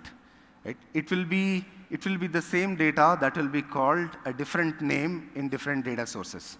There will be 3 different ERPs which will come in because your different partners, your different suppliers use different ERPs. And then it is left to one data team to say, hey, you bring all of these together in a way that as a supply chain organization, I'll be able to use this together. So you can see the kind of inefficiency there is to make all of this happen. And the opportunity lies for us to cut through this inefficiency to say, hey, can all of this mapping about, hey, this is how to bring this in, etc., can this be accelerated using AI? That's the theme. But you will relate to some of the problems when I talk about these different kinds of applications that get used. Your partners will be using several, just for the same solution, they'll be using different ERP systems, different applications. Their logs are different. What happens there is different, and so on. From a pure data lens, this is about, can we do this better? Bringing all these things together, making it available to you faster, making everything available to you in a clean way so that you can run your business very well. Next question, please. Go ahead.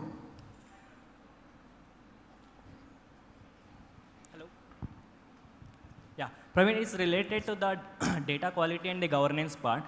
Since we are going to integrate the AI into it, so will it be divert the objective which we have it when we are using our relationships and also about the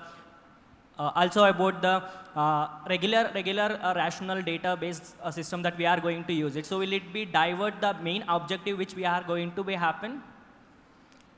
So I think the question is, by using AI for some of these things, whether it could be in governance or something, will it actually take us in the opposite direction? And no, the governance that is not is supposed to happen, AI is doing something else, right? So that's what the question is. Again, the general approach, based on maturity of the systems, maturity of our teams, enterprises, is to think of a concept which I would call, let's say it's called AI in the loop. Right? It's not AI which is driving everything. AI is not in the driver's seat. When we design systems, think of it's not AI driving a system and there's a human in the loop just to check for things, but it should be the other way around when you design systems. Where we are at the moment, maturity of the whole thing, it should be AI in the loop. It is humans who are driving it, right? In this case, say governance. What does governance mean for us, etc.? And then there is AI in the loop. There are parts of the process that can be significantly done better, accelerated using AI. It's just a different framing of the problem. Then you start to think of solutions which are much more doable, which are, the risks of things going amok, going haywire substantially reduce.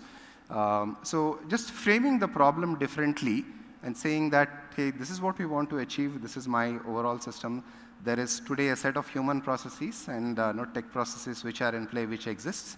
My next step from where I am today to this would not be to rewire everything and pass it on to AI to do it, but what are the parts of it that AI can do much more effectively? That will be the first step. And then every team, every organization will mature. The usage of all of this will take its own time, own journey. But framing the problem as AI in the loop with humans driving will allay a lot of the fears of, hey, will it run amok and do its own thing, right? Become a Terminator.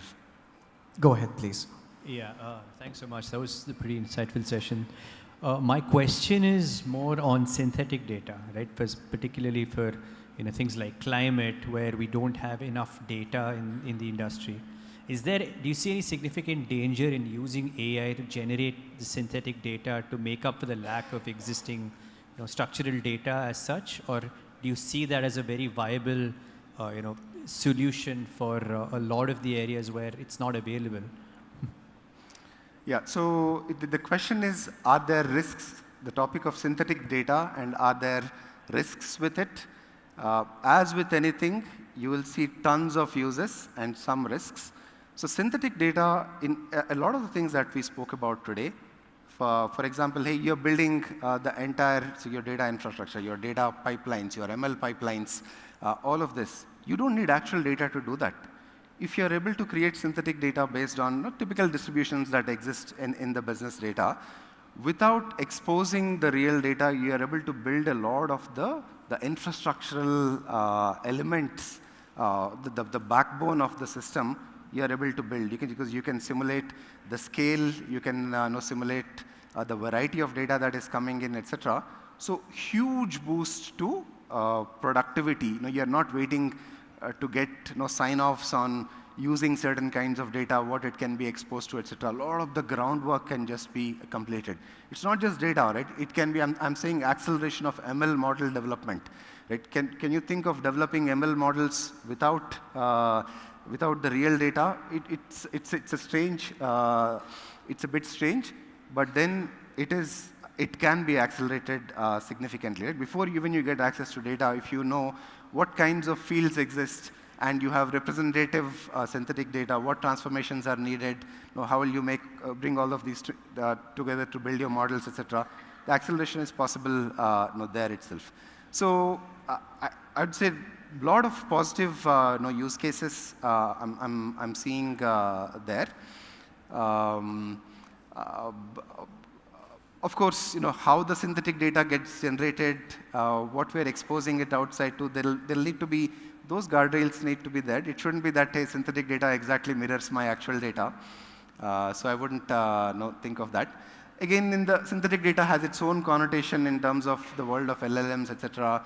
If you're talking more about, hey, this AI is generating all this data, which is again getting fed into AI systems, will we run into a garbage in, garbage out kind of a system? Yes, that risk is real, but I think we're all working towards that, tagging things like, hey, what has been machine generated, what is not. These are two different topics: synthetic data within an enterprise versus AI generated data being used to create foundational models. They're two different topics. Each one of it has its own different nuances. So Pradip, it turns out that a lot of people have questions. We've unfortunately run out of time, but we do have the lady up front. Can we just wrap up this very quickly? And if you don't mind, if we could take some of these questions offline, that would be fantastic on the outside. Madam, please go ahead. Just switch on the mic, push it upward. Thank you, Pradip, for a wonderful session. My question is predominantly on, you explained fantastically the agentic framework and how execution is going to happen. But from a strategy stance perspective, right, how can we take some actionable steps to bake in, AI elevate data? From a strategy standpoint, how can we bake in AI in the data process? So think of it, right? What I presented in the end, like, hey, an overall agentic framework to for the data organization, right? That's what I presented in the end. It doesn't need to be all of that in place for you to even get started. You could build small utilities. Say, for example, I just talked about, say, source to target mapping in a data harmonization setting, right? So which is, there are a dozen different data sources. You want to bring all of them together into one data set. What should be the data model? You don't need an agentic framework to do that. You can create a small utility, right, which is using, and so you would need some access to one of the foundational LLMs for that. There'll be a little bit of fine-tuning required for your business environment, but it's still very contained. We are not talking big bang, overall, total different approach to doing your data engineering. You could build a very small utility, and let's say you build out a utility just for source to target mapping. There are 100 different things that you could do, but you have just done one. That's it. That's fine, right? Different teams who are bringing together data, who are working on data harmonization, can just use that utility. It's okay, right? So there could be something else. Let's say you're working on log analytics for certain kind of monitoring. Let's build a small utility, AI utility, which instead of the logs just lying there, and if something is broken, someone will go and dive into the logs. Let's create a utility which can proactively keep monitoring these logs and sends out alerts to things. I don't need a broader agentic framework to create that. It's okay, right? We can create this. Now, unlock at an enterprise level will come when someone thinks, hey, there are all these utilities being built, and at some point it becomes too many technologies playing, and there's an opportunity for us to do it at scale. That is where an enterprise-wise agentic approach, integrated data AI approach could have a play. But as an individual working on a certain scope of work, we don't need to wait for that entire piece to be built out. We can always create these small utilities. It's just like a small piece of work that needs to be done. You would have done it, analysis, you would have done it on demand earlier, but now you could create a small AI twin of yourselves, which is just doing that work on an ongoing basis and keeping you updated on what the progress is.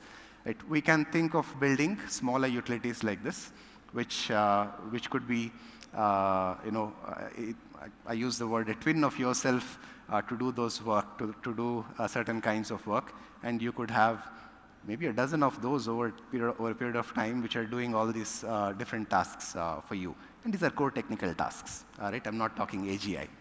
So that's definitely feasible, and that will always be the logical first approach to do it. Start small, build these. As we see promise, as we see value, scale it, right? And then once you scale it, it could look like a set of tools, a set of agents that are useful across the enterprise. That's the next big bet that a lot of these, the big tech are taking, is about building agents for the enterprise, right? So that's where eventually the future will lead to. Thank you very much, Pradip. Can we have a big round of applause? Thank you for your patience with the questions. Unfortunately, we couldn't get a lot of them, but if you don't mind taking the questions outside, that would be fantastic.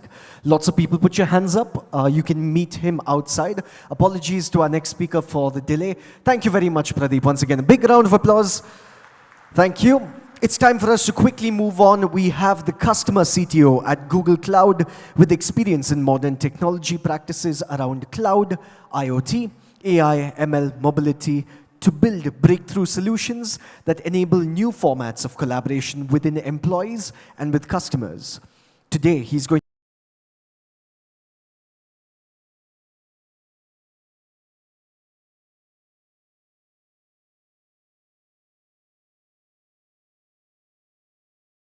this disruptive change. Eyes to the screen, please.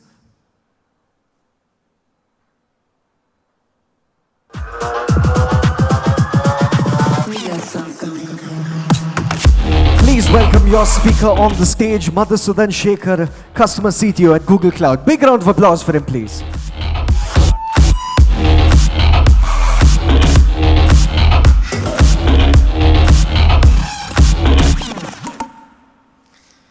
Good afternoon, everyone.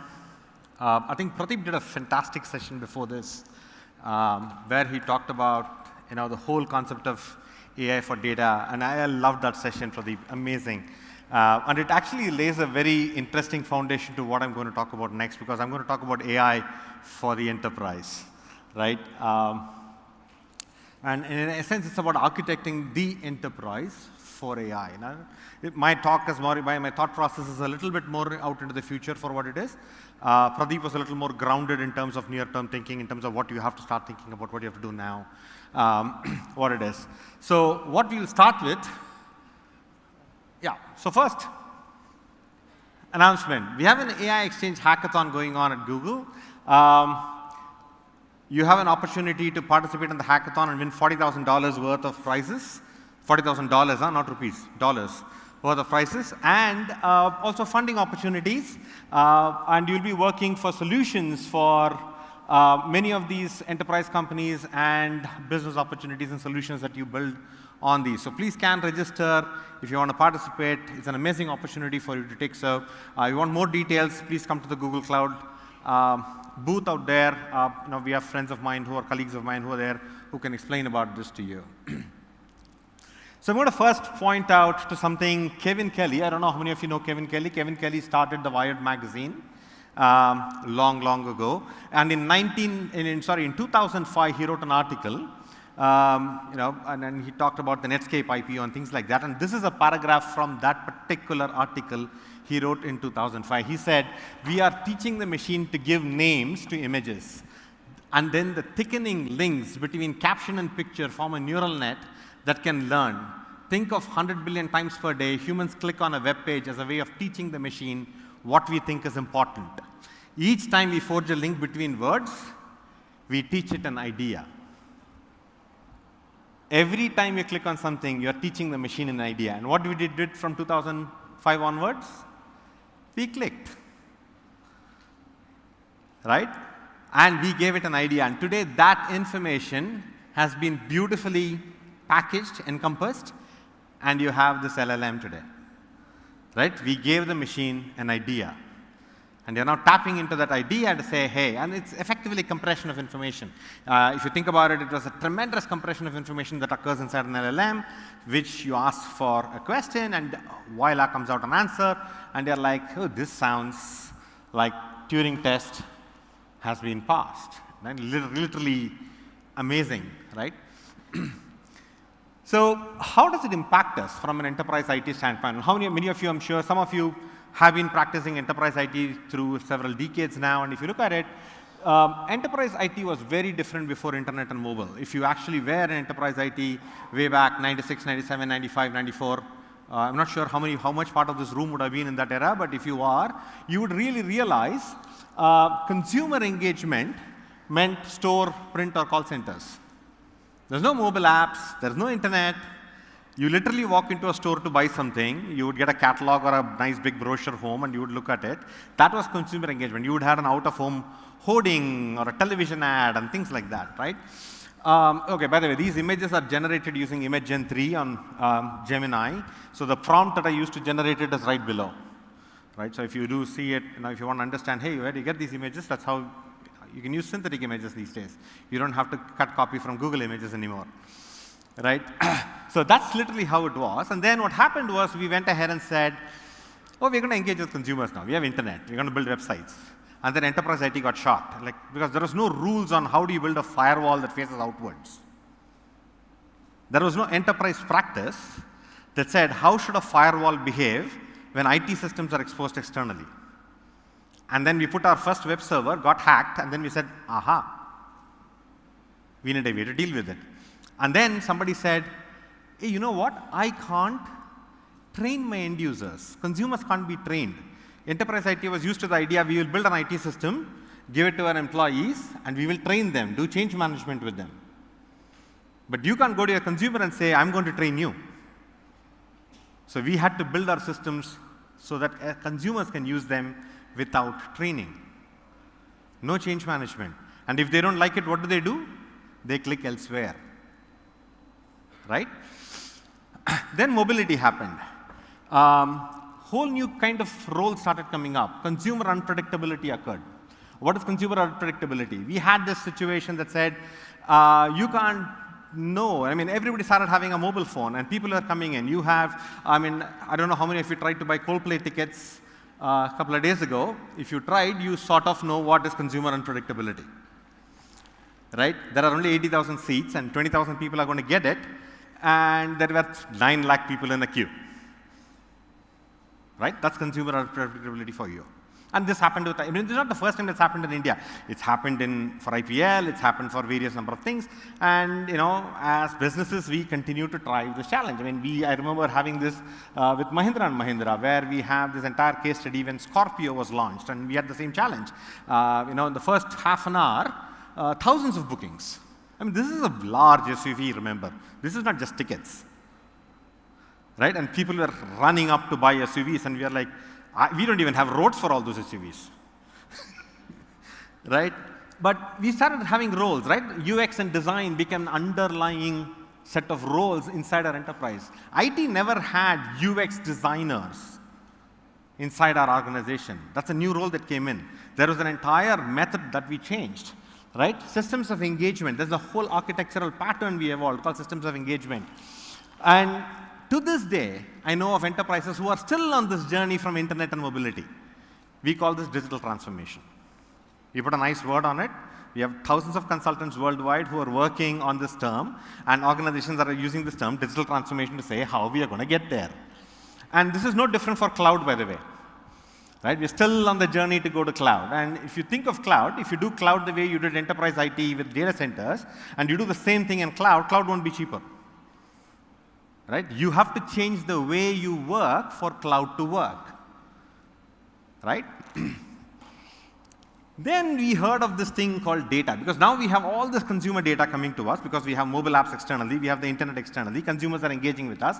All of this engagement became digital, and we have a flood of data, and we started saying things like, you know, data is the new oil, and all of these fantastic terms started coming up. And what this is we have fantastic math that's been invented over the years. We have this voluminous data, and we have very, very fast computing capability that came together, and we started building data practices and AI practices and ML practices, and they unlocked new possibilities for us.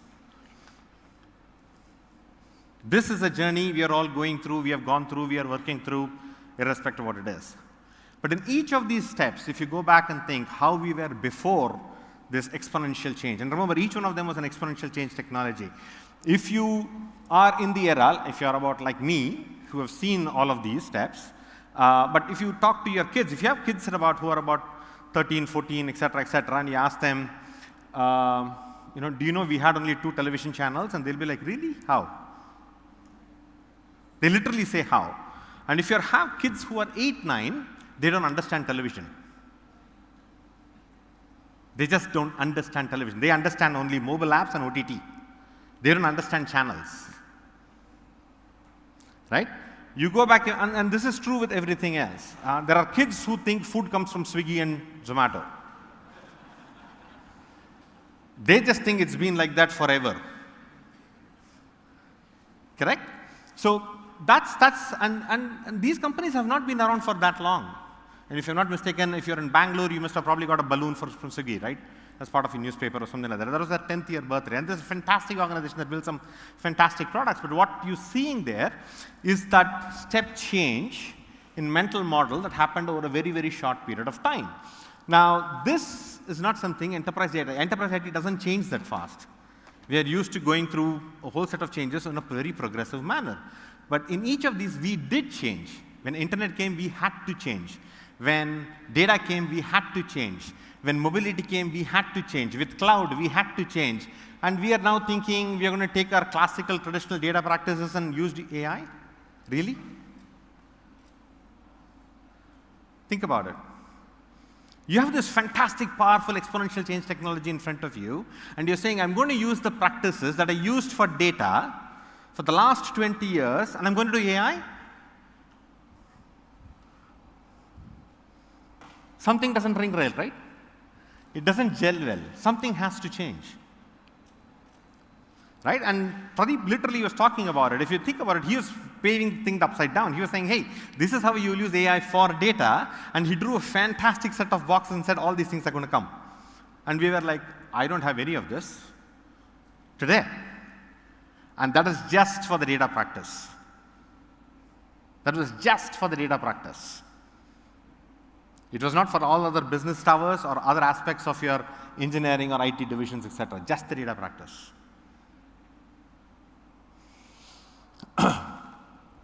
So the question that a lot of times I'm getting asked by customers is, hey Madhu, is this AI real? Are we seeing these changes? I mean, we are doing these POCs, etc., but I don't have a lot of these things. It's not necessarily working. But I have 185 real-world Gen AI use cases from world's leading organizations right now that we have published. That URL. You can go to bit.ly, Gen AI use case, and you will see the list there. Everybody. And remember, these are very early use cases, very early entry days. People are trying to get in and try to understand what is it that people are building. You get an idea of what's possible. Remember, there's going to be a lot more. We're going to explode. This is 2008 Mobile Apps 101 era. This is Internet 1997, the early website equivalent. Correct? That's how early we are on the journey. So what I want to give you is a view of how enterprise IT could change. And this is my favorite problem in enterprise IT, right? Travel and expense reports. The one that everybody hates. Correct? Nobody wants to do expense reports the way we do, and nobody wants to travel the way we do, but we are expected to do both of them. It's an unnecessary evil in the way we do business today. If you are a salesperson, you are stuck with it. If you are an occasional traveler, you are lucky, but if you are a frequent traveler, it's something that comes in your way of doing everything that you do every day. But so I'm going to go through that journey. I want to travel to Bangalore to Cypher 2024. I have to present on the subject of AI, right? And that's sort of what my boss tells me, like, Madhu, go, bye. Right? Because he doesn't want to go through that pain. And then I say, okay, I look up Cypher dates, estimate budget for travel for 2 days, compose email for travel approval, book air tickets, book hotel, book car, prepare slides, get PR and marketing approvals, present content, collect all receipts, submit expense report, prepare event brief, follow up with event feedback, and pass leads to marketing. This is what a person would have to do. That's the problem. That's what a person has to do when you stand here on stage. Correct? And this is across, depending on your business and how efficient your IT is. This could be 3, 4, 5, 6, 7, 8, 9 enterprise apps, whole bunch of things that you're juggling across to make this happen. Right? There's a travel approval system, there is email, there is PowerPoints, Google Slides. There could be any of these things, right? And then you have approval systems, you have file cabinetry systems, you have receipting systems, payment systems, etc., etc. All this comes into play. And all of these systems that come together, you work. And today, if you're buying enterprise applications, you're going to find an agent inside each one of these. And you'll have to tell each one, very specifically, hey, I'm going to go to Cypher 2024. I'm trying to do this. Can you help me prepare a slide? Or I'm going to Cypher 2024. Can you help me do travel planning? I am going to Cypher 2024. Can you help me do these receipts? You understood what happened? Somewhere in there doesn't ring right. It sort of starts to break. People get frustrated. What does it ring in your first thing? Hey, I don't put an agent inside every one of my tool. Yes, that's an acceleration mechanism. It will work. I'm not saying it will not work. It will work. But is it the right user experience for my employee? Now let's go external. You want to place order for food. I have a chat service. Fantastic. I placed order. The food is not getting delivered. Do I now go to a customer agent and start have another conversation, or do I talk to the same agent I placed the order with? What is the right consumer experience? What do you expect? If you expect something, that is the same thing your employees are expecting of you in IT, by the way. Just because you took the other side of the seat doesn't change. Correct? You want to talk to the same agent somewhere. But that's not what we build. We put an agent in every single block. So I go to Gemini Advanced and I say, I have to travel to Bangalore September 25 for 2 days for Cyber 24. I need air tickets from Delhi, hotel for this trip. Gemini goes to Google Flights, figures out my flights, goes to Google Hotels, figures out and gives me my options. Right? Now, can I continue and say, okay, for this journey, I want to prepare slides. This is the topic. Help me prepare slides. Once I come back, I want to continue this conversation. Like, here are my receipts uploaded. Prepare the expense report. That should be one conversation, right? Make sense? If that is one conversation, now start thinking, how does your enterprise architecture look like?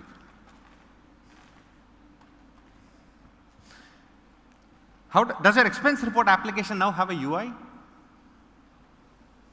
If you're going to chat via Gemini to that expense report application, where I'm going to go into Gemini, upload my receipts and say, prepare an expense report on this, does your expense report application have a UI? We don't know. Maybe, maybe not. Does your booking system have a UI in this example? Suddenly something starts to change, right? Flipping model. What happens is, in the world of AI, an agentic framework, etc., you start having this construct of a single console, several extensions that start working together, extensions, agents, you have different names for them, gems in Google, etc., etc., etc. But at the end of the day, you have these pieces that come together and orchestrate the outcome that you want. And if that's how it's going to be, what is that? Is it a single console experience? Is it a multi-console experience? Maybe just 2-3 consoles, not just one console? Is it 100 consoles? Today, our enterprise applications are 30 consoles an employee. The experience changes. We have to think through that. So, for example, in Gemini, when I go in there, it says, how can I help you today? And I can start with any of these gems. Extensions connect to Google services. You can build new gems. You build your own expert on any topic. It can be built by any business user. It doesn't have to be built by only an IT person. The whole idea is to build by an enterprise user. Now, what happens if you give this power to a business user and say, hey, you know what? Go ahead and build your own specialized agent for your business function and role for different things you do in your org. How many agents do you think will you have in your enterprise? If you're at $5 billion enterprise, I will count anything less than 10,000 would be underestimate.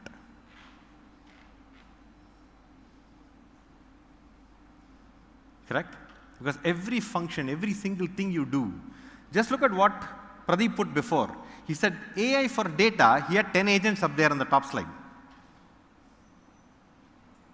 This is just for a team that prepares and processes data, nothing else.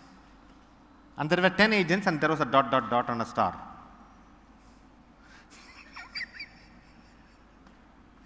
Happens, right? That's how many. We will, and remember, you don't have to go through a hiring approval to build agents. Huh?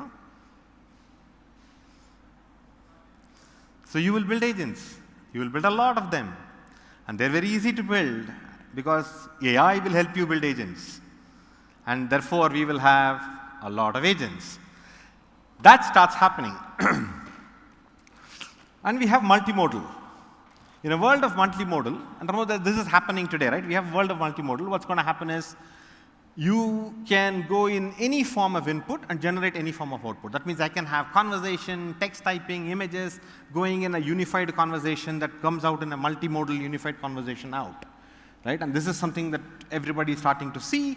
This will get more and more interesting. That means if I want to file my expense report, I'm not going to go in there and say, I want you to prepare. I'm going to talk saying, I want you to prepare an expense report. Here are my receipts. I'm going to upload the receipts. Once the receipts are in, it's going to prepare. Like, no, you change the cost center code to this, and then it's going to do, and it's going to come back to me in voice, it's going to come back to me in text, and I'm going to pre it, I'm going to approve it, and then it's going to go to my manager for approval, and it's going to go boop, boop, boop, boop, boop. Maybe a manager will not approve, and he will have an agent that looks at expense reports and say, hey, I remember sending Madhu an email that said he has to go to this conference, and it's going to auto-approve, as long as it's in policy. It's my own manager's agent. Possible? Now you start seeing how that world starts to look. This starts happening. UX design, therefore, changes. How do journeys start and end? Start think about it. Today, journeys start and end in a particular way. We expect an entry point, we exit at a specific point. We have these identified in journey flows. This changes in the world of agents and AI. Humans drift in and out in conversations. Therefore, you need the ability to go restart conversations. Right? These start becoming very important part of the conversation. And then we build purpose-built UI. Agents can have purpose-built UI. For example, this is Google Slides. I'm about to go there, and it is giving me suggestions on create a table. What do you want to do? You want to create a table to track weekly updates on team tasks? I say, yeah, that's what I want to do. It automatically fills up my columns and rows. And then I start filling up the data, or I start speaking the data that I want. That's another UI. Like I want to create an image, right? It says, do you want to remove the background? Look at the way the UI has been custom tailored for that action. You're not typing saying, I want you to expand the image. Right? If you're familiar with Runway, Runway is a video ML model tool set that you can use. You will have amazing brushes that you can use to decide what moves and what does not move in your image. Custom UI that gets built out specifically from the problem space. It's not everything is text anymore. You can generate custom UI on the fly to the problem space in which you're working. That is there. Next year, we'll be talking about it as if it was standard. That's how fast this technology is moving. So there is custom UI. So my hypothesis, my personal hypothesis, is that given what I have, and hopefully the foundation has been laid here, we are going to need for an agent for every enterprise function. We're going to have a lot of agents. Every function will have an agent. It's not business unit. Every function will have an agent. There will be many agents across the enterprise. That means we need some kind of a central directory. We need a way to build agents as agent builder. That's number one. Number two is we need a central catalog of all the agents that are getting built in the enterprise so that you know what it is, what it will do, how it will behave.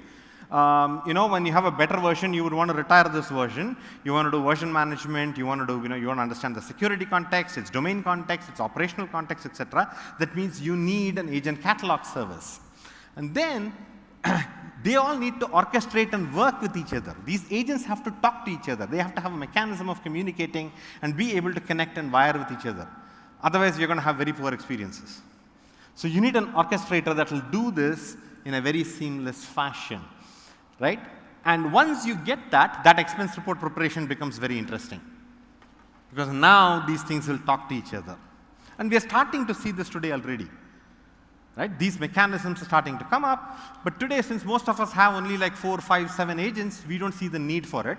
But if many of you go back and think about the era before microservices and after microservices, you will understand what happened. You probably have a couple of 100 to 1,000 microservices in your organization, and you start thinking, where is my service catalog? Right? We had to evolve these things. How do I orchestrate these services? Where is my repository? Where is my truth? Which versions should I do? What are my dependencies? All of these things start coming up.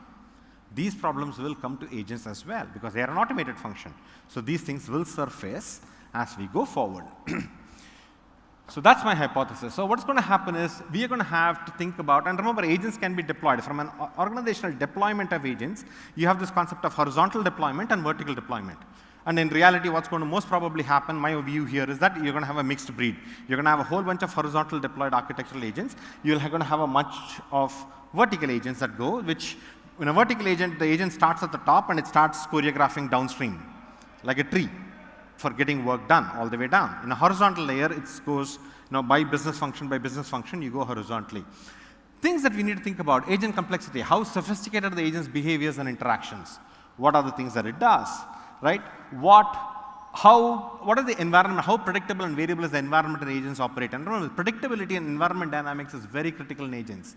For example, if you want to build an agent that is playing chess, extremely predictable environment. Why? The board, the rules are very well defined. You can compute from there again and again and again. That's a predictable environment. Playing poker, not a predictable environment. Odds change. Not a mathematically computable environment. Same thing happens. If your data is definitive in a control structure, typical classical supply chains, yes. The minute you start bringing weather data into supply chain, unpredictable environment. Right? So you need to think about environment dynamics, scalability needs, fault tolerance, communication overhead. All of these things do matter. So what capabilities? Agent builder, we need to have data protection security, RAG, NLT SQL, API read-write capabilities, etc. Agent catalog, what are the data sources, what are my models, instructions for invocation, data lineage, tracking, governance, discoverability, orchestration, and within the orchestration layer, gather information from catalog, selecting the right agent, routing, planning, all of these things come in. You have an entire thing called systems of intelligence and action that evolves inside your architecture. You had systems of record, you had systems of engagement, you have a new layer of systems of intelligence and action that starts to emerge within your architecture, which starts to come together and starts to create a picture. So it's a hypothesis, right? I'm not saying this is exactly how the world works. So let's be very clear. We're very early in this journey. This diagram could change in 50 different ways in the next 3 years, right? But what I'm saying here is you have engagement points. I'm thinking Gemini as the endpoint through which it comes through. And when you have the singular agent mechanics through which it comes through, it hits the orchestrator. You have agents, which are surfaced from the catalog. You can use builder to populate the catalog, which hits the, your APIs, for systems of record, or SQL for databases of record. And remember, actually, Pradip did a much better job. He had like a whole bunch of parsers and data extractors that was there, like all kinds of Spark and this and that. So you could do all of that in there. And then you have data protection. Remember the same question, the kind of data you can extract from one employee is very different from another employee versus one consumer versus another consumer. So data protections and things are very important as well. That gets and hits systems of record and knowledge. I use the term systems of knowledge for all vector databases. Systems of record are relational and other forms of data sources, email, this, that, etc., etc. But systems of knowledge is vectorization of that data. Because you want to start looking at data in vectorized form for you to be able to pull the data in the right shape coming out of that. Apart from this is all your data processing that you will anyway do. That would start coming up, and you will start having to ground your information to that knowledge base that you're going to there so that your data comes in the right form. So that to me looks like the new UI on the enterprise with the underlying agents that goes and does what it does best. So again, innovators, if you want to sign up for Cloud Innovation, here we are. It's a Cloud Innovation sign-up booth. More information at our booth today. If you sign up for this, they'll give you a bunch of goodies out there. Thank you. I'll take a couple of questions. I think we have about a couple of minutes left. So once again, as quickly as you can, just put your hand up. We have a gentleman in the middle. Can we have a mic go to him, please? Quicker the better. No questions? Thank you very much. Anyone else with a question so we can get a mic to you quickly? Just put your hand up. Hello, Yes. My name is Abhishek from Shell. My question is, you guys are talking about these all things in the, on a layman's term, what I could understand is to enterprise to adopt these things. So did you guys have thought about a baseline governance model to onboard this whole structure of, say, Gemini or the Google Cloud, so that with a ready-made product, just like go and deploy and start using it with the security governance baseline setup? At this point, it is not productized. It is not something that comes out of Google as a product yet. Google Cloud is a product yet. As I said, because I work extensively with customers as well, and something that we definitely surface and see is that as soon as customers start developing agents, we start seeing these challenges, right? Products come once a set of hypotheses have been validated generally, right, when there is maturity. But we are at this age. What I'm trying to surface here is the idea that you need to think about the problem very differently.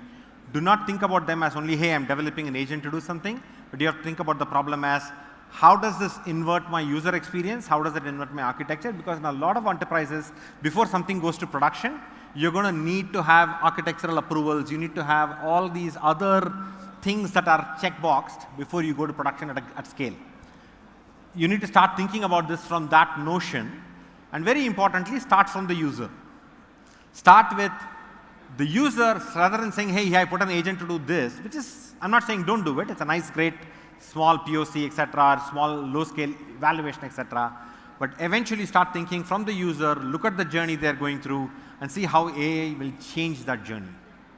So then maybe you can have that baseline set. It will take few years to happen, but this technology is definitely moving very fast. So keep that in mind. I mean, Thank you. The internet did that, mobility did that. I don't see any reason why it won't do this. So we're actually running out of time for okay. questions, but we'll do you, sir, and you, if you could make the questions very quickly and to the point, please. No, absolutely. Thank you. First of all, great session. Really enjoyed it. So if you don't mind, to the point, we're running out of time. Thank you. Yeah, I just have one question. You talked about multi-agent systems, right, for the enterprise, right? And you talked about security issues and so many things, right? How do you see industry moving forward? Should I have a small language model hosted in my own space, own way, versus I train a LLM and customize this for my requirement? Where the industry would go actually? You would see both. You will definitely see small models, tailored specific models. You will also see LLMs for doing stuff from foundation models. It depends on where you stand, what is the kind of problem. I mean, Pradip also said this last time.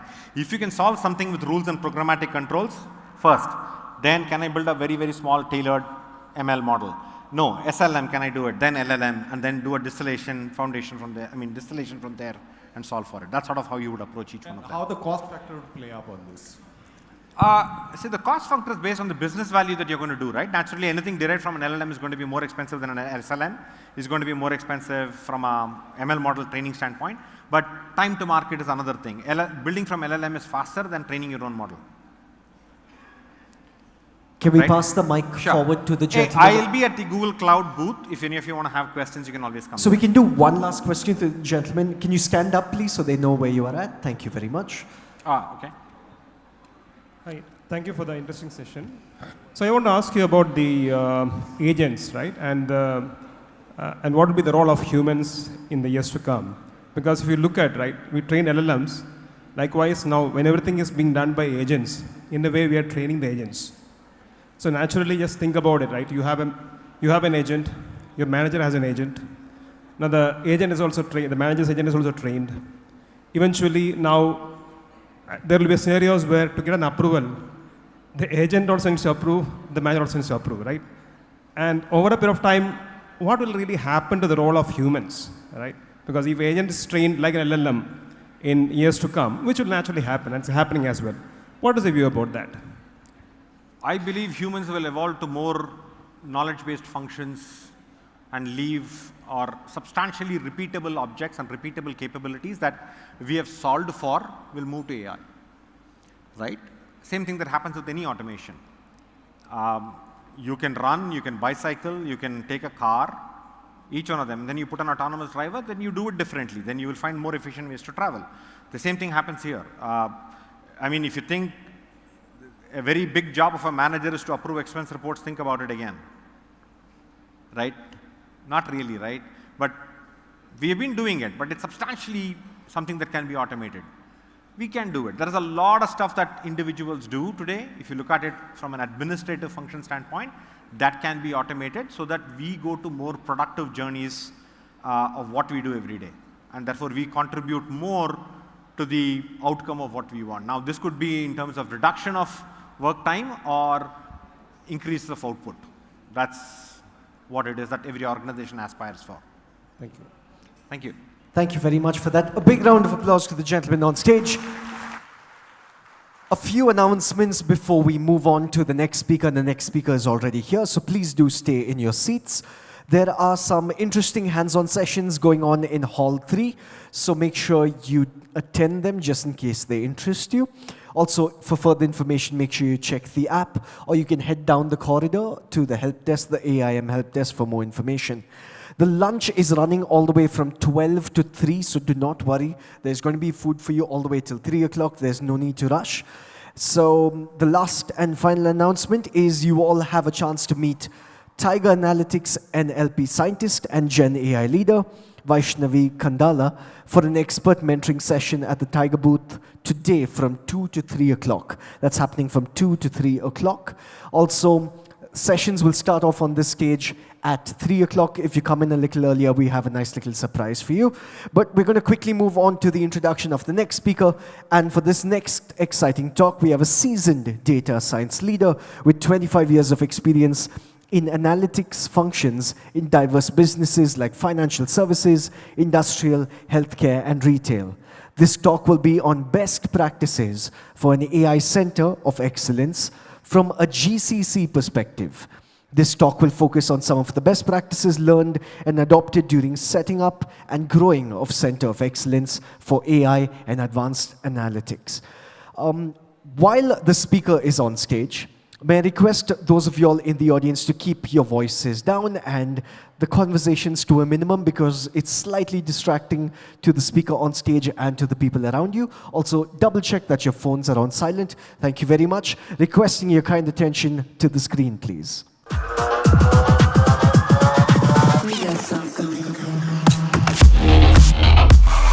Please welcome to the stage Senior Vice President, Data Science and AI at Fidelity Investments, Deasis Bal, with a big round of applause.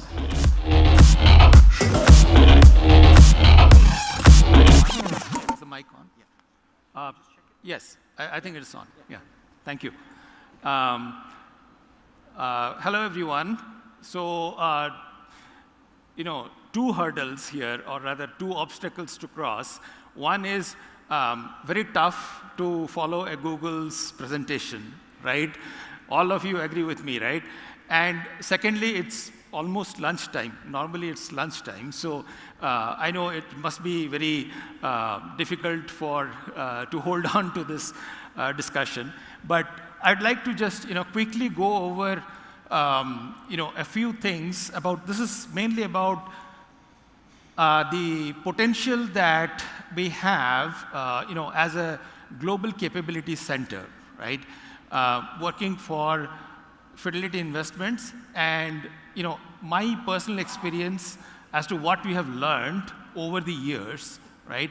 So just to as quickly to introduce myself, I've been leading this Center of Excellence for about 10 years now. We actually were one of the earliest AI centers of excellence that was set up in India and within a global capability center. We have grown since, and we have seen, as I was listening to a lot of presentations today, be it on data, be it on how to make AI work, be it the discriminative AI to generative AI, and what is the infrastructure that is needed. We have gone through all those steps, right? And we have adopted different kinds of things, practices over the years. So just to give you a brief introduction about my organization, which is Fidelity Investments, we are one of the most trusted and respected financial institutions in the US, primarily based out of US. Of course, we have some global operations also. And we serve close to about 50 million customers in the US. The assets that they have trusted us is more than $14 trillion. And the assets that we directly manage is about $5.5 trillion, right? So that's the scale of our operation. Somebody was mentioning about the number of transactions. We also see a billion-plus transactions every day. We have a multitude of about close to 200 different products. So naturally, we do see a lot of transactions in those accounts. We have a lot of customer data. So we are seeing a variety of things that has to deal with data, with AI, with machine learning, and all of that. And what I would like to say is, over the years, just to mention that the Global Capability Center that we have here in India is one of the largest. We have about 7,000 people, which is close to about 10% of the global employee base that we have. And proud to say that our capability center here is doing work in all the different business units as well as different processes, globally. So that includes a lot of information technology and engineering teams, a lot of operational teams, and of course, all the data science and AI-based teams, right? So we have a lot of experience in doing this. However, as anybody coming from any financial services organization, here's a piece of disclaimer. All that is being discussed here is primarily my opinion and has got nothing to do with the organization that I represent. So just a quick word about the evolution of the global capability centers that we have seen. And this is basically, I have seen myself over this period of not only this 10 years, but previously when I was with General Electric for about 13 years, I have seen, the evolution of the, capability centers. And first, they were being set up as a cost arbitrage strategy. But now, the discussion has moved from all those billing rates to what is the depth and breadth of the capability that you have, right?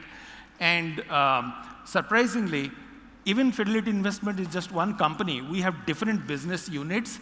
And hence, whenever a new business unit is asking for, locating their people or hiring people within our capability center, they're asking questions, will you guys be able to do AI, ML for us, right? So that is how the conversation has shifted from a cost arbitrage strategy to, whether you have this capability with you today, right? So that's the, change we have seen. Also, I would like to say that fortunately, we exist in this trifecta environment of innovation and growth. So what are those three pillars? GCCs, the pure play service and consulting companies, and the startup ecosystem, right? So as far as AI, whether traditional AI, Gen AI, everything concerned, there's a lot of talent, lot of knowledge, lot of experience available in all these three environments that we are part of. And there's a healthy exchange, I would say, of talent, of knowledge, of everything out here. So I would say that is actually playing in the background of where we are seeing developments in as far as the capability centers are concerned. Okay, so this is my take on where we are in this whole journey of AI. I mean, there are a lot of learned speakers who have spoken. We heard Vignesh talking about evolution of AI to Gen AI, etc. We have seen a lot of good presentations on how do we sort of tackle. But from a capability center, right, when we interact with our business stakeholders, I would say I come across these three different kinds of response, right? There are these three different planes in which people operate. What I would also call them as left, right, and center of AI. Some people do still believe that AI is a myth, right? It actually cannot do anything. It just recasts some, business rules, etc., into what is called AI. What we previously used to call advanced analytics or models is now being called AI. There are so many different versions of this, this sort of skeptical response that you see. So that's the myth, myth portion of it. And then there is hype, right? And believe me, this hype actually does both positive as well as negative things for us, right? Those of us who are into this practice must know, must have seen that hype actually acts sometimes as a tailwind, right? It gives a push to people who have still not done things, and want to come on to an AI-driven solution or AI platform, etc. Right? But also, it acts in a negative fashion. All of you probably are aware of the hype cycle that we have. And for many of us who have implemented this range of things in AI and have been on over the top into this trough of disillusionment, right? For them, it's a headwind. So there are people who say that, hey, we have been doing this for quite some time.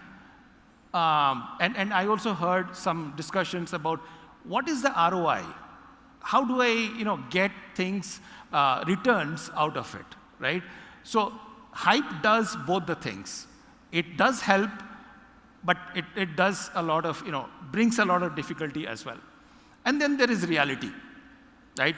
And as practitioners, I think we would like to stay in this zone of reality. What is really possible by AI? AI is not a magic bullet that will solve all kinds of problems. Gen AI is certainly not a magic bullet. It's not a panacea. You have to be very, very real into what it can solve and what it cannot. Consequences for humanity, a lot of consequences. I'm not going to go into it, starting from global warming, climate change. A lot of things can happen, because of the power consumption that all these big large language models need, etc. To the jobs, what's going to happen to the jobs, right? So, you have to be, when you are having a discussion with stakeholders, believe me or not, these questions pop up in a very, very different way, right? You have to be sort of ready with your answers. What is your position on it? So that has been sort of my own experience. Research versus application. This is another area that I have seen come up.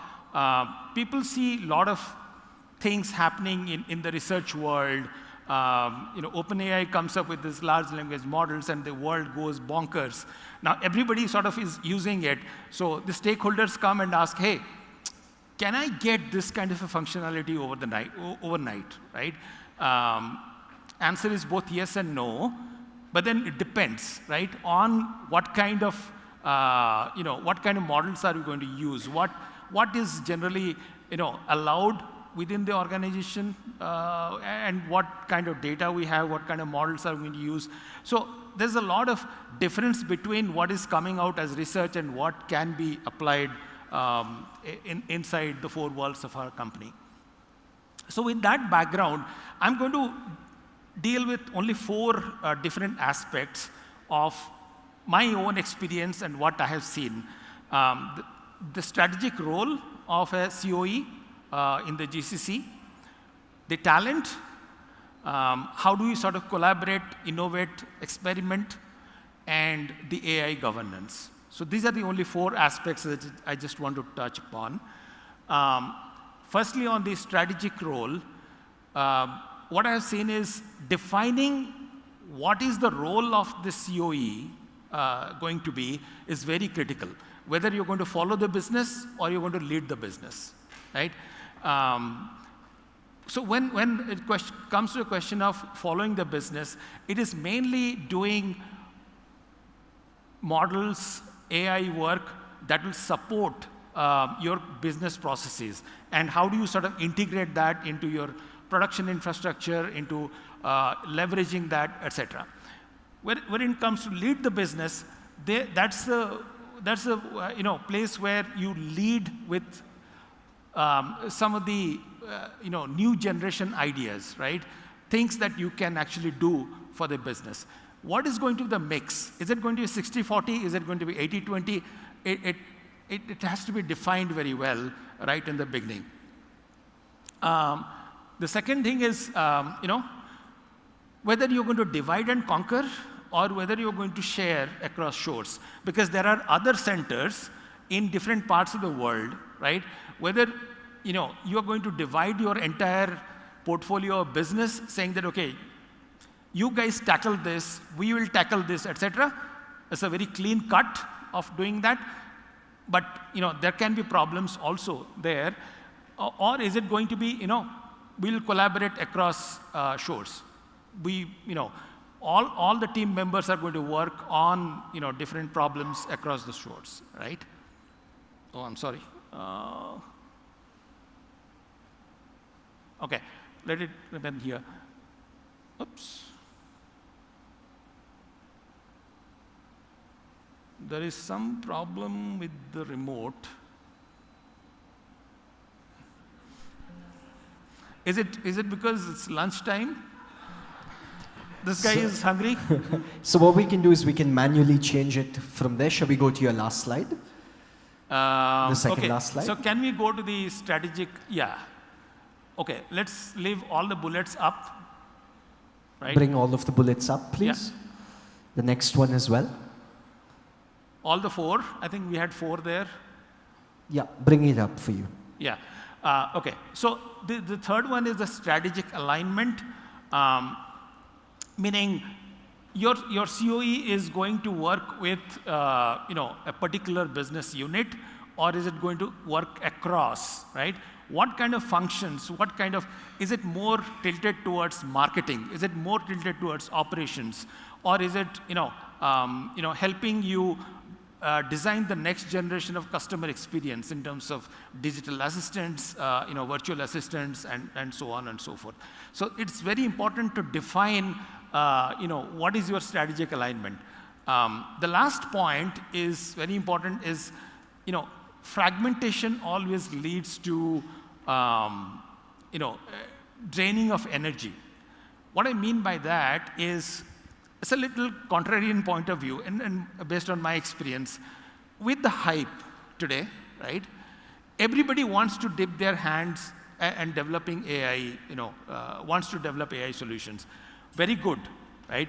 We need to sort of encourage that, we need to train people to be ready with those skills for future. But in terms of production systems, if we develop a lot of agents, like we are discussing this, and gradually we'll see this, a lot of agents, AI agents, algorithms, etc., will get developed. But that is going to be a messy situation to deal with, right?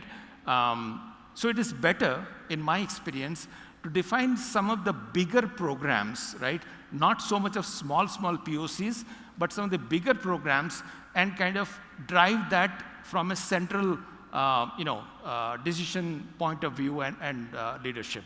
Not do so much of fragmentation. Okay, let's bring up all the points on talent. Talent obviously is the most important aspect of a center of excellence, right? That is why it is called, are the bullets coming up? So, that's why it's called the center of excellence, or do I? Oh, okay. All right. So this is something that I have seen, okay. The team members or the associates that you have need to also develop as a wholesome AI professional while they're solving the business problems. This is very important, right? Meaning you have to give them room for doing some applied research, building up their own skill sets, getting to present in this kind of conferences, writing papers, etc. Right? How do you do that is the trick, because the businesses want them to work for as much of their time for the business deliveries. How do you develop them? Their other skills is the key. There's no doubt about being world class here, right? Because as a capability center, we always compete with the skills or the level of expertise of people who are there in our maybe US offices, in European offices, etc. And we know very well that even though today in the world there is a lot of, agility in people gathering knowledge, people being experts in different areas, there are still, in my view, there are, the exposure in research, the exposure in the university education system, there are gaps, right? And that is why when I want to put up a talent from my team to have an intellectual conversation, discussion with an expert in the US, that is where, the rubber meets the road, right? So from my point of view, there is no other goal, but then you just have to be world class. Domain understanding, very, very important for us, the global capability centers. If you're not able to tell the story as data scientists, if you're not able to tell the story in the language of the domain, it's a shame that all this good work doesn't, get its proper value. So domain understanding is a must. We have to invest deliberately in this, in training our people in that. And practical thought leadership. What I call practical thought leadership is you should develop your people in such a way that they are able to discuss ideas with business stakeholders, right? And these ideas are, somewhat more advanced, and they should be able to hold the fort in terms of that technical discussion, in terms of exciting them for this, new solutions that can be brought in, whether it is, an agent, whether it is an algorithm, whether it is how do you sort of, make this whole, AI solutions work for your business processes, etc. Right? So those are, 4 specific things that I keep in view for developing talent in my team. Again, very important, collaboration, experimentation, and innovation. This is very important these days. As a COE team, we are no longer sitting on an ivory tower, and we are not expecting people to come to us and tell their problems that, oh, we have this problem, can you help us? No. We have to go out. We have to build capabilities. We have to sell those capabilities, even inside our own organizations, right? So how do you build these capabilities? You have to stretch. Not every time you will get the time, the bandwidth, the opportunity to build these capabilities, right? So you have to stretch. How do you stretch is the key, right? Not everything will succeed. Matter of setting expectations. Today's generation, comes in and they would expect, not today's generation, everybody actually expects that whatever they work with, whatever the capabilities they build, whatever the POCs they do, has to succeed, right? But we live in this world where I think we should know that not everything will succeed. We have seen this, in many examples. So not everything will succeed. You have to build that expectation in your mind. Build versus buy. I would say, some time back, the data scientist, if you go and tell a data scientist that we need to procure this solution, he said, no, I will build it, right? Everybody is hungry to build newer and newer things, right? Doesn't work that way. We have to, keep aside that greed of everything that we will build, and we have to strategically, go and buy certain stuff that we need. And be deliberate in building a portfolio. This is something that I've seen very helpful, even within a GCC environment. If you have people who are dedicatedly building language models, dedicatedly building recommendation solutions, dedicatedly building vision-based solutions, process automation solutions, that actually helps you in selling your COE to many more business units or many more new units. Okay, this is the last one.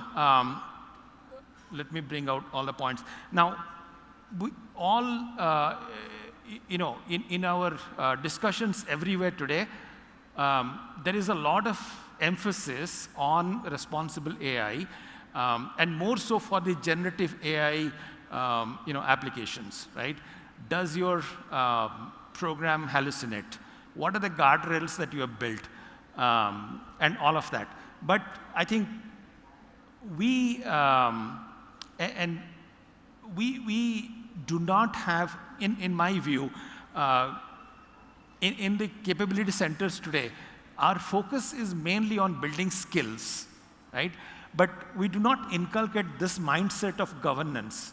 What is data governance? What is algorithm governance? How do you sort of test your algorithm for bias, fairness, and all of that? So all that is also very important, and the training needs for those kind of things are also very important. So in my experience, those are the things that you would kind of build into your COE environment for it to perform better. So that's all. I just wanted to share those 4 aspects of my experience of having built and run this kind of capability centers, or the COEs for capability centers. Thank you very much for being patient, even during lunchtime. If we have time, we can take some questions. Otherwise, We have the gentleman in the glasses or the lady in the glasses. There's a gentleman in the middle as well. You can go to him. Yeah. Hello. Thank you for this. I'm working with Aramex as the head of data platforms. One of the more problem statements that happens is ROI calculation for the projects in a GCC. How do we do that in a more efficient way? Right. Yeah. Projects will be defined, but how do we get that approved? Because the ROI calculation gets difficult. Yeah. Very good question. In fact, I would say the business value driver is becoming more and more critical in everything that we do. And what is that ROI? What is the business value it generates? So I would say the first step definitely is setting up a measurement system, right? Going and asking, what is the measurement system? What exactly are you measuring? If it is a marketing system that you are building, a CRM solution, or models for your campaigns, what are you measuring? Are you measuring impressions? Are you measuring clicks? Are you measuring take action rates? What are you measuring, right? And similarly, if you are improving, let's say for example, your phone center operations, how is your average time coming down of call handling, etc., right? So these are the things, measurement systems and plans that you need to put in place. But also, I would say, very importantly, you have to educate your finance team, right? Because what we have seen, we can justify a lot of metrics, how it is measured, what is the pre and post difference, etc. But if your finance person is not able to understand what your algorithm is doing and how it is impacting, no point, right? So I would say take him as your ally, educate him, and bring him on board. He will calculate the ROI for you. We have a person at the back. Could you stand up with the mic, please? Thank you. Hey, thank you for the session. Yeah. I'm Ashwath from Capital One. So we are setting up a GCC center and expanding actually. So one of the things that primarily bothers is related to the actual businesses in the US. So as we hear more about AI, like this morning there was a presentation talking about high touch, like how you really are close to the user in order to understand their pain point and build your solutions. So with the GCC model, how would you bridge that gap? Because the business is entirely in the US and you are here ideating on solutions. So is there any thoughts around that? Very good question. Very good question. And in fact, how much ever you try, right, you simply cannot match with your, onshore or whatever your mothership or where the business is, right? What typically we have done, I can tell you what we have tried to do is, simulate as much as possible those, real high-touch situations. For example, if I would say that, okay, my call center operation, that is something that we can't really experience here because all our customers there in the US. But can we enable our team to actually listen to those calls, right? Take out all the personally identified information out, mask that, or somehow take that out, and then make people listen to those calls to develop the appreciation of what we are doing for our customers, right? One example. Similarly, we can think of different ways in which we can do that, but sometimes it's very difficult. Thank you very much, Mr. Debashish. Big round of applause for him on stage. So there are at least 7-8 other people with questions. So if you don't mind, can we take it offline and outside? Yeah. Y'all can follow him outside. He will head out momentarily. Thank you very much once again. We're going to quickly move on to the next speaker, but before we do, I'm going to request all of your kind attention to the screens. We're going to take the lights down, please. Thank you very much.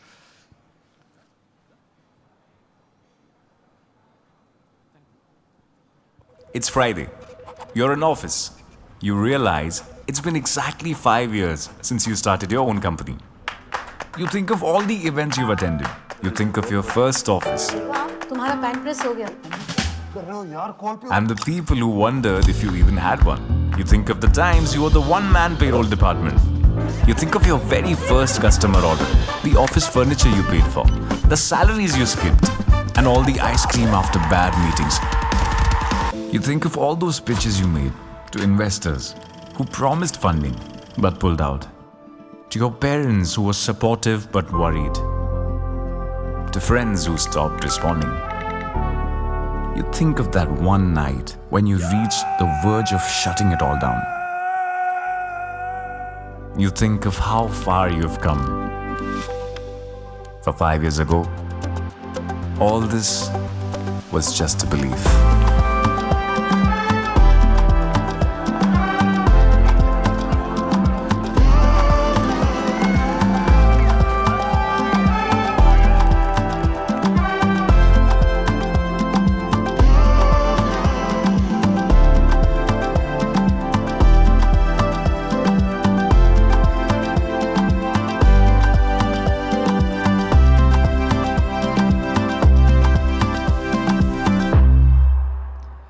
It's time for a fireside chat. We're talking AI in fintech, how to strike the right balance between rapid innovation and sustainable growth.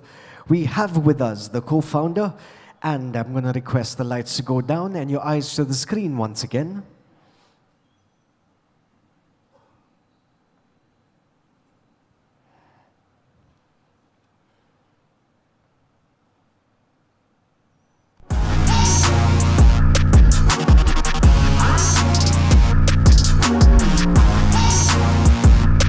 Of Cypher 2024, please put your hands together and welcome the Managing Director and Co-founder at Razorpay, Shashank Kumar. With a big round of applause, please. Thank you very much. Do have a seat. Joining him on stage from AIM Media House, please welcome Vandana Nair. You have the honor of this conversation. The stage is yours. A big round of applause to the both of them while they make their way to the stage, please. Thank you.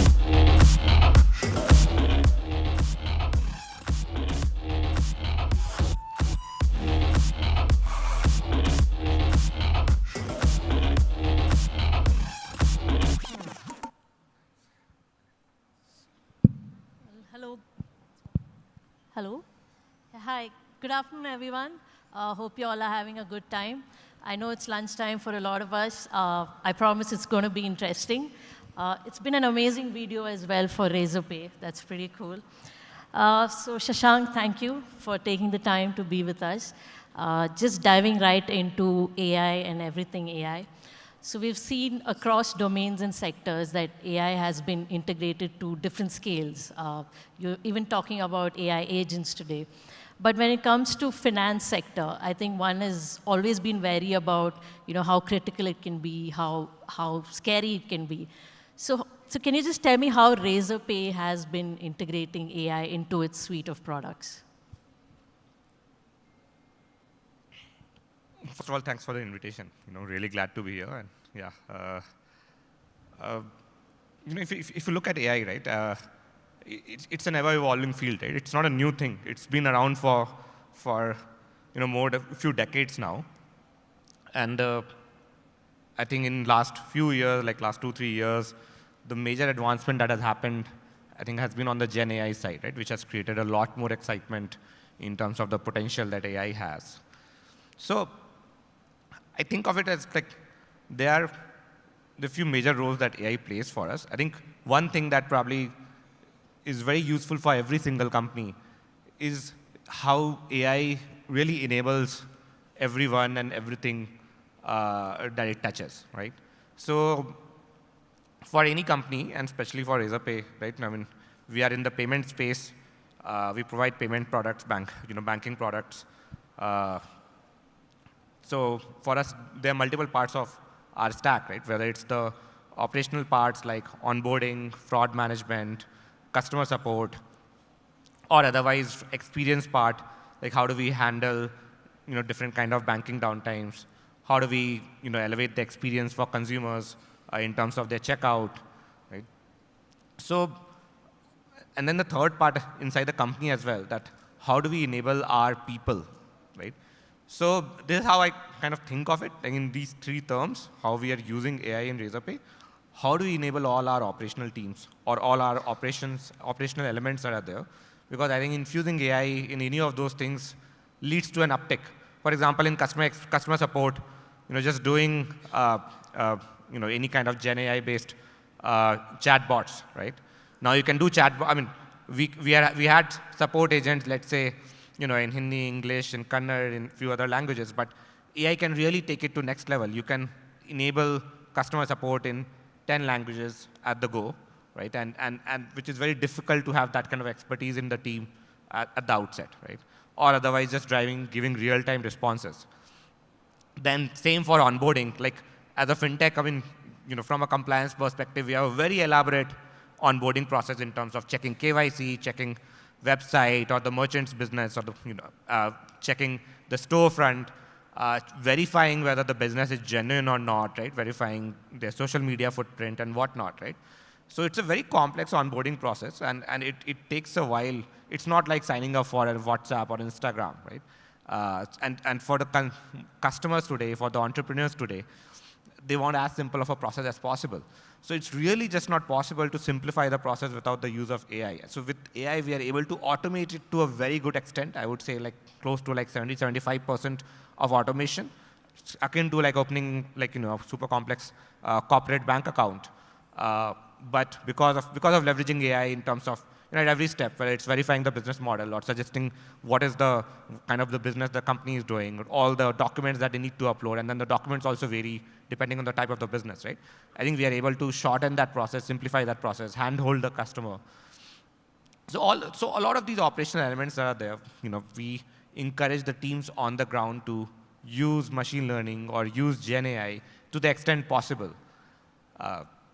Then I think on the customer experience part, again, that's where what I think is like really the innovation part that is there. Like how do you use AI to design products which otherwise wouldn't have been possible?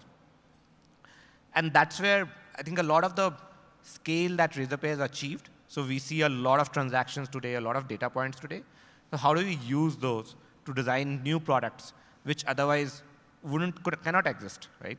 And that is where I think certain things that we are doing, like can we provide buyer protection just on the basis of the data that we've already seen with consumers, with businesses.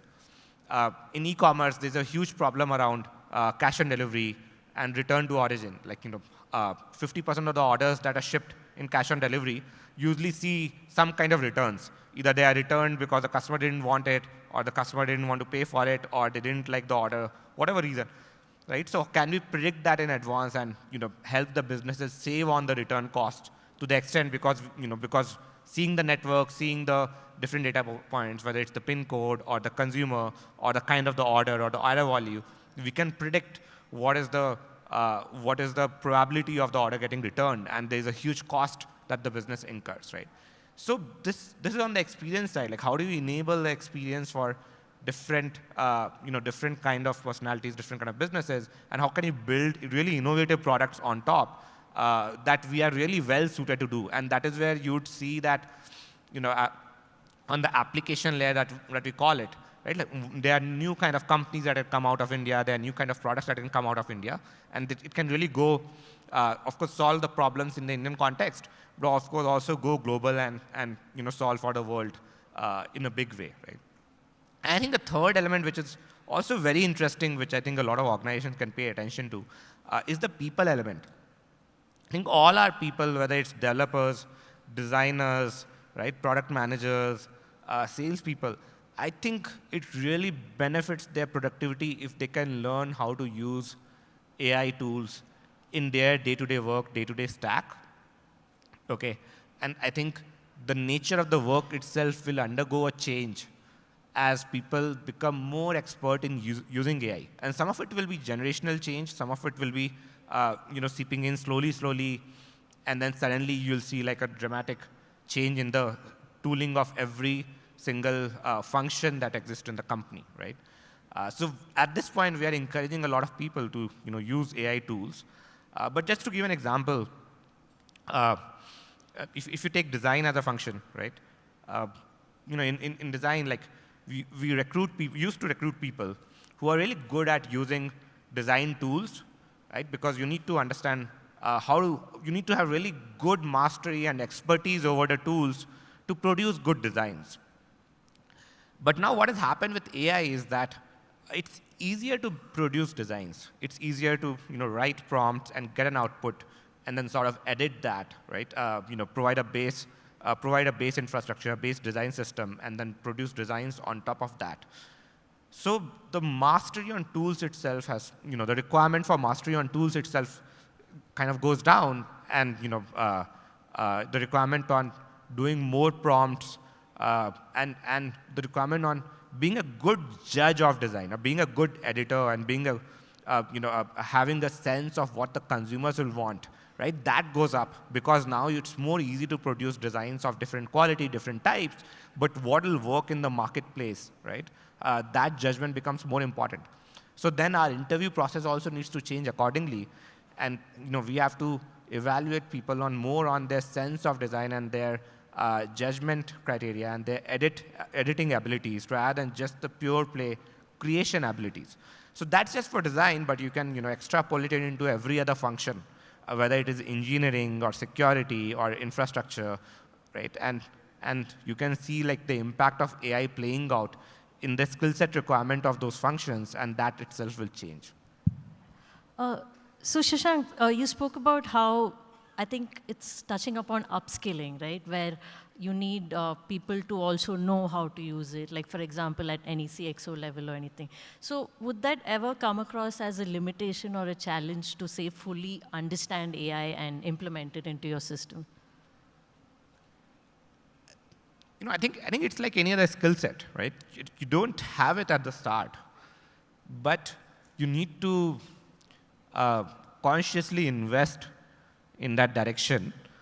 People can do it at an individual level, but you can also push it from a cultural perspective, right, at the organization level, and see, okay, like, this is something new, and this is a new tool, right, in my tool belt, and this is gonna give huge productivity. But unless I'm gonna adopt it proactively and I'm gonna push it down, because it is any kind of change is really uncomfortable for people, right?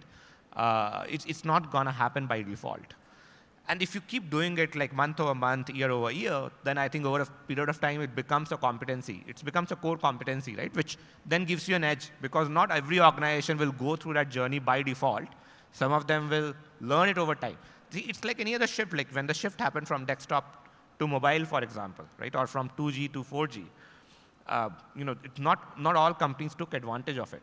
And the internet companies of early 2000 and current look very different, because they couldn't manage those technology navigations that happened, right?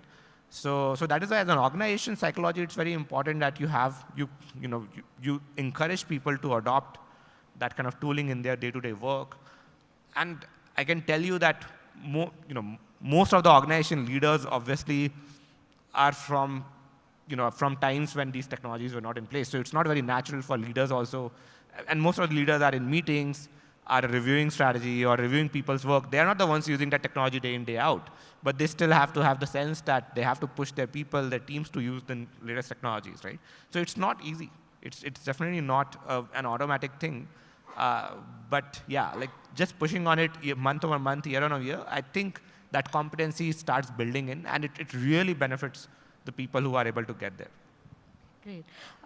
Considering a country like India, where you have different sectors, you have underserved communities especially. So how would AI in finance or say in fintechs, like say Razorpay, kind of address this and mitigate this kind of problem that exists? See, I think reaching people who are not part of the financial ecosystem, right? I think is a goal, for the industry, for the government, right? For the regulator, right? So it's a goal which is very well aligned. But it's really difficult because you are trying to reach people who are coming up the technology curve, right? Most of them are using smartphone for the first time.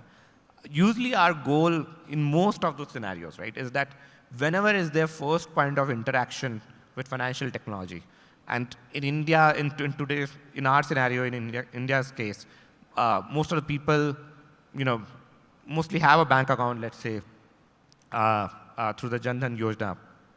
So they will see their friends or their family or someone in their community using UPI to make a transfer, right, and moving away from cash. So they would come on UPI for the first time. I think our endeavor usually is, okay, how do we make that process as simple as possible? How do we ensure that, for example, if they're coming on to UPI, if they're paying a business, right, how can we handhold them at that point of time? How can we provide an experience that is really good? And again, in all of these steps, I think AI plays a role because it's a very good enabler, right? So you can figure out whether customer is in which part of the country, what language they're comfortable in, right? What is their banking provider, what kind of mobile phone that they have, and triangulating those data points, you can personalize the experience a lot more than what is possible. I like to think of it that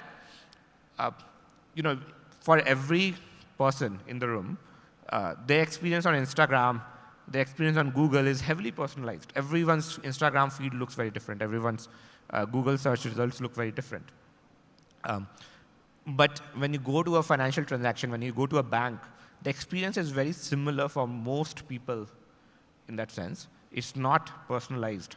But that's the place where it can get to in next few years, where your banking experience, your payments experience, your financial experience is a lot more tailor-made for you, for what we say, like for the audience of one, right? Rather than for the broad cohorts or broad demographics that we divide people in today. That we say, hey, are you tackling India 1 or India 2 or India 3, right? Are you going into like a sort of a region where Hindi is well understood, or you have to like really regional languages and you have to tailor your product for that, right? Instead of like thinking of product development in that model, I think it will evolve to a place where from the get-go you can personalize a lot better, and these are not investments to be made later on, but you should have ready-made solutions available to do this, right? And even in fintech, that applies to a very core extent, because that is what will help people get a lot of confidence, because if they see financial tools that they are very well familiar with in a language, in a model, in a visualization that they understand. And that's the endeavor that we are also sort of pushing towards. So moving on to another burning topic in finance is the security aspect of it. So we see that's a very exciting segment to just for hackers or whoever, just to get into it and siphon off money or cheat people. So now in today's era, again with AI, do you think this can be addressed to a large extent? And also specifically in Razorpay, like how are you going through this particular problem? From the start, security has been a cat and mouse game, right? And that's not going to change. I think with the way I look at it is like with Gen AI coming in and with LLMs coming in, it really opens up a new vector of ways that you can abuse a product, right? Or you can get sort of an agent to do things which otherwise wasn't possible earlier because you had, let's say, maybe a human being on that side or a set of static rules on the side. Now you have sort of a semi-intelligent agent which is trained to do certain things, and where like the developers themselves don't fully understand like how because it acts like a black box, right? So the security implications of that is very different. I don't think the industry also fully understands it yet, right? We are still adopting those tools. We are still adopting like, automated agents in sort of every workflow that we have, right? I think security needs to evolve to tackle those scenarios. I think it's a great opportunity, right, to build new solutions, to build new companies. And obviously it's cybersecurity, especially in the financial domain, fintech domain, is always going to be top of mind. I see the challenge that for a lot of traditional incumbents who are not tech first in nature, this is going to further make their life difficult, right? Because in India, we're still dealing with figuring out how to, keep all the cybersecurity issues at bay, right? And it's no longer a case of just upgrading your software, just putting out a firewall, just ensuring that, you have all kind of DLP set up. Now you have to go one level beyond and say, okay, like, everywhere I'm deploying my agent, how do I black box it and how do I say that it is very well protected and it's not going to do things that I don't desire it to do as a system. And that's not an easy problem statement. So yeah, I think it's a good challenge in that sense, and it's a good opportunity as well for a lot of new age entrepreneurs or new age engineers to design solutions for that era, because I think that's going to be a large space and I think most of the organizations will dedicate good amount of budgets also to it. So isn't it kind of scary that although AI is kind of going to help you, but at the same time it's also accelerating the ways it can be misused, right? That's always a problem with any technology change. I don't worry about it too much.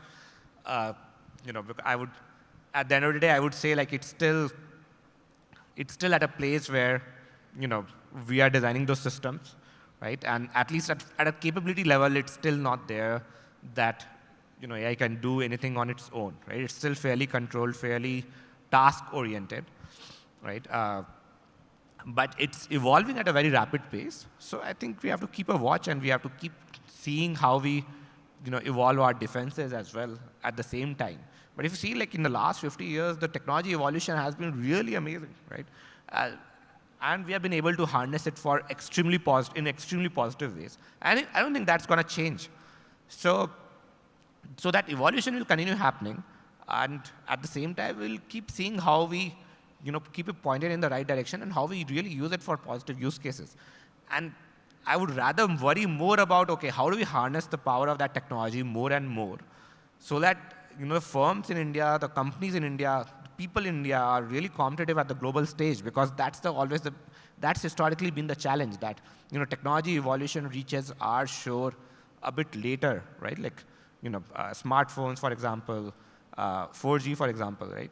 But now that gap is really closing, right? So, but even to this day, like I think the evolution on the AI's foundation models is still happening in Silicon Valley, and we are sort of adopting it. So I would still worry that we adopt those technologies a lot faster than worry about like all these kind of fears, because I think they're still very much in the background. So then just going on to then regulation and compliance being in place to kind of check a lot of things. So would that impede innovation or the kind of solutions that you come up with, say in India specifically, like with the rules that are in place? See, I think our regulator is very progressive here. It's partnered very well with the industry to promote UPI, to promote banking, right? Really drives on the cost of financial infrastructure. I think India has the lowest cost of financial infrastructure by a significant margin, right? And they have done this while ensuring that majority of the industry is like really compliant and understands what is the value of compliance, right? The different demographics that is there in India are very well, fairly different from the developed countries and some of the developing countries as well, right? So a lot of those compliances come in with really good reasons. I think I think for both the industry, and I've talked about especially Razorpay as well, like we have to really think that even for compliance, how do you leverage AI to make it better, make it, flag it in a much earlier fashion, right?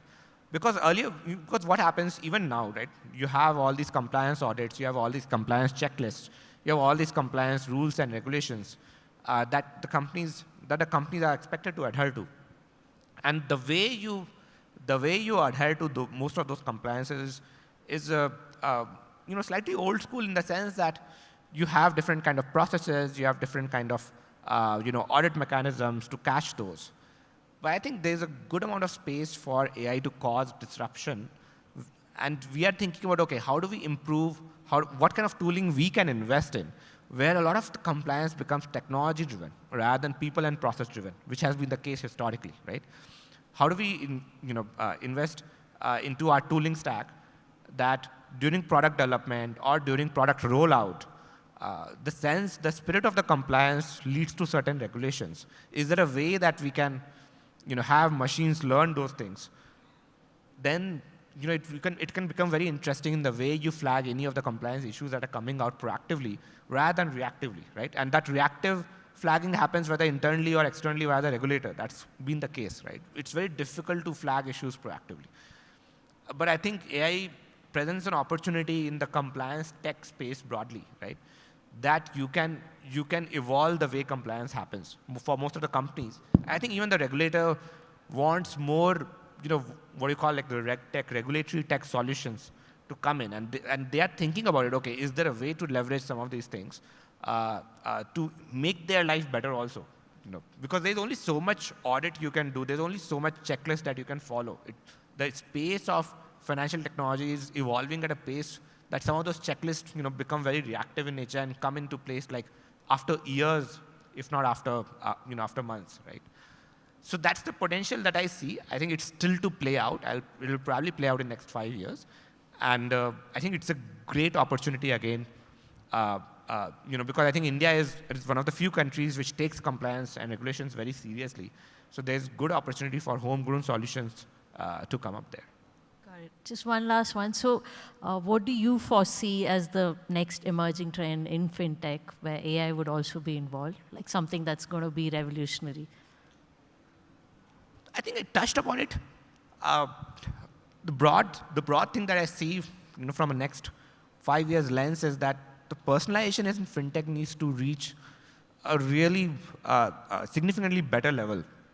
See, I like to think of it this way, right? Like, you have the large banks in the country who build the financial infrastructure rails. So they are like the trains in the country. You go from point A to point B, you take a train, and then you reach there, right? But for a last mile connectivity, then you have to go to your home. Someone wants to go in a rickshaw. Someone wants to go in a Mercedes. Someone wants to take a metro, right? I think the fintechs in the country are really solving for that last mile connectivity. And even today, I think we have solved for, let's say, like the first 350 million people that are there, which are broadly present in the UPI ecosystem. But for us to solve for the broader India, which is 1.4 billion people, right? That is still 3-4x of there. So the 10x growth of fintech that is going to happen is that the number of people who are going to use financial services, financial technology itself will grow by 3-4x. And then the number of times they are going to use financial technology, even people in this room today, that is going to grow by 3-4x. So potentially the market for fintech itself will scale up by 10 times, in next decade, right? Just by market expansion and just by use case expansion. And I think a big part of it will be driven because of personalization. Like, how do you solve for that, for different kind of use cases? How do you bring those? So that's the biggest evolution in my mind, right? And the technology shift, of course, AI sort of underpins that. But there might be one or two other technology shifts that will happen. RBI itself has come up with the concept of unified lending interface, ULI, which they are thinking of conceptualizing on similar lines as UPI. And we know how disruptive UPI has been for payment space. So, some kind of disruption in terms of, how lending happens for every consumer might be something that as an evolution that we'll see. Similarly, I think on banking side, we know how banking works in today's world.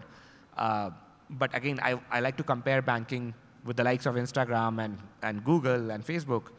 And I see that there's a significant amount of delta, right? Your banking experience can be really tailor-made and personalized and very mobile first and cloud first. And that again will happen in the next 10 years, and it will be led by a lot of fintechs and banks who are able to adopt that mindset. So that 10x growth, and then underpinning that, like, whether it's AI, whether it's new ways of doing lending, whether it's new ways of doing banking, that will sort of underpin the transformation of the sector. So AI as a companion, customization, that's what we're headed towards. Thank you so much, Shashank. I think we have time for questions.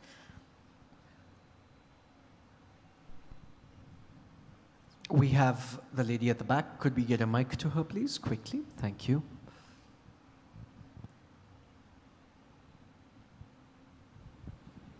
Hello, thanks for the great talk. I am Richa here. So I wanted to understand, how do you use AI, or rather Gen AI, at the customer onboarding stage, given you might have structured versus unstructured data? And second, like the kind of customers you have who are not very savvy in the kind of structured or any kind of data information they have, how do you deal that situation, and how does Gen AI play a role there? See, I'll give you a very simple answer, right? I mean, I think unstructured data is completely okay. At the end of the day, like, my question to my team is always that, okay, if I get this data, right, and if we have people looking at that data, can they make judgments on it, right? Can they decipher results on it?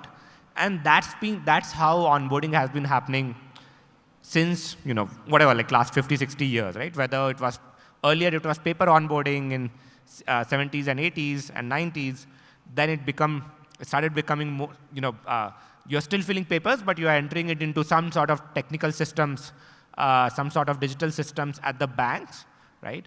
And then in last, I would say like 10 years, with mobile coming in, right? People are now entering data directly into mobile phones instead of filling it into paper, right? They're entering that data into desktop and mobiles.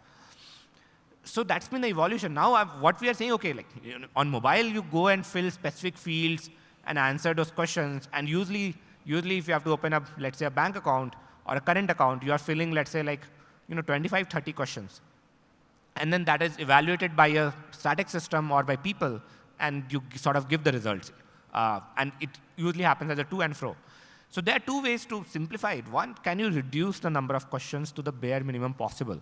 You ask questions where you say, hey, like, just upload documentation or talk about your business or anything else, and we'll decipher the information from that. Or we'll prompt the question to you, right? We'll prompt the question in a language that you'll understand, and you can easily answer those questions in a much better manner. And then the answer coming on from the other side can be unstructured in nature, as you asked. And then the question that always comes is, can a person decipher this unstructured information and give a result? And usually it's a yes. Usually it's a yes. It's a very simple thing I'll tell you, like, if I upload an image, okay, can a person read that image? If a person is able to read that image, which 9 out of 10 cases, they can read the image. But for systems, it becomes like it needs to be in very specific format, in a very specific way that they can understand it. Then the system needs to improve. It's as simple as that, right? So those are the two pushes that we have been doing, that how can you simplify the questions and reduce the number of questions and improve the way those questions are asked so that people are able to answer it in a really friendly way. And then how can we make it more, the evaluation and the judgment more real-time through systems, even if the information is unstructured. Any other questions, or we have short of time? We have time for one question. We can do the gentleman up front. Thank you.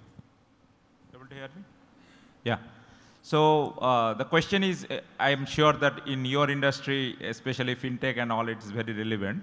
The more and more AI is coming into play, I think people will, especially from end user perspective, people will sue the companies saying that because of AI, I applied for a loan, but it got rejected and whatsoever. So in that case, how organizations are thinking to tackle that? Because earlier you had legals and other stuffs, but now you can't give a justification saying that AI, I have used it, so mistake can happen. So I think that's a very good question, and I'll tell you something that while in India, I think that is still evolving, and companies are figuring that out.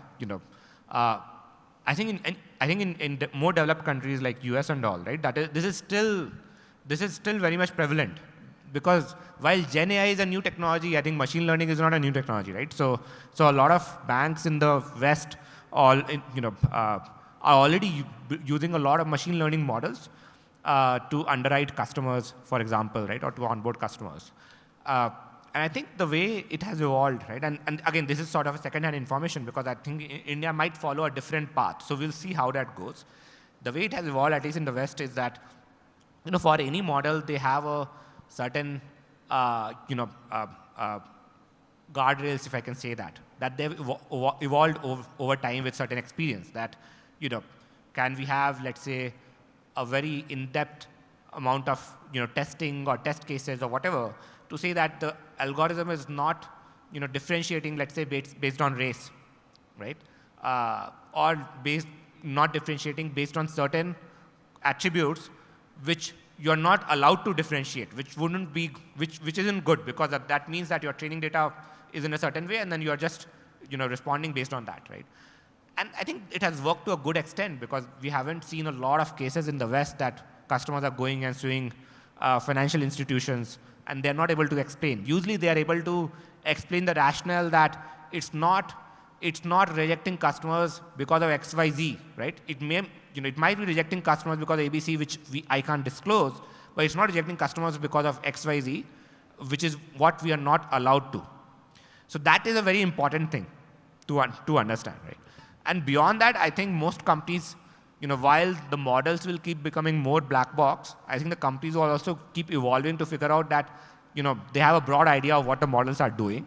Otherwise, you'll always have good amount of manual reviews, good amount of, checks and balances to ensure that it's not working in that manner. And if it goes in that direction where companies are not able to manage it, then I think it's okay for them to get sued and, say that, hey, I didn't do a great job here, right? And I should have thought through more before rolling out a model that I don't myself understand. Yeah, thank you so much. Thank you, Shashank. Thank you all very much. Some very interesting conversations on stage. Can we hear a big round of applause for this panel, please? Thank you all very much once again. We shall see you all back before 3, if possible. So lunch is on all the way till 3 o'clock. Please make sure you head over towards the lobby area for lunch. And it's been a great first half of the day. We shall see you back for the second half of day 1, Cypher 2024. In case you all have any questions, make sure you check out the app. Also, you can head down the corridor, and we have a help desk at the end of the corridor. We're going to see you all back before 3. We're going to kick things off on the stage at 3. Also, if you come in a little earlier, we have a nice little surprise for you. All right? See you all at 3 o'clock.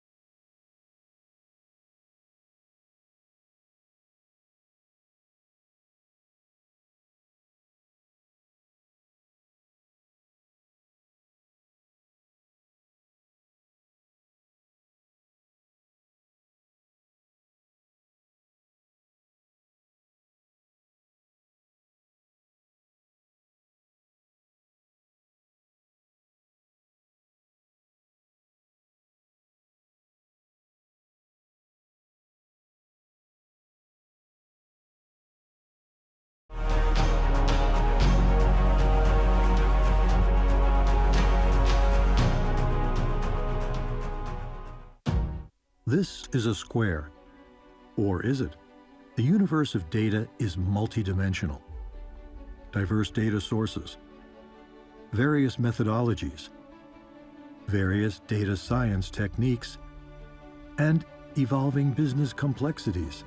How do we use AI effectively and navigate the pitfalls? Human perspective combined with machine intelligence makes all the difference. And when they all come together, the big picture emerges and leads to business impact. And that's what inspired our new brand identity. We are C5I, led by human perspective and powered by artificial intelligence. The convergence of human ingenuity and application of science drives adoption and creates sustainable impact.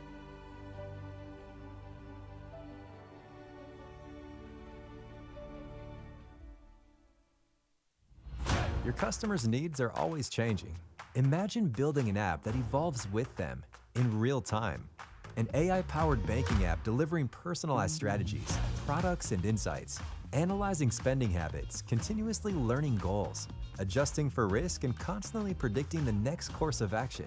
It's possible with adaptive applications, powered by high-performing, hyper-flexible data architecture. Built ultra-personalized customer experiences, delivered by Couchbase.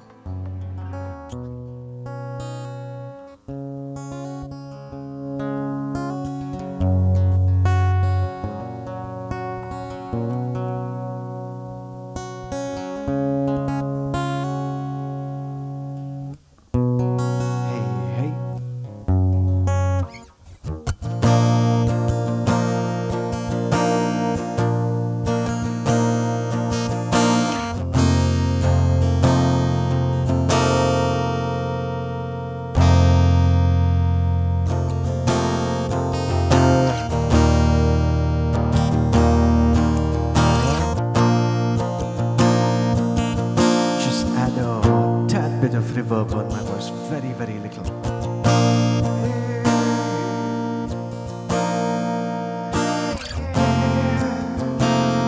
Yeah, yeah, please come back home.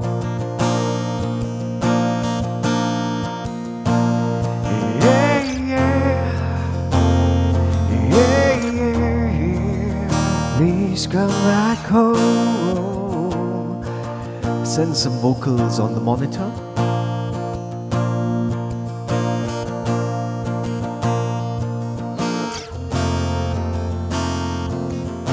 Check, hey.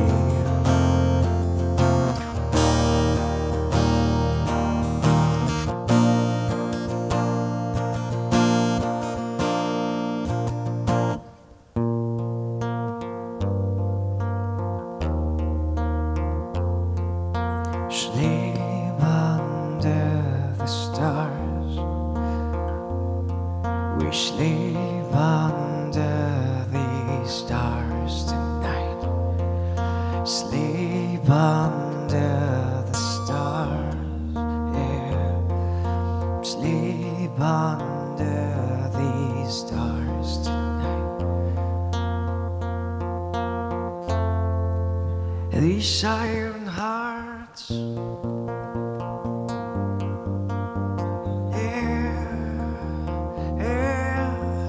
these iron hearts.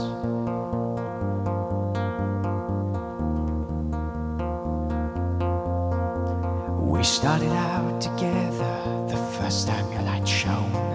Darling, you and I, built from the same stone. This is how I wanna live, smothered by affection and life and other plans. These men without reflections, confusion days, those times where I gave my life meaning. Now I'm aware, molded by fire, with love in our hearts. The first time I saw you, it's when my story starts.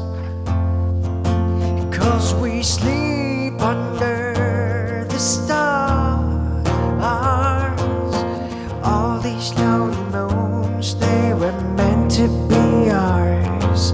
We sleep under the stars. Let me hold you while you're hurting. Let me love you when you're scars. We sleep under the stars. Tomorrow we go back to counting cars. These iron hearts. Just the guitar.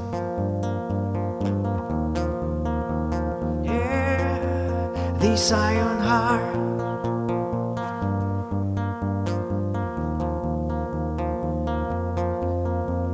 I miss the smell of home and your warm embrace. Are we meant to be these robots falling from grace? These blinking lights and noises I do not understand. Feeling so used and treated like a brand. I'm good on stage. It sounds decent in the audience, yeah? You can mute.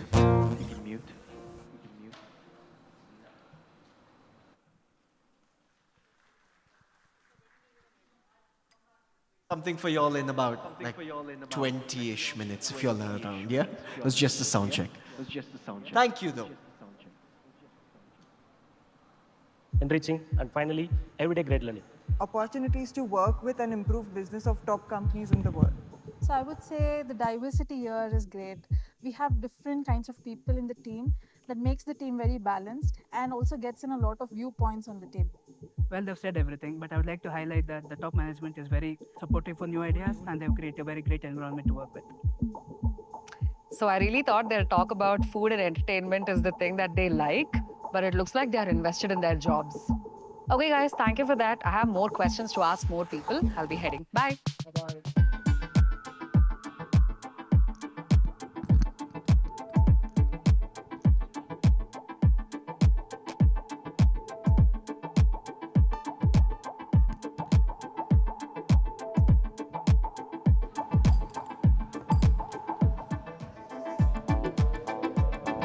Now that we've seen the office, let's go catch hold of some employees and ask them this one question. Come on.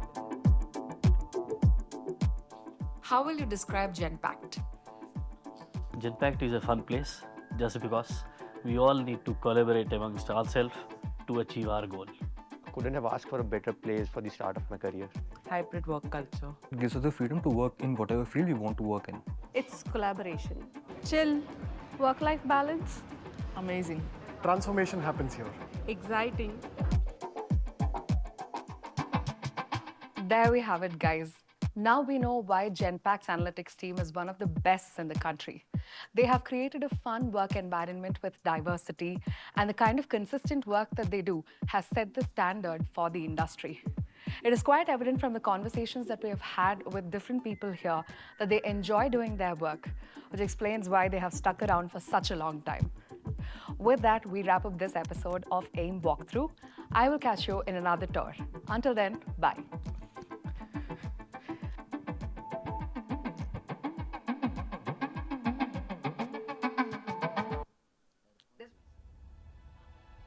At Google, AI isn't a tomorrow thing. It's a today thing. And sure, we can ask for answers to life's tough questions. But today, we can also ask it to do tough things, like ship that wood more efficiently, use satellites to reduce methane emissions, turn DNA into code to make drought-resistant corn? Oh, cool. It can spot and fill potholes, spot disease earlier, spot asteroids to protect Earth. It can create apps with just words and just hours. Today, Google AI can scan 100,000 lines of code in 2 minutes to spot and fix bugs. It can translate from code to code and is one step closer to speaking 1,000 languages, even whale. Today, AI impacts lives for the better and understands the world the way you do. Our AI spots threats 7 times faster, understands speech sentiment, helps prevent vision loss, predicts weather 10 days out in 2 minutes, translates thousands of pages in seconds, detects lead pipes to keep drinking water clean, eliminates paperwork so care is more human, generates from text, visuals, audio, and video, creates entire worlds from your imagination, creates this thing and that thing, a new thing, the new way to cloud.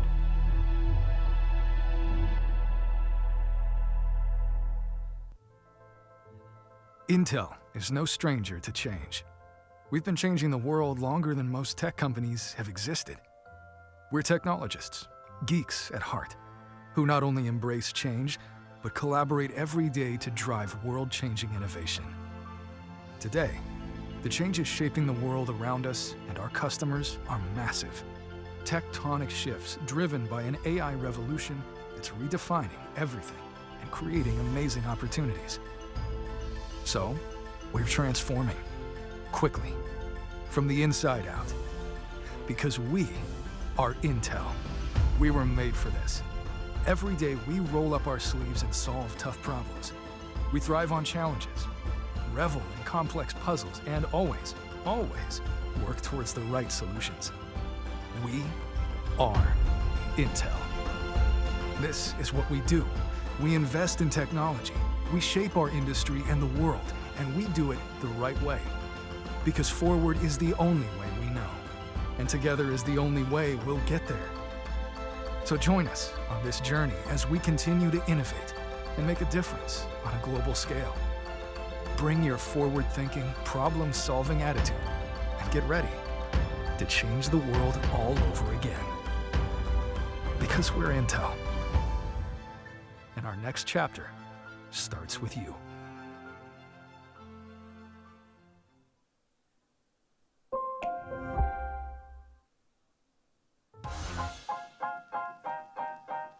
What do we mean when we say all you need is an idea and Intel inside? That in today's fast-moving, high-tech world, big ideas are powered by a one-of-a-kind partnership with Intel, because our customer-first approach is more than just a byline. From the moment we put the silicon in Silicon Valley, Intel has been accelerating the industry in big ways, setting a course for a new era of bold innovation.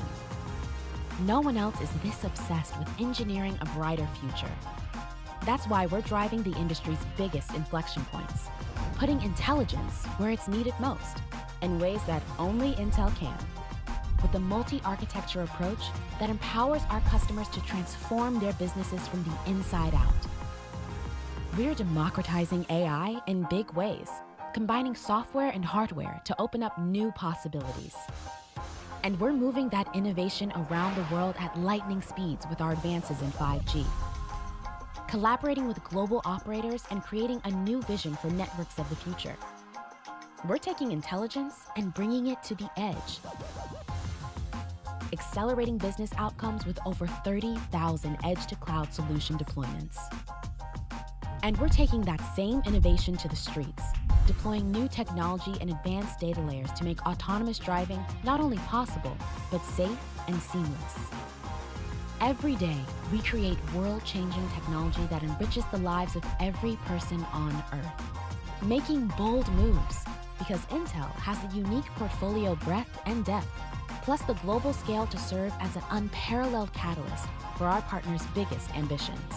So if you've got a big idea, Let's go off and do something wonderful together.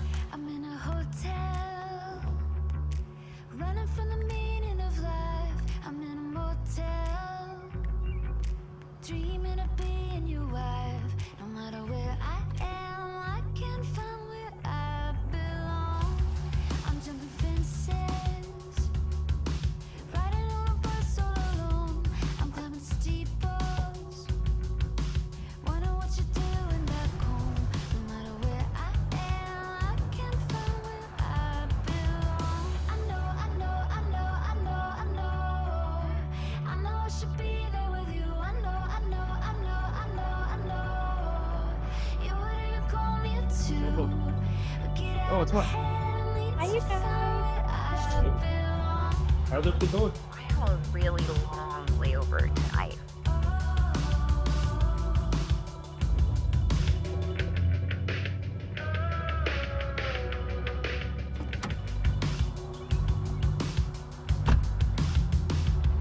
I'm on an airplane, a couple miles over your head. I'm on a subway, the one that always rattles your bed. No matter where I am, I can't find where I belong. I know, I know, I know, I know, I know.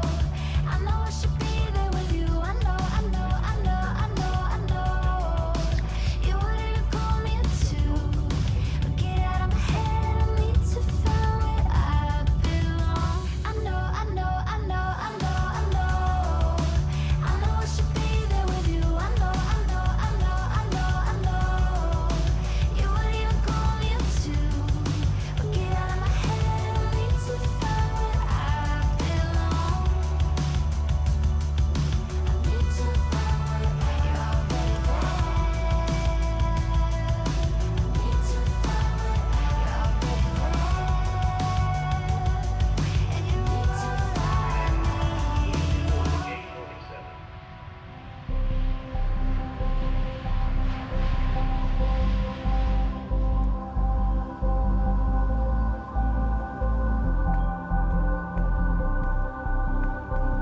And you look outside of your dreams, 'cause you might miss the moment he's reaching out his hand. When you give all you got for love, you gotta give all you got, gotta give all you got for love. 'Cause you're here for a moment, you give all you got, gotta give all you got for love. 'Cause you're here for a moment, you give all you got, gotta give all you got for love. 'Cause you're here for a moment, you give all you got, give all you got for love. You gotta give all you got, gotta give all you got for love. 'Cause you're here for a moment, you give all you got, gotta give all you got for love. 'Cause you're here for a moment, you give all you got, gotta give all you got for love. 'Cause you're here for a moment, you give all you got, give all you got for love.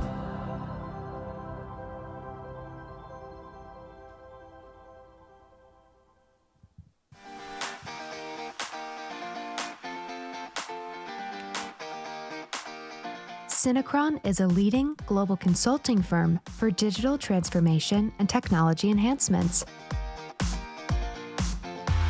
We specialize in the financial services and technology innovation sectors. We work hard to become the trusted innovation and transformation partner of choice to our clients. Synchron's progressive technologies and optimization strategies span end-to-end artificial intelligence, consulting, digital, cloud and DevOps, data, and software engineering, servicing an array of noteworthy top-tier firms. Our coordinated cross-regional teams have deep domain experience in high-tech, capital markets, investment banking, wealth management, retail and commercial banking, asset management, exchanges, insurance, and payments, as well as cutting-edge technologies. Our 14,000-plus global employees, spanning 55 offices across 20 countries, are passionate about innovation and meeting new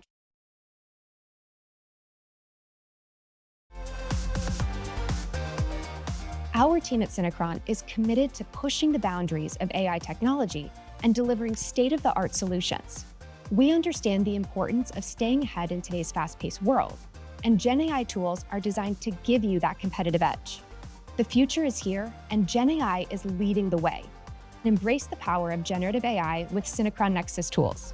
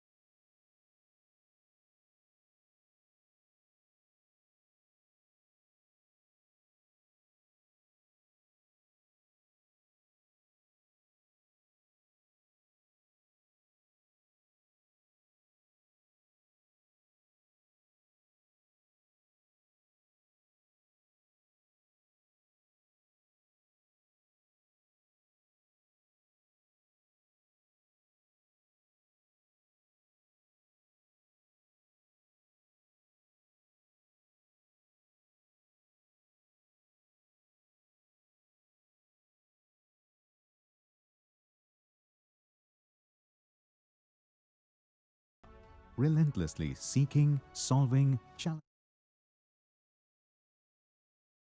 ambitions and target extraordinary outcomes. Let us experience the power of data-guided decisions, the potential of connected insights, the promise of an AI-empowered future. Experience certainty to shape a better tomorrow with Tiger Analytics.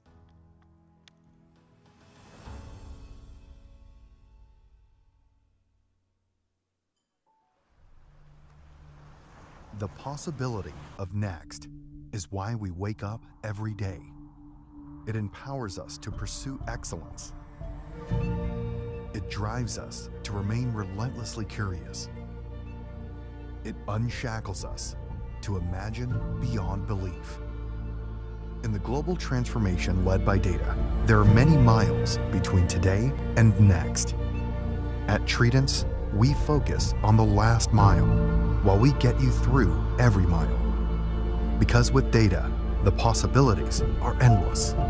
With AI-powered insights, all of them are within reach. It's a matter of going the distance and pushing through the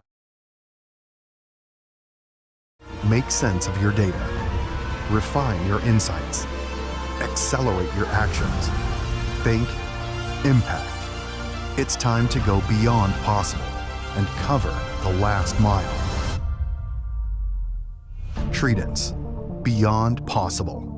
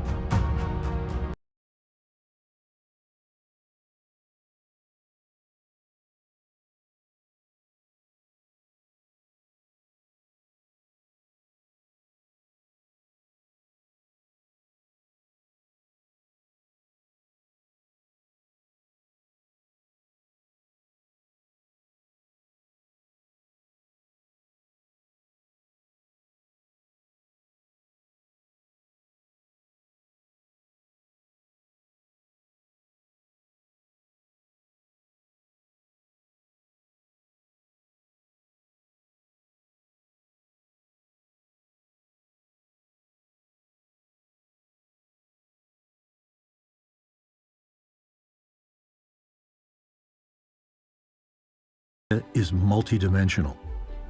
Diverse data sources, various methodologies, various data science techniques, and evolving business complexities. How do we use AI effectively and navigate the pitfalls? Human perspective combined with machine intelligence makes all the difference. And when they all come together, the big picture emerges and leads to business impact. And that's what inspired our new brand identity. We are C5I, led by human perspective and powered by artificial intelligence. We operate a multidimensional approach to data, science, and business. At C5I, we leverage our experience in AI technologies, diverse methodologies, data science and engineering, and advanced analytics capabilities to look at the challenges from different angles, add a fresh lens to unlock potential, and change our point of view to identify new opportunities. Because every perspective adds depth to our understanding. The convergence of human ingenuity and application of science drives adoption and creates sustainable impact.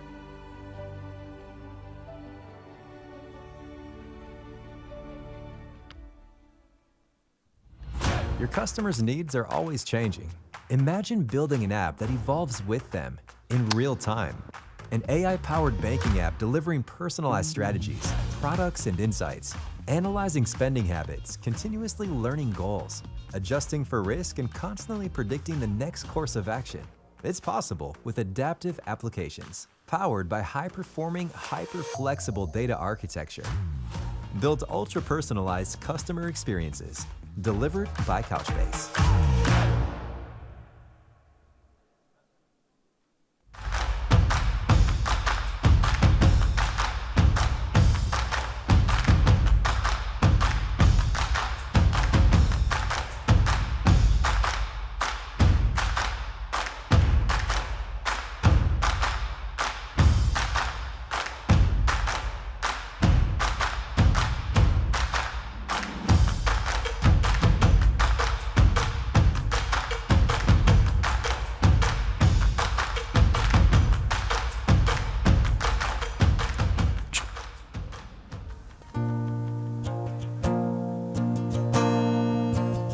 Alrighty, ladies and gentlemen, people of the audience, welcome back. Hope you had a nice little lunch. We thought we'd start this tastefully, so I thought I'd play a couple of tunes for you before we get into the next session. Break the monotony of the conversations and the tech and the conversations. How many of y'all like music here? Hands up in the air. Nice.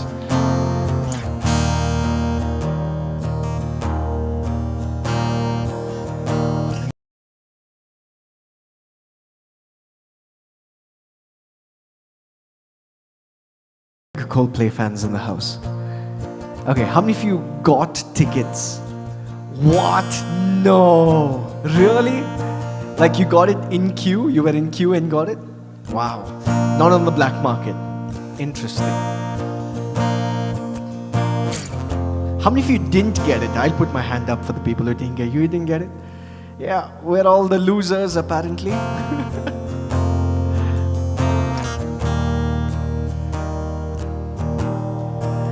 This is one of my favorite songs. This one is Yellow by Coldplay.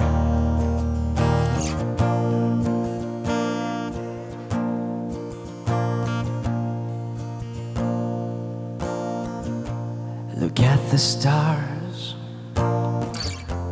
Look how they shine for you, and all the things you do. And it was all yellow. I came along, wrote a song for you, and all the things you do.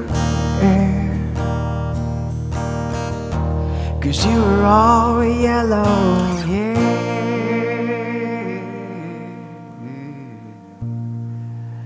1, 2, 3.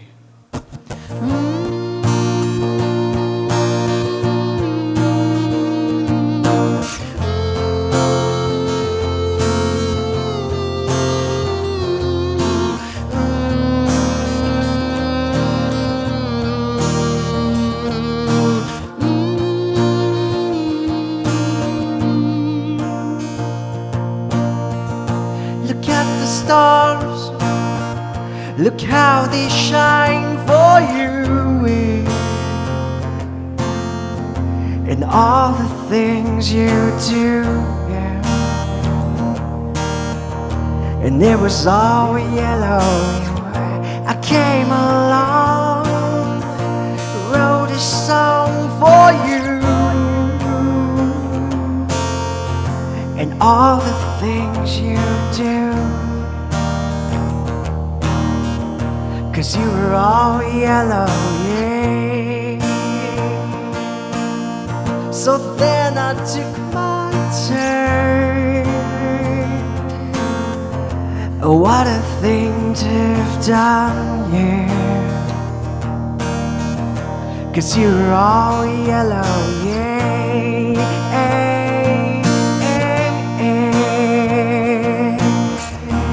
Your skin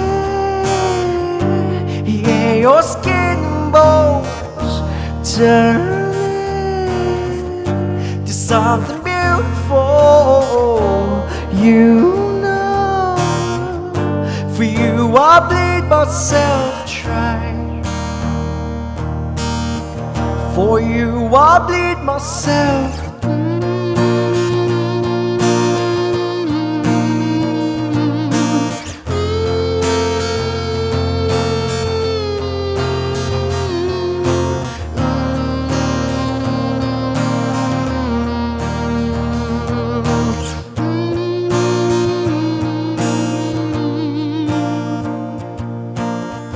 I swam across, I jumped across for you. Oh, what a thing to do, yeah. 'Cause you were all yellow. I drew a line for you.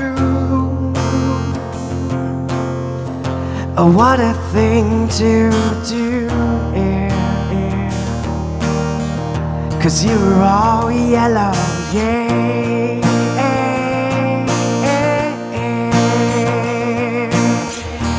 Your skin, yeah, your skin and bones turning to something beautiful. You know, for you I bleed myself dry. For you I bleed myself.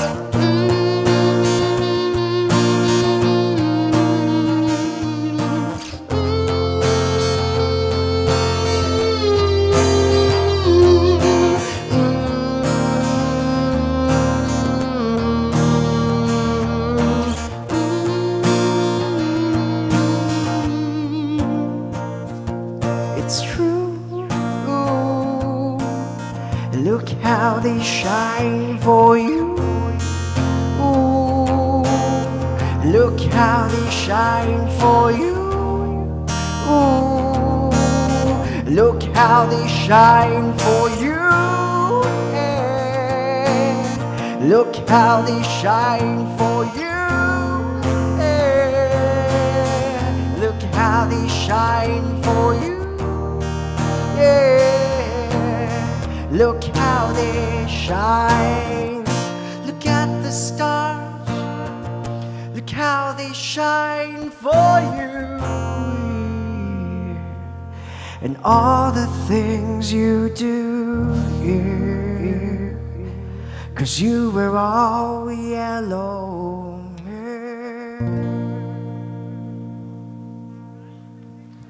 Thank you. Thank you very much. We have 3 more minutes, a quick song, yes, no? With a little more enthusiasm, please. Okay, super.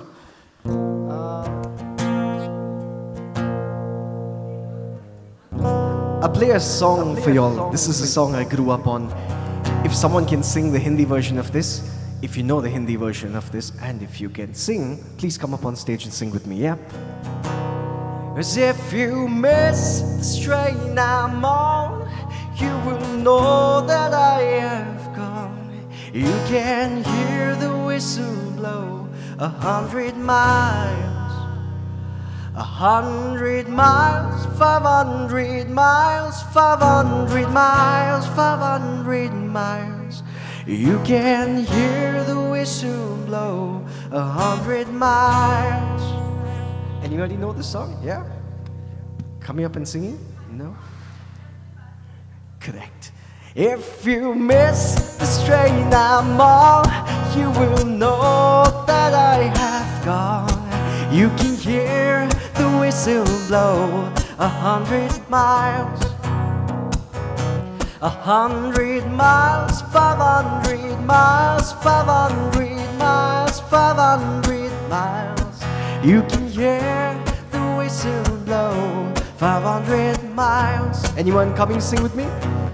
Not a shirt on my back, not a penny to my name, 'cause I can't go back home this way.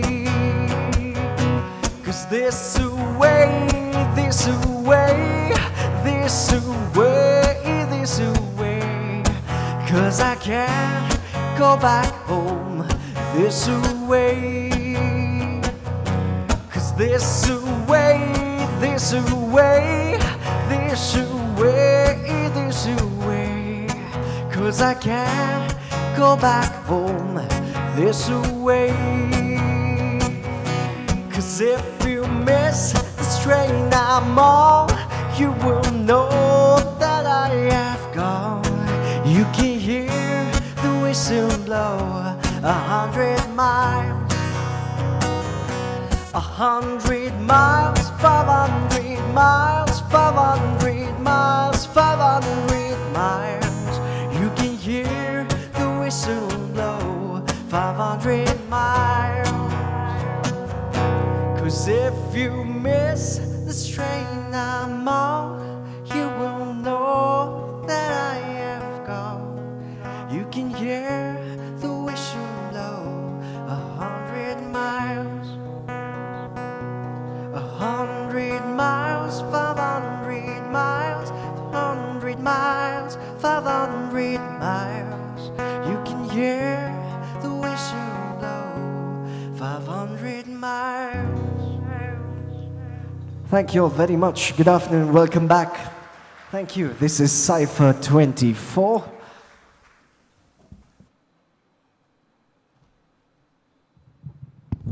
So this is the part where I go back to my spot and I make the introductions of all the people who are going to be coming up on stage. How's everyone doing after lunch, by the way? Everyone's okay? How many of you were super sleepy in the morning? Hands up in the air. Be honest with me. Come on. Yeah. How many of you were awake and like good to go, like all perky in the morning? How many of y'all awake in the morning? So the rest of y'all basically don't care. That's where we are at right now. All right, so what I want y'all to do very quickly before we begin, can you very quickly look to your left, your right, forward, back, say hello to someone random very quickly. Do it, come on, very quickly. Cool guy looking at me, hello. Some very cool hair, man, some very cool hair. Hello, person in the front. I've seen you before, you've come here before, haven't you? You have, familiar face. Have you said hello to someone new? Have you? Okay, now look to someone and say, good afternoon, welcome back to Cypher 24. Go ahead and do it, very quickly. Quickly, quickly, do that, quickly, quickly. Welcome back to Cypher 24. All right? It is 3 o'clock, which means it's time for us to kick things off. Just to also let you all know that at the terrace right now, we have a speed networking session that's currently going on. So in case you want to go do these little introductions upstairs, but it seems like y'all are not very good at this. But just in case you want to meet some interesting people upstairs, share your business card with them, start off some conversations, that is happening on the terrace all the way on top. So make sure you head over there. But it is time for us to get into the next session. We had a fantastic first half of the day. It's time to have a second fantastic half. We're starting with the conversation of 2 years of generative AI, evaluating the hype and the reality, where the panel aims to provide a balanced perspective on the state of generative AI and its trajectory moving forward. We have a whole bunch of people who are going to be coming up on stage, and so this is the part where I request everyone to kindly settle down and take your seats, double check that your phones are on silent, and in case you're having conversations, please do take it outside those doors. It's time for us to take the lights down once again and requesting your kind attention to the screens.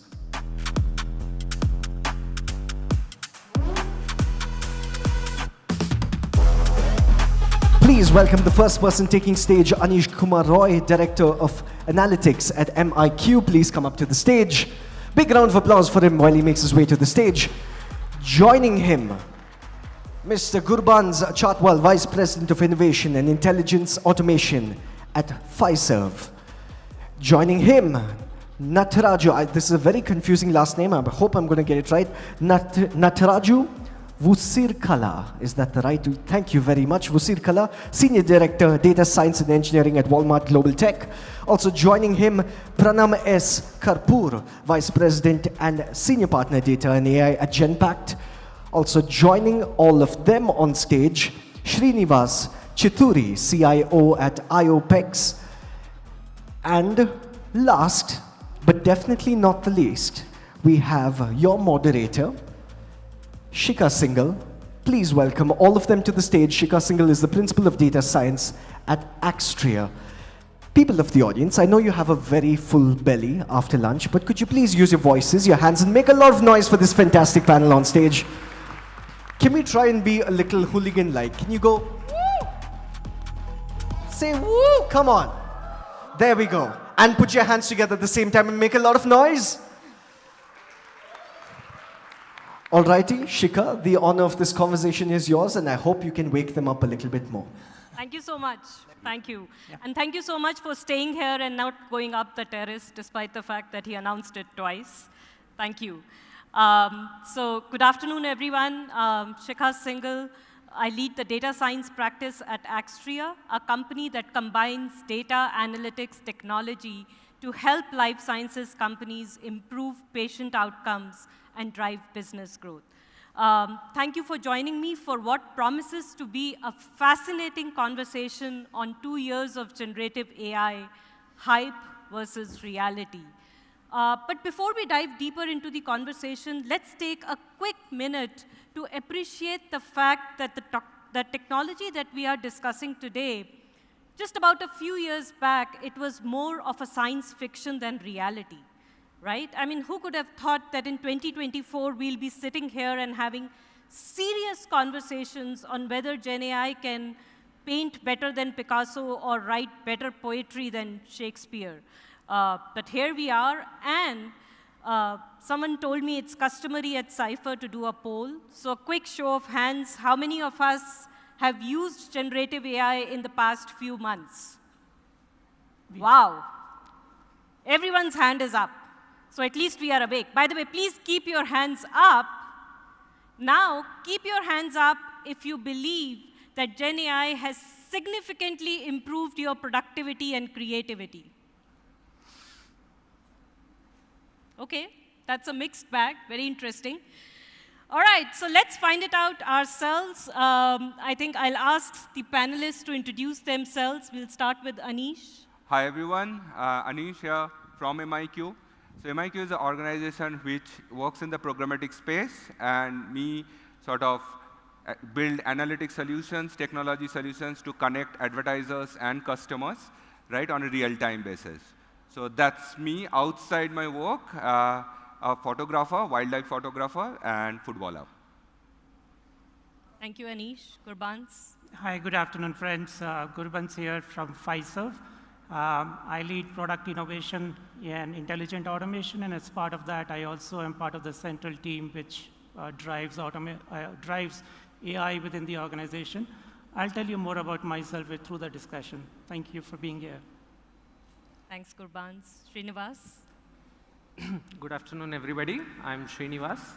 I oversee the technology adoption and new product adoption in IOPEX.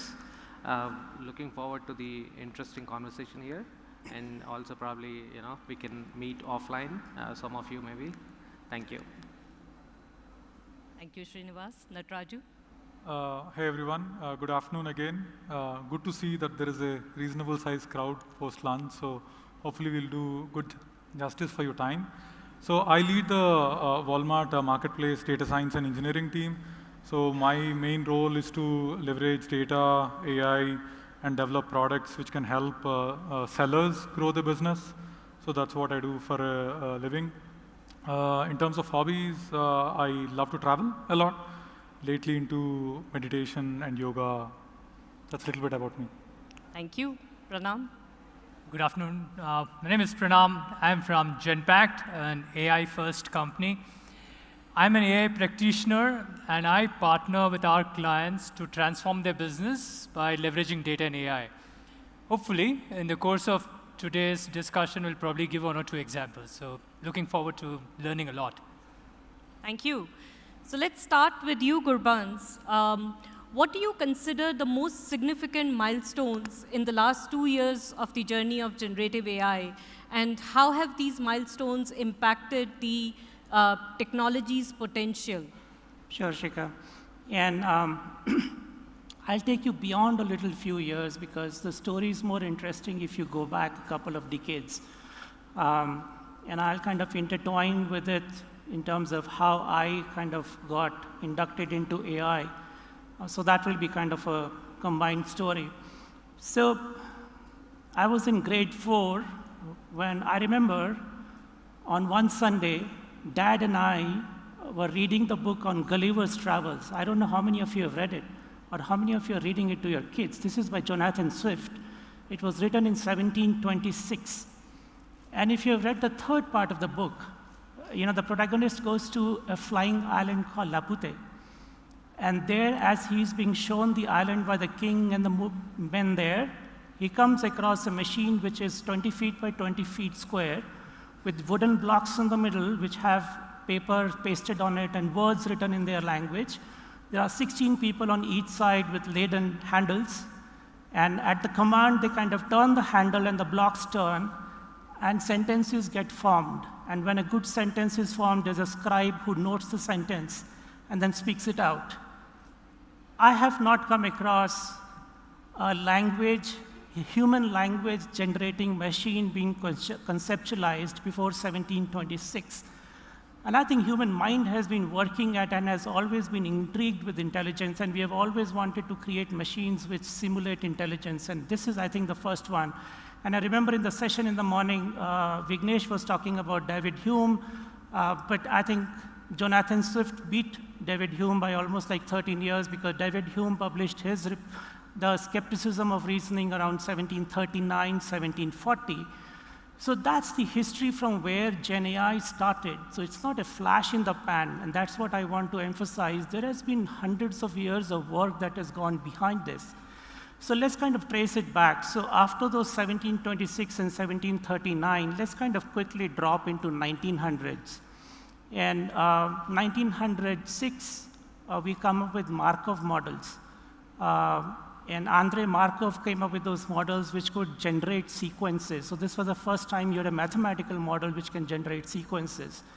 Then we had, after Markov models, somewhere around 1943, we had self-organizing systems come in. 1947, self-organizing systems which came in, which included cellular automata, genetic algorithms, swarm intelligence, swarm robotics, multi-agent systems.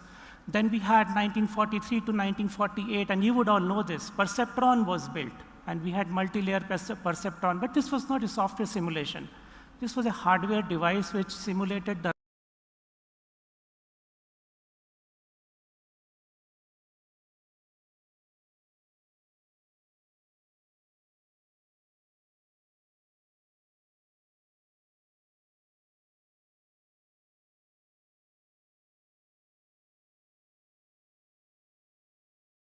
mathematical concepts that we are building.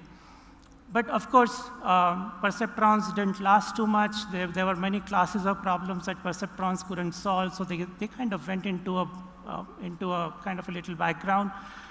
But then in 1960, genetic algorithms came in by John Holland. In 1964, the first expert system came in by Joseph Weizenbaum. Gurbans, we are talking about the last 2 years of generative AI. I'm coming to that, because last 2 years only scaling has happened.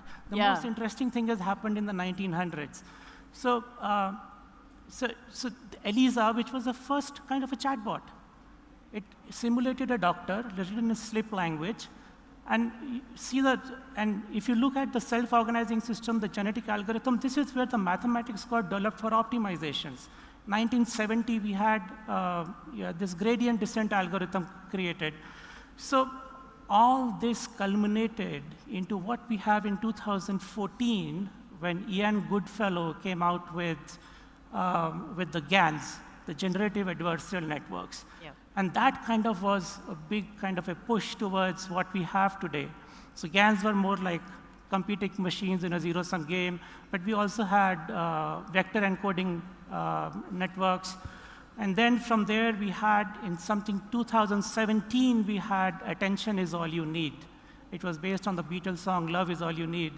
But that paper kind of was pivotal to to see where we are today. From there, we had LSTMs, RNNs, CNNs, and then we had BERT. And then, of course, the last 2 years, we saw the development and the transformation that happened with these algorithms. Primarily, what has happened in the last 2 years is all the basic work was done in the last 100 years. What has happened is the compute power has gone up. I was doing my research in 1989, between 1989 to 93 on genetic algorithms and neural networks and so on. And I left it because the compute power was not there. Yep. And all those algorithms now started working because the compute power was there. And that made a big difference. So you have data centers with thousands of GPUs. I mean, Elon Musk setting up his 100,000 GPU center. This is what is making the difference currently. It is the scaling.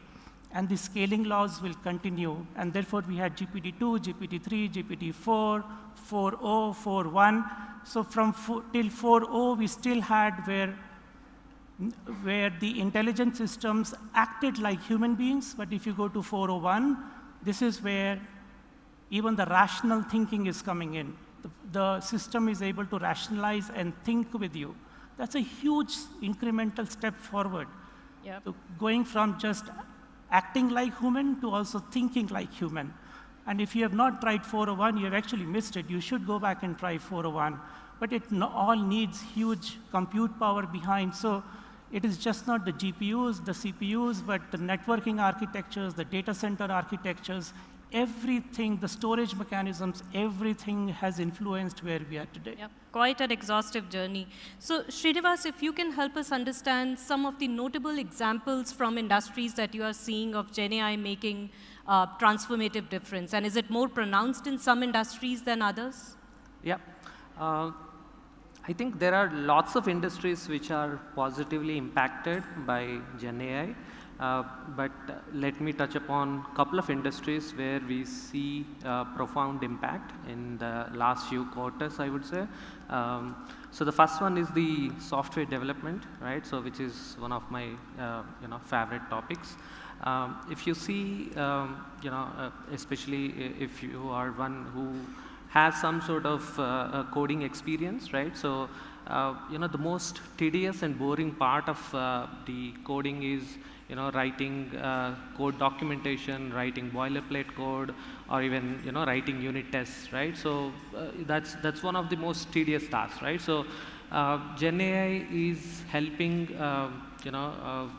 to write all of those automatically to a large extent, right? If not 100%, even they are reaching up to like 60–70%, and then finding the bugs in the existing code, or if you're not following a specific code pattern, there are tools available which can highlight and make the required corrections, etc. And finally, in the your code pipelines, right? So there are tools available to review the code automatically and suggest what can be improved, etc. Right? So all of this is greatly improving the developer experience, right? So removing their boredom in writing the monotonous or tedious tasks, and instead focusing something which is more complex, more strategic, etc. Right? So similarly, if you look at healthcare domain, which is another domain, there is a lot of progress happening, but because healthcare usually involves longer timelines, you do not see all the results out yet. But one significant example which has come out is the in silico medicine, if you have heard about them. So they are able to generate a new drug candidate in like 18 months, which traditionally used to take more than a decade, right? So Gen AI is especially revolutionary in terms of synthesizing or generating novel compounds, right? So which is going to greatly help in the scientific research and breakthroughs, right? So, and the other two industries which I would briefly touch upon are the marketing and content generation and the customer support, right? So I think many of you would have experienced the multimodal LLMs, right? So wherein you can generate audio, video, images, etc., right? So broadly, if you see the generative AI made the both technology and the creativity, democratized it, right? So even in the customer support you see, right? So I think many of you would have experienced the virtual assistants, chatbots, etc., right? So many of them are heavily relying on Gen AI, right? So I think there is a lot of scope to improve further. There are, the models are very large and requires a lot of compute power, etc., right? So with evolving RAG models, fine-tuning models, etc., I'm sure in next couple of years, we'll have much better models. Right. So Pranam, Srinivas talked about some of the areas where it's working. I wanted to ask you, how does this initial hype compare with the current reality? Do you think there are areas where generative AI is falling short of expectations? I think that's a question that's on everybody's mind, right? And this actually reminds me of a quote. It said that, this is a few decades back, it said the factories of the future would have only two employees, a man, and pardon me for the gender bias, but a person and a dog. The person's role is to feed the dog, and the dog's role is to ensure the person doesn't touch the equipment. So that's, if you relate it to Gen AI, a couple of years back, that's what we spoke about, right? Human out of the loop, everything gets taken care of. But today, when we are looking at it, it's a complex reality. So let's quickly look at, you all know about Gartner's hype cycle. It has 4 stages. Let's touch on 2 of them. One is the innovative triggers, and the second is height of expectation. Most of the technologies that we see today, like it could be multimodal AI, open source LLMs, they're all in the first 2 phases, which means the market is at a stage, an early stage market, which is good. When I talk to a lot of clients, they are seeing value in generative AI. But where are they seeing it? They're seeing it in short-term ROI. The first thing that companies do is go after quick wins, like I need these documents summarized. Those are quick wins that help in efficiency, driving efficiency. The true value of generative AI is when you look at long-term view. Can you get generative AI to drive up your revenue? Can you use generative AI to enhance customer experience? Can you get generative AI to help you in innovation? That is when you will unlock the potential of generative AI. Right? Yeah. So we are headed there in the right direction. Probably a lot of challenges that we can talk about as we go along. Yeah, absolutely. And you spoke about using generative AI to drive revenue. So one of the very popular case studies that we have in the life sciences industry is in the drug discovery process, where we are using generative AI to identify and optimize suitable drug candidates, thereby significantly reducing the time and cost. But are there any other examples, real-world applications, where you are seeing significant improvements because of generative AI? So maybe I can take more retail use case. At Walmart, we've been pioneering this whole next era of retail, what we call as adaptive retail, and a lot of it is towards meeting the customer where the need is, which means the experiences will be a lot more personalized. And we use a lot of technologies like AI and AR related ones for some of it. And Gen AI is one of the most important aspects to make some of those adaptive retail happen. One example I can think of is more search, which is all of us use it. It's like a huge change with respect to how we used to do keyword-based search to now you can write like a conversation, right? Like instead of searching for particular party supplies, I can write saying, hey, can you help me find products for a party of 4, for a cricket match party or something, right? And then we have an algorithm which does this mutually exclusive kind of a framework and collectively exhaustive, which picks products from different product types, right, which can't be done if you use a keyword-based search, and then aggregates it all and then surfaces it to you. That kind of makes the experience so frictionless that it becomes your life easy, right? So that is some example I can think of more from a retail point of view. Yeah, also just to add there, right, I'll talk about few things that we are observing in the ad tech. Right?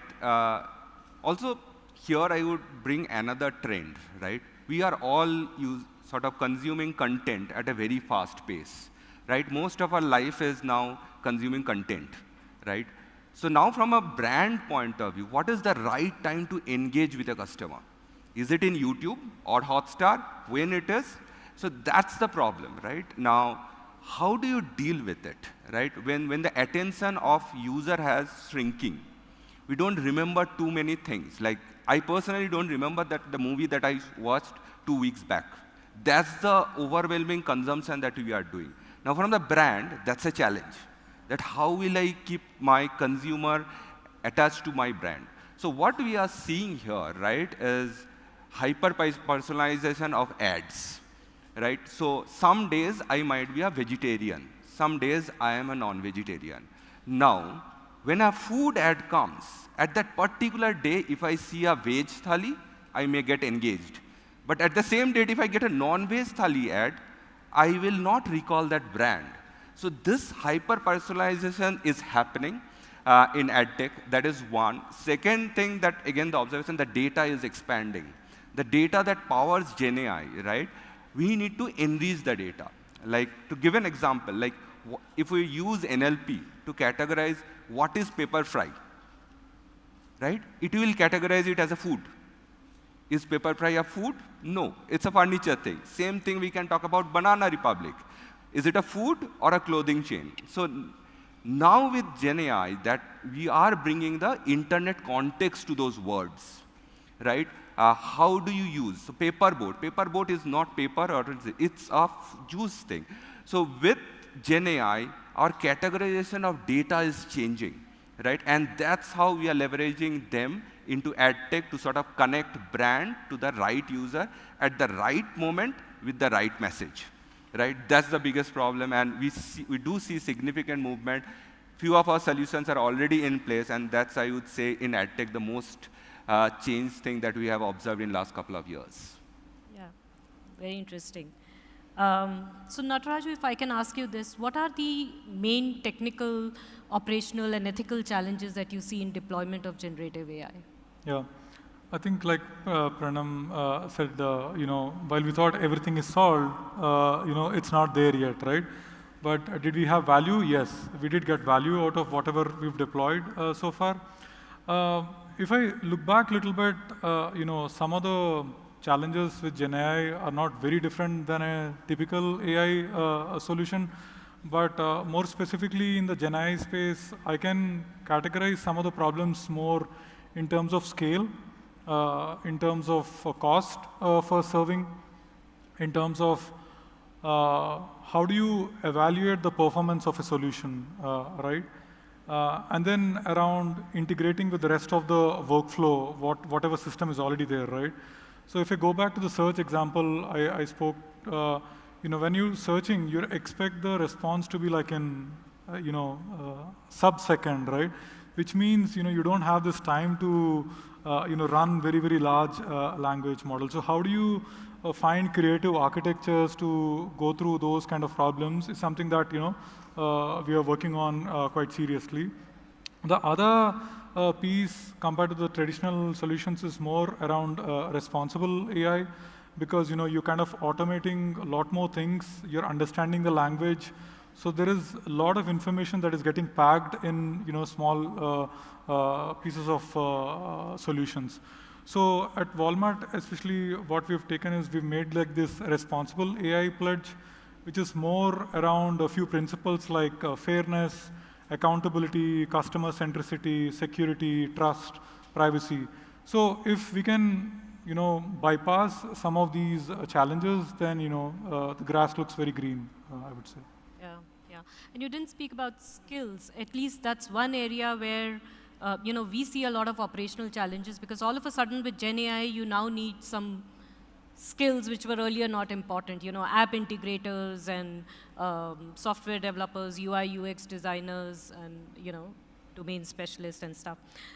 So Anish, if I may ask you, what are some of the most significant barriers in the adoption of Gen AI?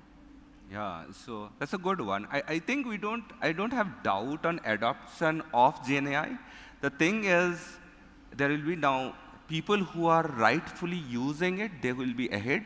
People who are not going to adopt to it the way it should be, they will be just lacking. But adoption is going to happen, right? And I think fellow panelists said about, and that's the biggest thing, is that seeing beyond short term, right? Currently, most of our focus have been very short term. Like Gartner said that majority of the POCs will be dead by 2025. But on the other side, we are also seeing reports that the investment that is going in GenAI, it's almost returning 3x, right? So I think it's in between. People who have figured out how as an enterprise GenAI is going to solve their business, they are going to go ahead.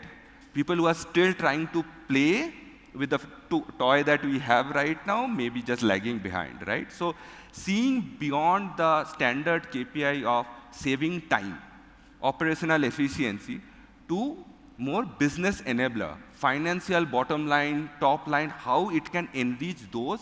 That's what one thing I think people who will find it, they will go ahead. Second, I would say, is the entire data privacy side of it, right? Who is now coming from a B2B sector, right? We consume data from other places, right? So as per contract, where should our data go to OpenAI, right? Which data should go? What should we comply at, right? Because we are answerable. Now, laws in different markets like GDPR, CCPA, they strictly say that what data you can use. So enter this privacy with the biasness, and last but not the least, here is the accountability. Now, from an organization's output of GenAI, who is accountable for the output? Is it the platform? Is it the LLMs? Or the end users, right? I think a clear definition, council, organization structure on defining who is accountable for the use of this, I think we will take some time to get to that. These two majorly outside the financial burden, right? These things are not cheap. Do we really have ROI long term? Because finance and everybody will say that we are investing. Where are the results, right? To be little bit more patient with indirect revenue, indirect return, these are three things in my mind that comes that can hinder the growth of GenAI adoption. Which basically means we absolutely need a very strong change management strategy in order to ensure adoption. So that brings me to the question, what are some of the future trends that you guys foresee in this area? You know, where is generative AI headed? And maybe that's open to all of you. So one thing I can think of, I think we touched on personalization part a little bit. I think there is a lot of areas where the productivity gains will be seen very significantly. Like in Walmart, I see we center around customers, internal associates, which is your software engineers, store associates. There is going to be a lot of productivity gain because of some of these applications. And that will make a lot of changes with respect to how the business impact will get created. Yeah, I can add 2 points maybe on that one. See, what will happen is when we start doing GenAI-related POC projects in Fiserv, we realize the POCs are done very quickly. 3-4 days, a POC with GenAI is done. But now when I have to take it to production, there's a long tail there with reviews, with cybersecurity, with legal, with ethics, and so on. So if you have to really kind of keep it still agile, and if you have to kind of increase the life cycle of getting from idea to impact, you will have to bring all the stakeholders up front with you. Because there are data issues, there are response issues, there are stakeholder engagement issues. So there are lots of things which need to be addressed up front, which we need to do right away at this point in time. Because, and the other is, what does GenAI need to be able to work? And that is data. And a lot of time, real-world data is not available to the innovators to be able to go and build applications. So how can I enable them? Have platforms in your organization. So what has India done? If you look at India AI, they are providing you curated data sets which startups and research organizations can use. So mimic that in your organization. Create clean data sets which people can use to be able to kind of build new GenAI applications quickly. And then, of course, it will follow the path of reviews and so on. So that cannot be stopped. I can come at it from a slightly different point of view. When we talk about trends, what will we see in the future? If you are looking at a Gen AI only solution, it will stay at a POC. It will not scale. The way to look at it, take a top-down approach. What problem are you trying to solve? And Gen AI is one component of that. Let me give you a quick example. Inside sales, right? When you're trying to reach out to a customer or trying to reach out to convert a customer, if we're all analytics professionals out here, so what you've done till now is qualifying leads, scoring leads, determining who you should reach out to, so on and so forth. Now, bring in Gen AI into that situation. If you are able to equip the caller who's reaching out to the prospect with information about the prospect beforehand, number one. Number two, as that person calls at real time, if you're able to coach the agent when he or she is calling using generative AI. Number three, sentiment analysis. You are cold calling for all practical purposes, even in a B2B scenario. Can you judge at real time the sentiment of the call and alter your script accordingly? And last but not the least, the next best action. If your prospect is responding to you in a certain way, what should you say? Now, employing Gen AI for that completes your solution. So it should be looked as a continuum and not just as, here's a cool Gen AI solution, because that will not scale. Yeah, oh, very well said. So we have a few minutes to take questions from the audience.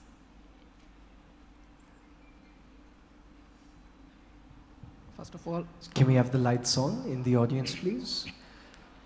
Can we pass the mic to the gentleman standing at the back? First of all, thank you so much. Okay. Thank you so much for the great Sir, could discussion. you hold the mic a little closer to you, please, and speak? First of all, thank you so much for the great discussion. And my question is that most of the Gen AI products are over-promising and under-delivering. And if I give you an example of a customer support chatbot, when I talk to that chatbot, it sometimes goes into hallucination mode and gives no response. And I ended up talking to the executive only.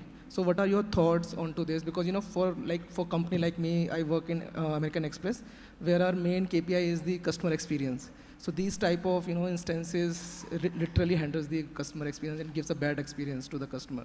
So what are your thoughts in the future trends? How we are dealing with this? Yeah, let me pick that up. So I think, as you rightly said, there are some inherent challenges, right? So in terms of probably a little bit of hallucinations and like false positives and false negatives, etc. Right? So fundamentally, there are a couple of tech problems, right, which are being solved. One is because of these large language models, right? So the hardware requirements are very, very high, right? So if you see the trends, there are like hundreds of thousands of models which are coming up now. If you look at Hugging Face, I think probably in a day or two, it is going to cross 1 million models which are hosted there. The models are evolving and better fine-tuning and the prompt engineering frameworks are evolving. Some of those problems can be resolved, and also little more or some more enhancements or changes which are happening on that front is the domain-specific models, training the domain-specific models, or on the large language models using something like PEFT or LoRa, etc. Right? So to basically add those additional parameters or tweak those additional parameters to fine-tune those models to the specific domain and industry, so that the overall accuracy is improved. I just want to add one point to that. So as you go from large language models to small language models to micro models, because they're all available now, in that excitement, and because there are so many available out there, be very careful. Not all the models are safe. They're open source, you can download, you can start running. You don't need a 1 trillion parameter model to kind of get your job done, but even when you're downloading and maybe a 8 billion parameter model, be very careful that it is checked by an authority, because there are models out there with sleeping cells in it. On a particular combination of a prompt or a user question, they can either create a havoc, give a nuisance reply, or damage your reputation. So be very careful, kind of, because there's so many out there, you have to put your own audit check on it. All right, thank you so much. I'm afraid we are up the time. So I'm getting a signal that we are up the time. So thank you so much for your time. And guys, thank you so much for joining me for this discussion. It is very clear that Gen AI is here to stay. Yes, there are challenges, but let's continue to collaborate and build a future where AI can be leveraged to our benefit. Thank you. Thank you very much. Before we get you all off the stage, can we get a quick picture with you all, if you don't mind? Can you move towards the center of the stage? We're going to turn the lights on towards the center of the stage, please. Thank you very much.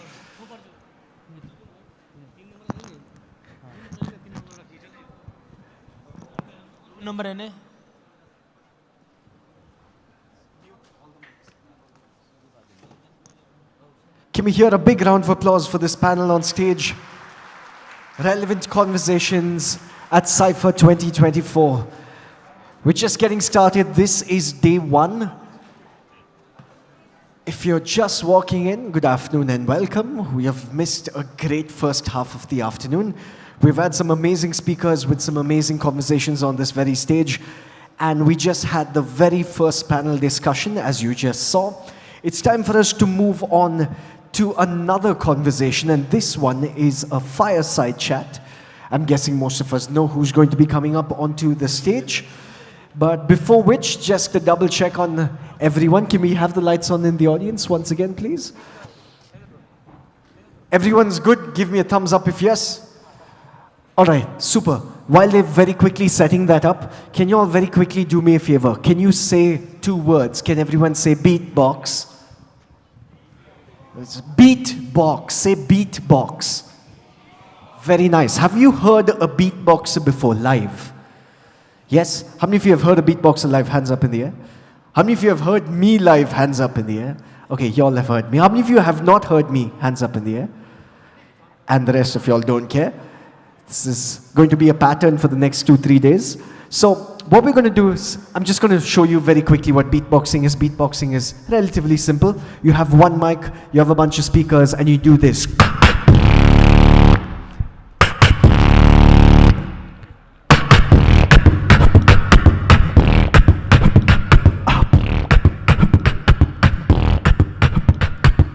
No. Did you like that? Yes? Okay. If you want more, the next time you have to come early for sessions and I will perform for you all. Do we have a deal? Perfect. Alrighty, it's time for us to move on to the next speaker coming onto the stage. Like I said, this is a fireside chat. We're here to talk about the next tech superpower. How can India lead the world in AI innovation? In this session, we're going to be prepared for a visionary discussion that paints a bold future for India in the AI era. The person who's going to be coming up on stage, most of us already know who he is. He needs no introduction whatsoever. He is a Padma Shri awardee and the former CFO and board member at Infosys. He's also the co-founder of Akshaya Patra. We're going to take the lights down once again. And may I request those of y'all on the corner, those of y'all to the corner, may I request you all to take this conversation outside? They don't care.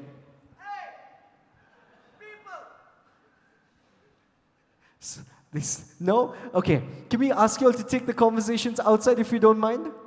Thank you very much. We're going to take the lights down, take the lights down. Eyes to the screen, please. People of the audience, please give this man a massive round of applause and welcome Mohandas Pai, Chairman at RN Capital and former CFO and board member at Infosys, with a big round of applause. Make some noise for him, please.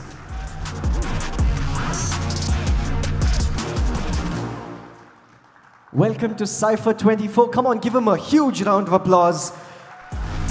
Joining him on stage, our journalist, our very own Bhupendra Chaube.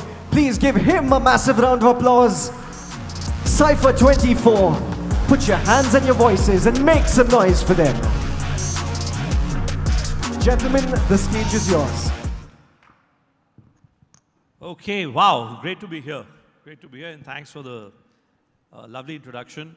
Mohandas Pai, of course, needs no introduction. I'm not from Bangalore, he is.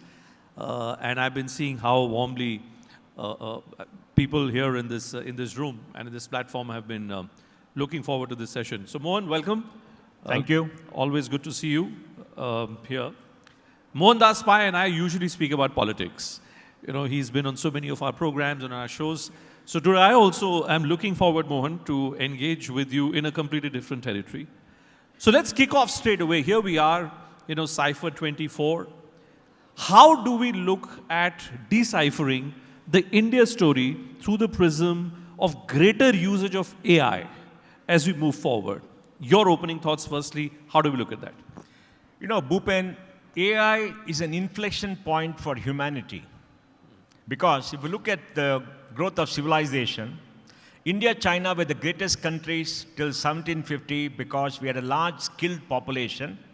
It was the age of animal power and human muscle, and we succeeded.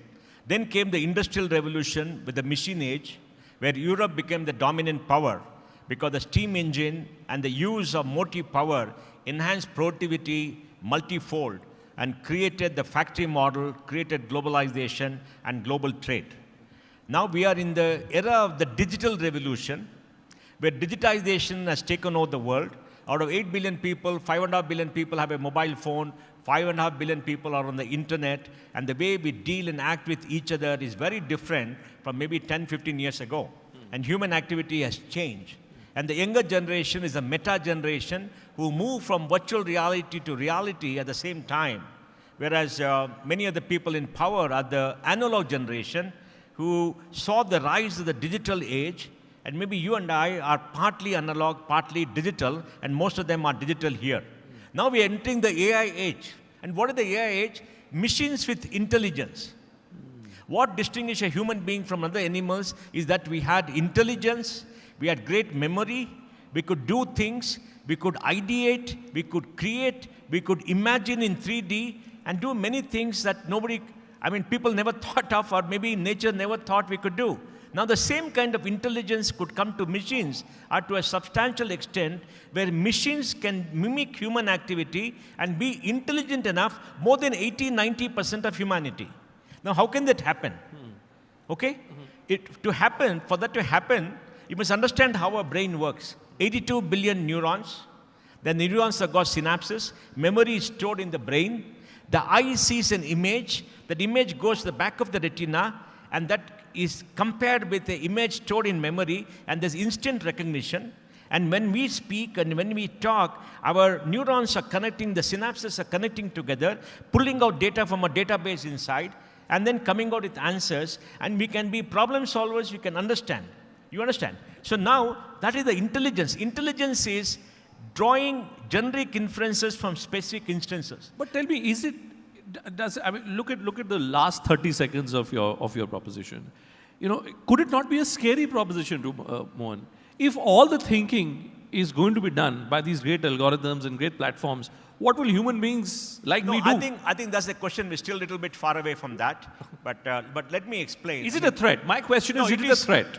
No, it is a threat because 50–60% of human activity is rule-based. We follow rules.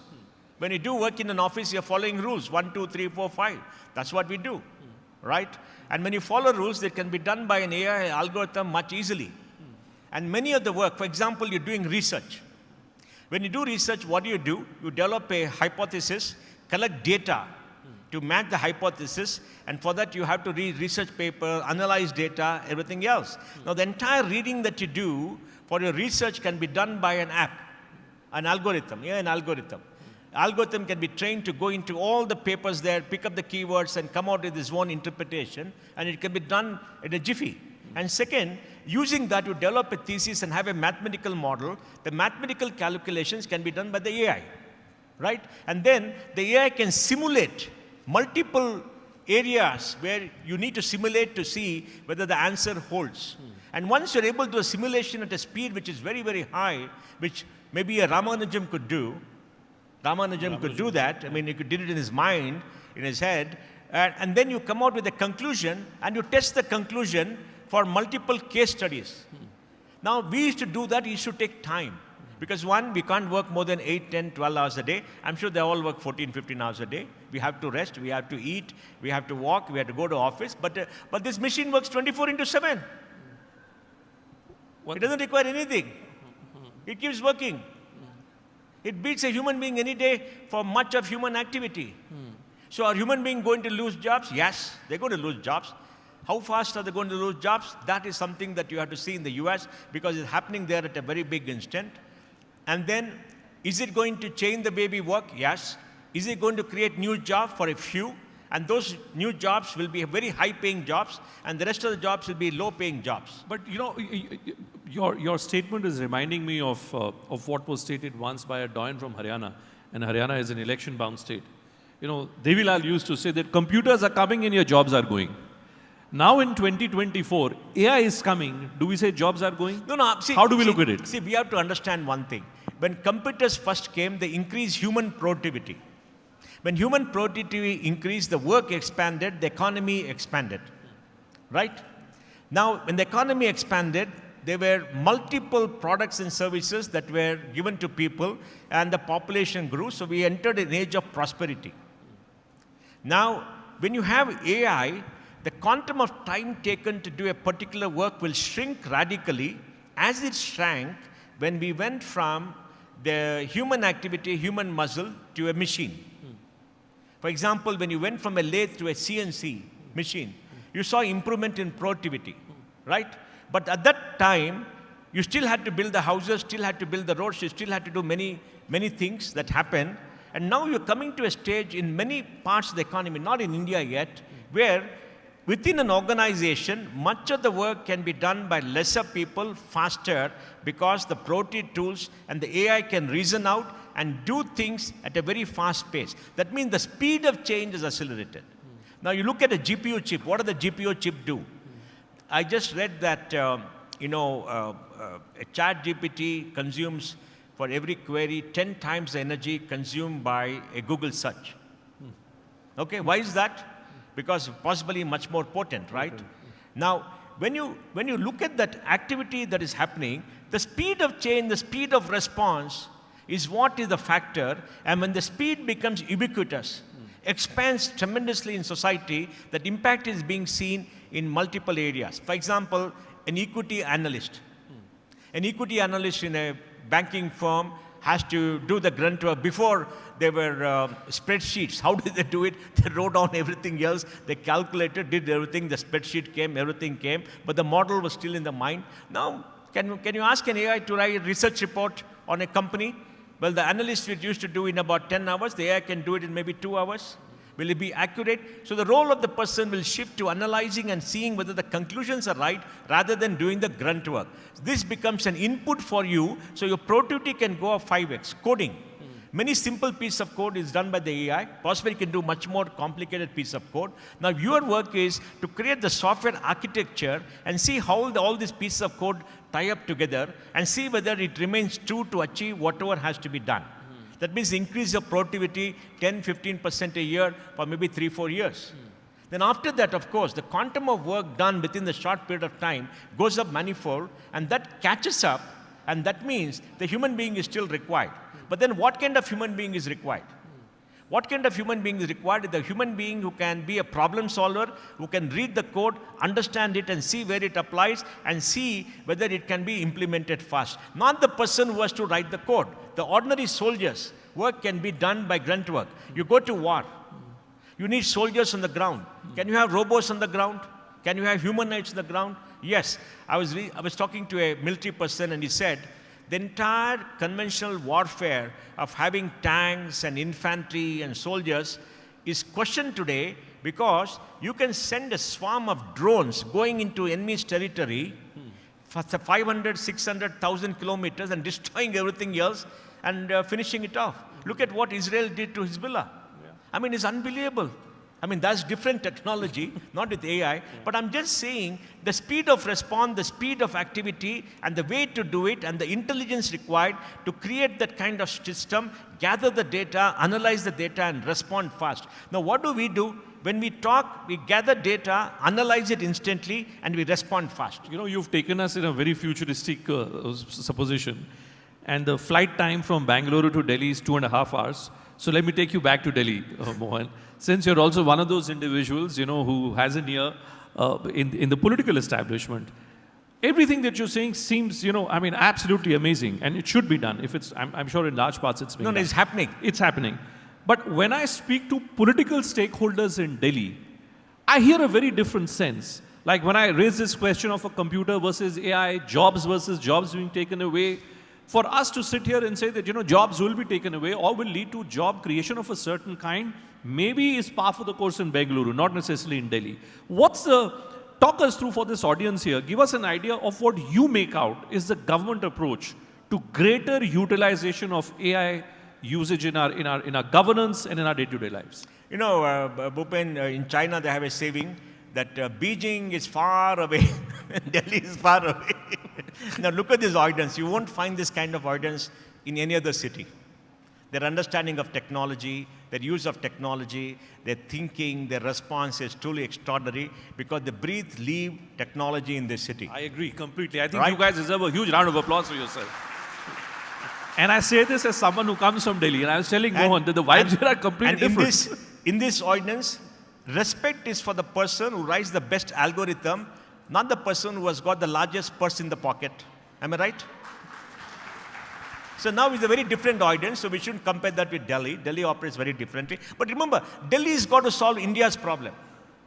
Delhi's got Punjab, it's got Bengal with very nice things happening in that place. It's got Kashmir with that election. It's got Kerala in the south where there are a lot of arguments. We have not managed to solve pollution in Delhi for the last 5 years. Yeah, and we're talking about AI platforms, we're talking about algorithms and whatnot. The way to solve solutions is for the people to go away to possibly Bombay or somewhere else. Bangalore is a bit crowded right now, so we've got a traffic problem, so we've got to be careful. But I'm just saying, look, the idea that you can have somebody doing policy, somebody centralizing and getting work done is impossible in the age of AI. There's innovation happening every single minute, every single place, all the time, and people are creating. And the collective impact of that will be felt in places, in many areas, simultaneously, asynchronously, or otherwise. The cumulative impact of that will be felt over a period of time. But please remember, it takes a lot of time for things to percolate to the ground where we can use it in our day-to-day life. For example, today, people do business, communicate, people get education, everything else to the mobile. Okay. In the last 5 years, everything is shifted to the mobile, right? Now, people are watching TV less and less. They're watching social media, and they're liberated. Right? How did it happen? Did it happen now? It happened over the last 5 years. Because human habit doesn't change. I remember in 2002, 2004, there was the internet bubble. It is something called eyeballs. How many eyeballs are there in the portal and what can happen? And NASDAQ went to 5,000. Infi went up by $20 billion in value in 15 days, came down by 15 billion in 10 days. We never knew why it went up, why it came down. Because the euphoria, right? Now please understand the speed of change, but nothing happened then. What is supposed to happen in 2000, 2004 is happening now. Because human beings don't change easily. Well, technology can change, give you the tools. Human habits, human beings don't change. It takes time. The younger generation takes to change first because they're digital natives. Money is with the older generation. The control of the economy is the older generation. The younger generation has to grow up and become a dominant part of the economy. And then the generational shift happens. It's happening at a faster pace today. So it will take time. But what we have to see is the change at the edge. Are we in the right direction? My question is whether it's budget making, policy making, a group of secretaries sitting together in a room like this. You know, I think Bangalore is in the right direction. It's going wherever it wants to go. Unless we shift the national capital to Bengaluru. Well, India will go in the direction where, Indians decide where they want to go. And, there are a lot of Indians deciding. So, look, what can government do? Government can create a policy framework which fosters innovation. Now, innovation requires three things: human capital, financial capital, physical capital. We need physical capital, connectivity, we need routes, we need a good architecture for hyper cloud is happening in the private sector. We need hyper cloud. And suddenly I find that India has got 1.3 megawatts, 1,300 megawatts of cloud power. I mean, we are third largest in the world after the United States, China, and India. And India is going up to 3,500 megawatts in the next 3 or 4 years. So we don't have the GPU chips except for Yota, but a lot of the GPU chips will come here. Cloud infrastructure is being built here. It's unbelievable change in 2 years. And who is doing it? The private sector. I don't think the government knows what is happening in that area, right? And then the algorithms are being driven here. Today I saw Bharti saying that we're going to use AI for spam. Right? So the things are happening in a big way, so they can do the conducive policy. Second, they can do is to make all of us more productive by investing in Bangalore, so we don't have to spend time on the road and write algorithm on the road. We actually get to have a much more comfortable existence and lower the stress in our lives. Our lives have become very stressed, so we need that government can do. And they can give more money to startups. Government of India and the state government spend 90 lakh crores a year. How much do they invest in innovation? 3,000, 4,000 crore peanuts. Why can't they invest 50,000 crores, create a fund all these AI startups, give them grants, and give them the ability to invest and to create it like ChatGPT. ChatGPT raised $20-30 billion in a jiffy. But I'm sure you must have raised these points with the stakeholders. Yeah, but doesn't go inside the hard disk. There's nothing which is going in. Because going inside the hard disk is as difficult as traveling from Bangalore to Delhi. No, look, I sympathize with them because see, we have a small problem, we have to solve our problem, right?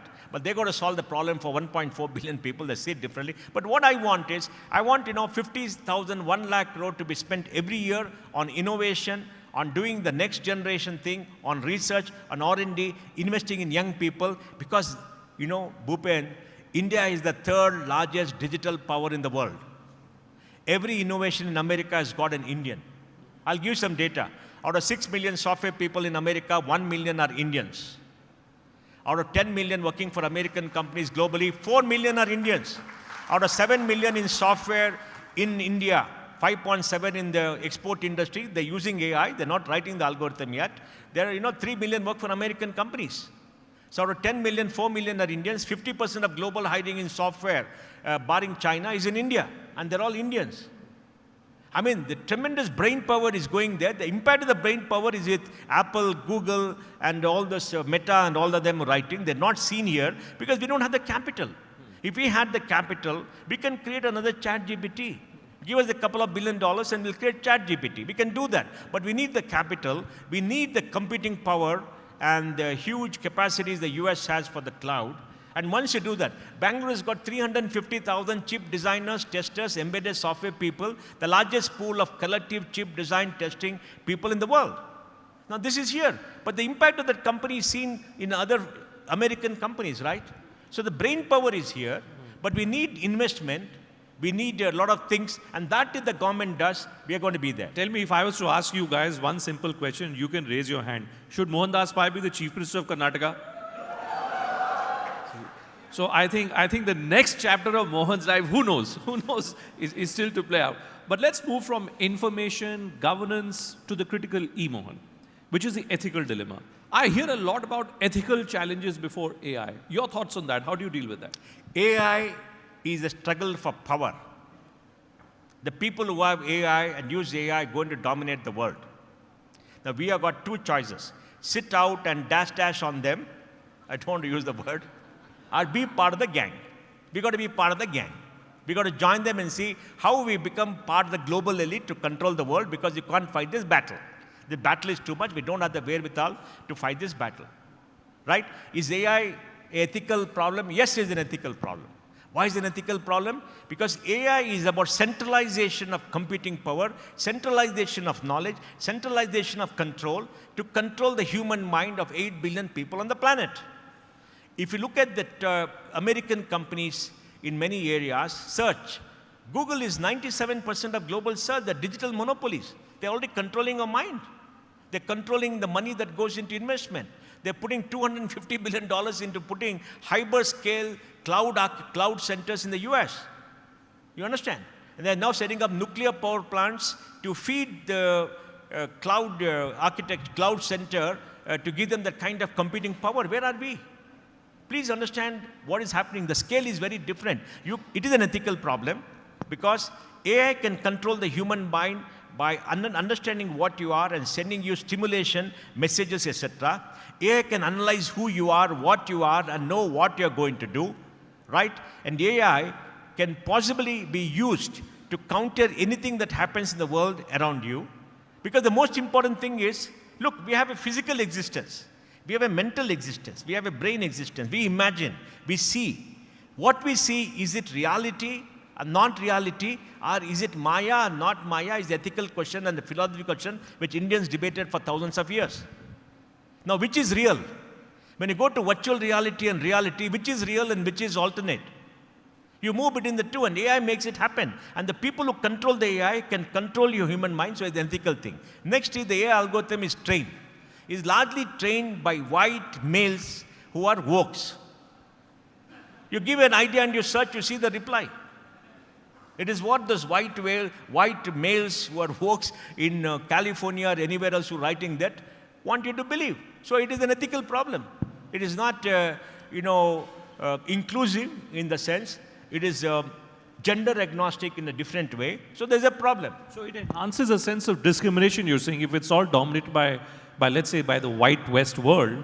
Is dystopia in a very different way. It's dystopia in a very different way. And of course, it's not ethical. And the use of AI, where do you use the AI? You can use it for good. You can use it for doing whatever. You can use it in warfare. You can use it in warfare, right? Because for warfare, what do you need? You need computing on the edge. You need decision making on the edge, where you can send unmanned vehicles, autonomous drones. vehicles to go and create damage and see what is happening and decide. We already have people in Nevada who control the use of drones in Afghanistan. And right, it's already happening in a big way. Now it's happening in a multiple way. So the ethical dilemma is there. In fact, I've been purporting that in 1948, the United Nations brought about the Universal Declaration of Human Rights to decide what human rights have to be proposed and implemented for the welfare of humanity. Now we need a universal declaration of digital rights. Look at the dilemma. Who owns data? Where should individual data reside? Who protects the individuals and his data against the misuse? Who protects the individual and his data and his life against an AI? Because who controls the AI? And how should data move around the world? Now, everything is there in the US. In the US, all our data is there because any of the global portals are there. The NSA of the United States knows all the data. They can find out what you eat, what you do. All these US movies where they go to a center and see what is happening by putting the camera and seeing what is happening in London or Bangalore, everything, that's all true. It can happen. Right? So, it's already there. So, we have to solve the problem at a global scale, for which the global leaders are behind the curve. You saw in the US that the senators were joking with Zuckerberg when they called him the first time. Till Twitter shut out Trump, they didn't analyze the power of social media and the power of these companies. Only when the president of the United States was shut out of Twitter, they understood everybody else could be shut out.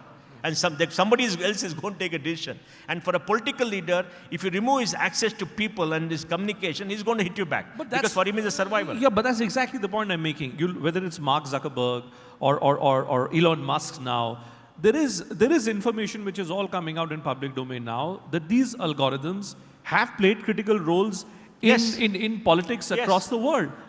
And in India, look at what we are doing in India. In India, Rajnath Singh, defense minister, is still talking about make in India, kitna aapne gun bana diya, how many guns have been made.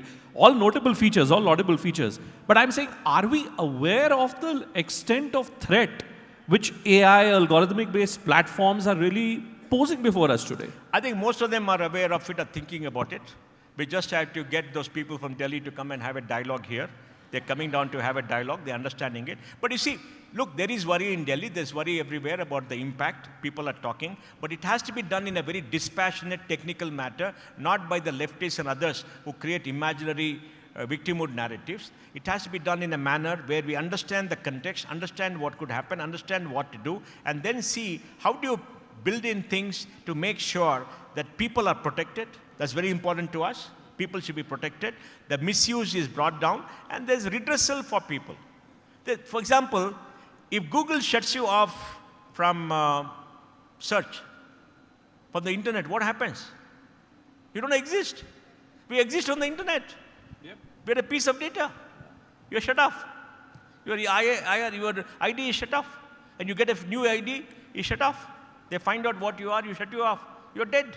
How do you interact? You please understand that. Well, I can tell you that just to add to what you're saying, Mohan, in Delhi, in the Delhi High Court, there is a petition which has been filed by a bunch of activists complaining that YouTube is restricting the reach of certain platforms which echo a certain political viewpoint. They're doing it. Is that not They're interference censoring. with politics and democracy? That is censoring. And that's bad for democracy. How do you deal with it then? How do you deal with a situation like that? Well, you must remove the power of censoring from them like you do it for the movie industry and other industry, and bring in some regulatory measures where you can't censor anybody. But then comes, how do you control child porn? How do you control fake narratives? How do you control all that? Just now we had Hillary Clinton said, we need to make sure that the Americans who do fake narrative are put in jail. But then who decides what is a fake narrative? Who decides that? You're giving power to somebody. So we got to debate these issues. We got to think through the issues, come out with certain norms, and possibly crowdsource solutions. I'm sure if you ask all these people, pose the problem to them, ask for solutions, you'll get hundreds of solutions, and some of them will be fantastic solutions which could be implemented. See, the thing is, first, you must understand the problem. Second, you must discuss the problem and ideate. And third, you must come out with solutions. Then fourth, you must see the feasibility of the solution and start the implementation. But educating people itself about all these challenges is a big thing. If that happens, we solve 50% of the problem. Well, that was my next question to you. We've looked at AI through the prism of governance, AI through the prism of national security. What about the business that you're very passionate of, education itself? From primary level to senior level to college level. Talk us through how does usage of AI, how does it bring about the right change? You know, Bhupen, Pranav made a very interesting presentation recently, and I got the slide in my presentation called India, a Startup Nation. Imagine a young child having 10, 15 bots which talk to the child, have a conversation, and educate the child. How do you educate a child? We talk. A child grows up, converse, we talk, the child asks questions, we give the answer, the child does mathematics, we do mentoring, we do everything else, but we are not able to spend time with the child, 5-6 hours a day, when the child goes to a class where there's one teacher with 20 children, blah, blah, blah. Individual attention is not there. Suppose the child has individual bots which speaks like a human being, talks like a human being, the child will react to that as if it is a human being. The child will not distinguish that the real human being or that is not a human being. And suppose that is available for a child to teach, to converse, to play, to do many things, we can improve the quality of education. But will that happen? Yes, it's a possibility. In college, sometimes I get nightmares even now that next day morning I got a mathematics exam and I'm not prepared. You wake up at 3 o'clock and you say, oh my God, what happened? Because you see, I did commerce. In my CA, I had to do mathematics and operational research. We had to get 40% marks and 50 in a group. I got about 33 in statistics, in operational research and statistics. And in mathematics, out of 50, I got 8. I got 41. I got a rank in India. But that is because there's something called sine, cos, tan, which all these people do. I didn't study it in school, so it was very alien to me. And it is fearsome. Now, suppose the child is there and he's got an exam tomorrow for maths, and the child wakes up at 1 o'clock and she will say, what do I do? You can go to a chatbot. The chatbot will teach the child how to do the problem and give it comfort and everything else. Now, can it be done? It can be done.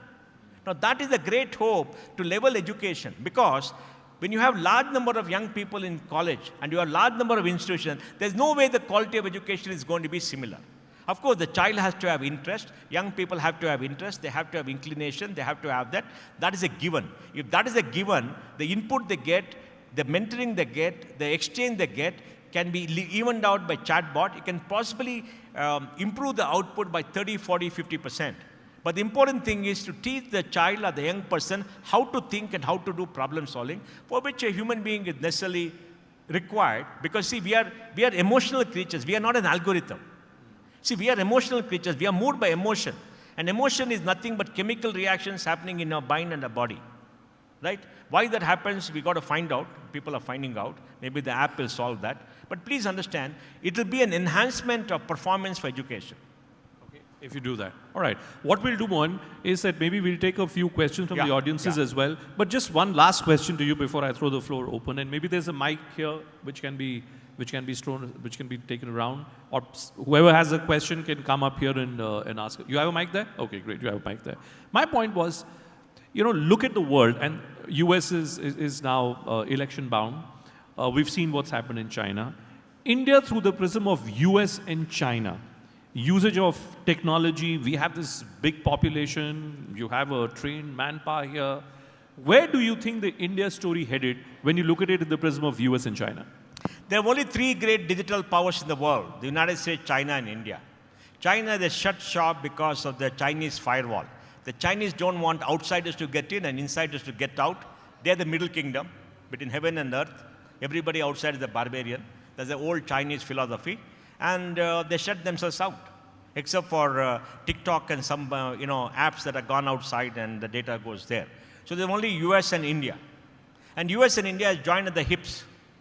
While the political leaders may have differences because both want to control the world maybe, but in technology, Bangalore is closer to SFO than Delhi. You go to Delhi, we speak to people as an alien language. We go to SFO in the valley, we meet familiar people, we talk the same language, we understand, we are familiar, right? We eat the same food there.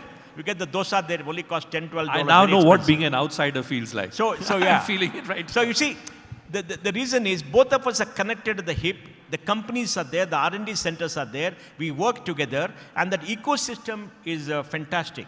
So I think United States and India are going to be the force multiplier. We're already there. Now, next 5 years is going to go up 10x what it has been the last 20 years. Because the computing power and the speed of computing has shifted. And the ability to do things which could not be done earlier are there. For example, drug discovery. Typically, drug discovery is the 10 to 12 year, $1 billion work. But now you can possibly do it in 250 million because you can simulate the drug. You can simulate the drug using AI. First of all, you can do research to find out the chemical composition of the drug because it's a set of molecules, right? And then you can simulate the impact on the human body by creating a human avatar with actual how the human being will react. And I think we've got technology now where each one of us can have an avatar in the virtual world where the avatar will live a life replicating whatever happens in our body so that we can test out many things there without testing out in yourself, right? It could happen there, right? And that could change that. And that will happen with both India. Just now I met somebody who says that Roche has got a center in Pune. They took out a startup somewhere. I hope the gentleman is here. I'm sure they're going to use AI, they're going to simulate, they're going to do things. So the US and India are the big digital powers together. Europe is a digital colony of the United States. It's a digital colony, okay. Yeah, it's a digital colony of the United States. Japan is, Japan is shrinking in population. And they got a problem because they're very good at a particular stage. In the digital world, is still a challenge. And I think, it's fantastic here. Okay, great. So, folks, any one of you who has any questions, I have around 10 minutes more with Mr. Pai. So, you could, raise your hand. Just introduce yourself, who are you and what you do. Could the mic be given to our friend here? Hi, my name is Siddhant. I actually want to ask you, in the race of superpower, hello?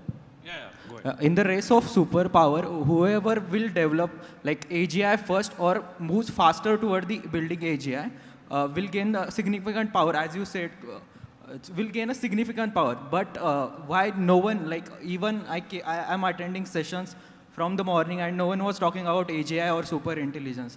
Like, but when I read books, which is mostly written by American authors or the podcast related to AI, they openly talk about AGI or the possibilities of building super intelligence and how they will affect. But even this is the India's biggest AI summit. Why nobody like till now ever talked about the AGI or super intelligence? What's your question? So why no one is talking about the vision of building AGI and super intelligence? What's that? No, I couldn't hear. We couldn't hear you. Why no one is talking about building the vision of building AGI or super intelligence? Okay, building a vision. Okay. You see, AGI is difficult and the next phase. Okay, human intelligence on a machine is the next place where a machine can be creative. Now, what does the AI do? The AI can do a repeated task very fast, can do search and everything else very fast. Can it be creative? Can it do lateral thinking? Can you have human general intelligence? Now that is still far away. Because nobody knows how human intelligence comes. Now, suppose you are Ramanujam. Ramanujam saw a number and spelled out what is the root of the number. How did he do it? His brain cells connected randomly and happened, right? Can AI do it? No. He can only go through simulation, go through exercises. That is general human intelligence, right? Now that will take a lot of time. And that is the top 20% of humanity, top 10% of humanity. We are now talking about the bottom 60%. All right? That's why you are required. So Yes. you still have a role. Okay, our friend Just here. imagine if you work with AI and you get all the information and you go to sleep and suddenly in your sleep you get a vision about the answer and you wake up and say, Eureka, can the machine do that? No. Why it cannot do that? Because there has to be lateral intelligence where random things come together to create what is called human general intelligence. You understand? Yeah. That is difficult. We still don't know how it happens. Is it happening for the machine? Well, people say the machine demonstrated that, the machine didn't that, but those are very specific instances, small instances, not of any profound importance. So you mean symbiosis of human intelligence and artificial intelligence like this, that symbiosis is better than individual artificial intelligence and human intelligence? Yeah. I think the point where both come together to make you extremely productive, that is the point which is the best for humanity. Okay, gentleman there, yes. Thank you. Hello, sir. This is Ashish Nathani from MK Ventures Capital, Madhu Kela's home office. So just wanted to understand, we are seeing a lot of talk about, investment in AI. But do you think as a country we are still there in terms of the role private venture is playing in the software development or the AI part? Look, you guys in Bombay are disappointing. You're still putting money into real estate, you're putting money into gold, not putting money into AI. That's the problem in the country. Okay? Now, why don't you, with Madhu Kela, go raise $2-3 billion and set up India's own LLM? I was speaking to Nandan, and Nandan said the future is going to be in vertical AI, not horizontal AI like a chat GPT, because that requires too much of money. Now, vertical AI in financial services, vertical AI in health, vertical AI in hedge, but that required investment. Yes, sir. So what you should do is get all Damani and all the rich guys who can put together $3-4 billion. They're not going to lose the money because there is chicken feed for them. You guys are so rich in Bombay, and get a fund together, ask all of them to pitch and send you ideas, and give them money. And if you give 100 young companies ideas, at least 10 will become great companies in 5 years. Do it. What we lack is moolah, money, money, money. And the biggest disappointment is Bombay. So get your act together, get your money, come here and watch the magic. The great investment opportunities. And remember, the market will give you disproportionate value. Exactly, but where is your money? Get your money. There's a Bombay and Delhi clearly are not on Mr. Pai's Not Delhi, great not list. Delhi, Bombay, not Delhi. There's a lady up front. Yeah. Where's the third question? Yeah, yes, please. Hi. Hello. Hi. Hi, Mr. Pai. You've been in Bangalore for a very long time. My question is about Bangalore. So Bangalore suffers from infrastructure, water issues. I have been in Bangalore for a very long time. I want to stay here. But due to these issues, I don't see myself staying much longer. How do we as Bangaloreans solve this? Because I want to grow in an environment where we have good ecosystem. Okay. Have you been to Electronic City? Yes, I have. How do you find the place? The place is good, but I struggle in moving around because of traffic. Inside Electronic City? Yeah, it's good. It is run by people. See, what we should do is, government and BBMP have failed Bangaloreans. Yes, I agree. Don't try to beat them up and everything, because there's nothing you can do or a dead beast. So we should get together and do the 10-20% to improve lives for everybody. How do we do it? We must spend 10% of policymakers to force them to give us 500 kilometers of metro. We must force them to work out a model to give 15,000 electric buses for Bangalore to solve the mobility problem. I'm working with the Outer Ring Road Association to say, why don't you people get together, spend some money to clean up the entire place? I agree. Spend a few crores and fill up the potholes instead of letting these fellows fill up the same pothole month after month after month and make money. Correct? Why don't you come together with solutions? So we need a community because there's a failure of governance and you're not going to fix the problem. And let me tell you, there's no better place in India than Bangalore. Where will you go? Will you go to Bombay? You go to Delhi? Are you going to Calcutta? You go to Chennai? Where will you go? Mr. Pai, it's very difficult I to agree. stay in Bangalore. I quote an example. I agree, ma. I agree with you. There is no water here. Yes. So bad water that we will Okay, have Mr. Pai is not the chief minister, he's not the minister. So why are we looking for solutions from him? You see, Bangalore has got 100 wards in the center of the city. Come there. Because the balance 100 wards are taken off from villages where there's no infrastructure. I live in something called Ali Asgar Road, next to Raj Bhavan. The Vidhan Saudha is next door. 24 hours water, power, everything works. Just shift. You're a smart person, shift there. Okay, I see a lot of hands. I'll take 3 more questions, but just to add, I must share with you guys, I wanted to have a session like this with Mr. Pai in Kolkata. So I reached out to him. I said, sir, please come to Kolkata. He gave me a flat refusal. He said, I am not coming to Kolkata. You tell me I'll do this in Bengaluru. That's how the session came up. Yes, you want to have a... You have a question? No, I'm just standing here to make... Yeah. Okay, who's... let's take the mic behind. Yes. Mr. Pai, this is Neeraj from Shell Energy.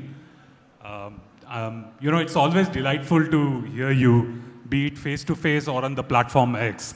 And I'll stick to AI for the question. I think you kind of danced and alluded to the fact of dot-com burst, which happened during the internet revolution. Do you see that we are treading the same path in the AI space with the speculative investment which is happening, running into billions of dollars, with the disconnect between the hype and the reality is so wide. And this might not be sustainable. So what are views? And where are winning? Where we are winning with the AI if this is not sustainable? Every great discontinuity creates a boom and a bust. You had the electricity boom when things went up and came down. You had the internet boom when things went to 5,000, came down. But the internet boom funded a lot of innovation which helped create the next 10 years. Then you had the companies which laid the fiber. Remember that? There's some great companies which laid fiber for everything. Without the fiber, where is 3G, 5G? The entire work was networked by that money, and all of them almost went bust. Am I right or wrong? They all went bust, but we are benefiting from there. Because when there's innovation, greed takes over, greed drives money up, huge money comes, and the expectations are so high, the whole thing collapses after some time, but the building blocks are built, and the next set of money that comes in takes over, and then the rise happens. It'll happen in AI, it'll happen after 10 years, it'll happen for the next set of innovation, and that's going to happen. So don't worry about it. Just make sure when the euphoria happens and the money comes out and it gives you a lot of money, you take the money and build up whatever you want to build. Okay, yes, who else? You want to have a question? Yeah. Go ahead. Yeah. Hi, sir. My name is Krishna. I'm from Hyderabad, and apart from Bangalore... Where is that? Yes. Sorry. FYI, I'm not representing Hyderabad, but it's a good place. You can come there. Yeah, it's a good place. Yes. I like the biryani. Yes. So one question. Still last 1.5 years before, everyone was like, manufacturing is the key for India to grow manufacturing. And we hardly hear about it in the last 1.5 years. And what do you think, going forward for India to develop? Is it Gen AI or manufacturing? Look, there are different things. Let's say we have Gen AI. We have a lot of money, $10-20 billion goes to because he writes the check. We have a lot of companies. A lot of people are hired. You get your salaries. You make a lot of money. What will you do? You want to buy a house? You want to buy a car? You want to go for a foreign holiday? You want to buy all the goodies in your house? You're going to manufacture them here. Other than money put here will go out. Will be a colony of China. Europe is a digital colony of United States because the American companies control Europe. So we need manufacturing. We need labor-intensive manufacturing for all the people, the hundreds of millions of people who want jobs. Correct? We need manufacturing to create the goods that you are going to buy so we don't have to import. And, we get the money and the money goes out, we are let net zero. We don't want that, right? So we need manufacturing, we need services, we need AI, we need everything, we need the whole stack. Okay, last 2 questions, please. All right, there. Yeah, go ahead. Yeah. Just take your name, guys, so that we know who is speaking to. Hi, Mr. Pai. Anushank this side from Wipro. We help a lot of startups around marketing. My question is that what are a few jobs, and I want some specific examples that you think are not going to be affected by AI in the long run. And the second question is that what are some of the jobs that are not going to be replaced by AI in the long term? And the second question, which is connecting to this, is that if not enough jobs are created which are being replaced, how should government respond in the long time? You know, the jobs that are not going to go away, the highly creative jobs. Creative job, designers. You still have to design. The algorithm can design, but designers, painters, movie actors, you can still have an avatar doing the acting, but it's required. So the individual performers, jobs who are creators, that will go up. A great chef, okay? That jobs will not go up. The second thing, people who are very well educated, very well informed, who are specialists, the job is not going to go away. All right? And new kinds of jobs in R&D and others where you can use that, jobs are going to be there. The jobs which do repetitive tasks, the jobs that work on rules, and you can identify any number of jobs that work on rules, they are the ones which are greatest risk at this point of time. So my answer is going to be very generic. Right? But these are the jobs that are going to be there. And if you want to see that, study the United States, because technology is very advanced there. Go back 15 years, go back 10 years, go back 5 years, see what are the job classification and see what has disappeared. I'll give you a very stupid example. Okay? We used to have telephone operators, gone. In one generation, I still remember telephone operators in Bangalore. I mean, they were there in that big stone building, right? Gone. Right? We have stenographers, gone. We used to write letters. There was tapal. Used to wait for the mail and open those letters, read letters. Nobody writes letters. We don't even write love letters. We've forgotten that emotion of sitting down. Remember that postman? I'm waiting for you, postman, waiting for a letter. I mean, Carpenter's song. I don't know, you're too young to listen to that. But I'm just saying the creative jobs will remain. And these middle-level jobs, whether they'll be there, will shrink. Whether they'll disappear, I can't say, but they definitely will shrink. And that will create a new set of jobs, but the impact is something that we have to study. I mean, the US is the best example to see what could happen in India in the next 5-10 years. But India is going to take 10-15 years for the simple reason we still have to build the houses, we have to build the roads, we have to build the cars, we have to do many things which America has already done. So rules-based jobs. Rules-based jobs, I think, are Last question. The lady Last there. question, yes. The lady there, yeah. Lady. Yes, please. Yes. Thanks, Mr. Pai. I'm Nirupama from Indian Institute for Human Settlement. I have a quick question. What is one AI tool that you enjoyed the most using in recent times, and why? What is? What is the one AI tool you enjoy using the No, most? I like, see, for me, my problem is very different. I can think at a very fast pace, analyze data and understand, but I got to write it down. And that's my biggest problem. So I like ChatGPT and that Meta app where I can just say that, give some ideas and it'll write down for me, which is 85-90% okay, then I correct it. That's my biggest thing, so I enjoyed that the most. So on your wife's birthday, on your wife's birthday, by the way, it's his wife's birthday today, so we can all wish him, right? On her birthday, will you use ChatGPT, Meta AI to decide where to go? You want me killed? How are you spending the evening? You know, I'll tell you a story. I mean, she says, let's go for a holiday. I said, send me an email, I'll block my calendar. She said, this female is no email. Okay, on that note, thank you so much, Mr. Pai. Thank you very much. joining us Greatly here. enjoyed Huge round of being with you. applause Thank you. Thank you very much, gents. Could we get a picture with you all and the audience, if that isn't too much of an ask? If you don't mind, could you step forward, please, all the way to the center? People of the audience, could you kindly rise up to your feet very quickly? Yeah? Give them a massive round of applause. What a fantastic session we've had here at Cypher 2024. If y'all could turn around and just take a step back, we'll get someone to click a picture. And just dim down these stage lights, please. Just the stage lights. Dim them down, just a little, yeah. People of Cypher, put your hands up in the air. Come on, show them some love. It's been a fantastic session, a fireside chat. Two of the greats at what they do. Big round of applause. Also, Mr. Bhupendra, fantastic job at being a moderator on stage. I do this day in and day out, and it's not very often we come across someone with his talent. Can we give him a massive round of applause, please? Very fantastically moderated on stage. We're going to quickly jump into the last session of the day. We have yet another riveting panel discussion. We're here to talk about our enterprises still shying away from AI adoption. Is it fear, inertia, or justified caution? So these are the conversations we're about to have on stage. Our panelists are good to go. This topic challenges the perceived barriers to AI adoption in enterprises, and that can lead to a robust discussion on whether enterprises are being cautious for the right reasons, or are they missing out on critical innovations due to inertia. Once again, like before, we will be taking the lights down, but until then, we're just going to give you all a couple of seconds to settle down. This is going to be one among the interesting conversations we're going to have on stage. And I'm going to request the crowd to settle down before we introduce the next set of speakers onto the stage.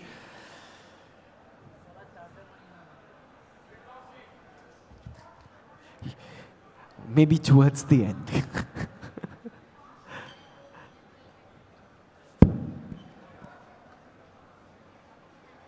Can we have the audience settle down, please? Can we have the audience settle down? Thank you very much.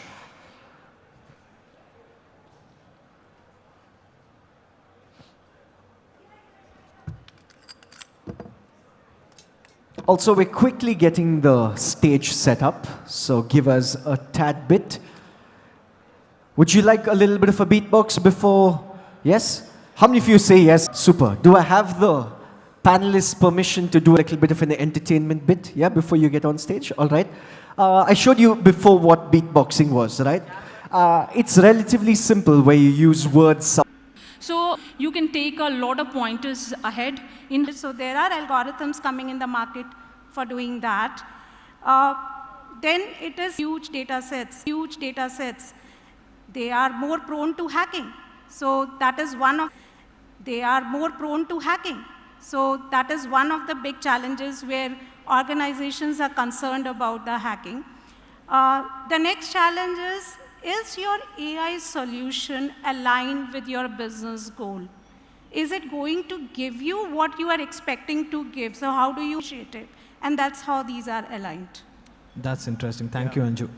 And I think, Raman, can you, in terms of governance and guardrails that need to be put in place for implementing AI solutions, what are some of the things you guys, solutions or product out there in the market? Yeah. So I think I would first like to say that talking about the challenges, just to add to what Anju had mentioned. It's important organization, help them through maybe some kind of a chief AI officer office or something like that, which you have to have.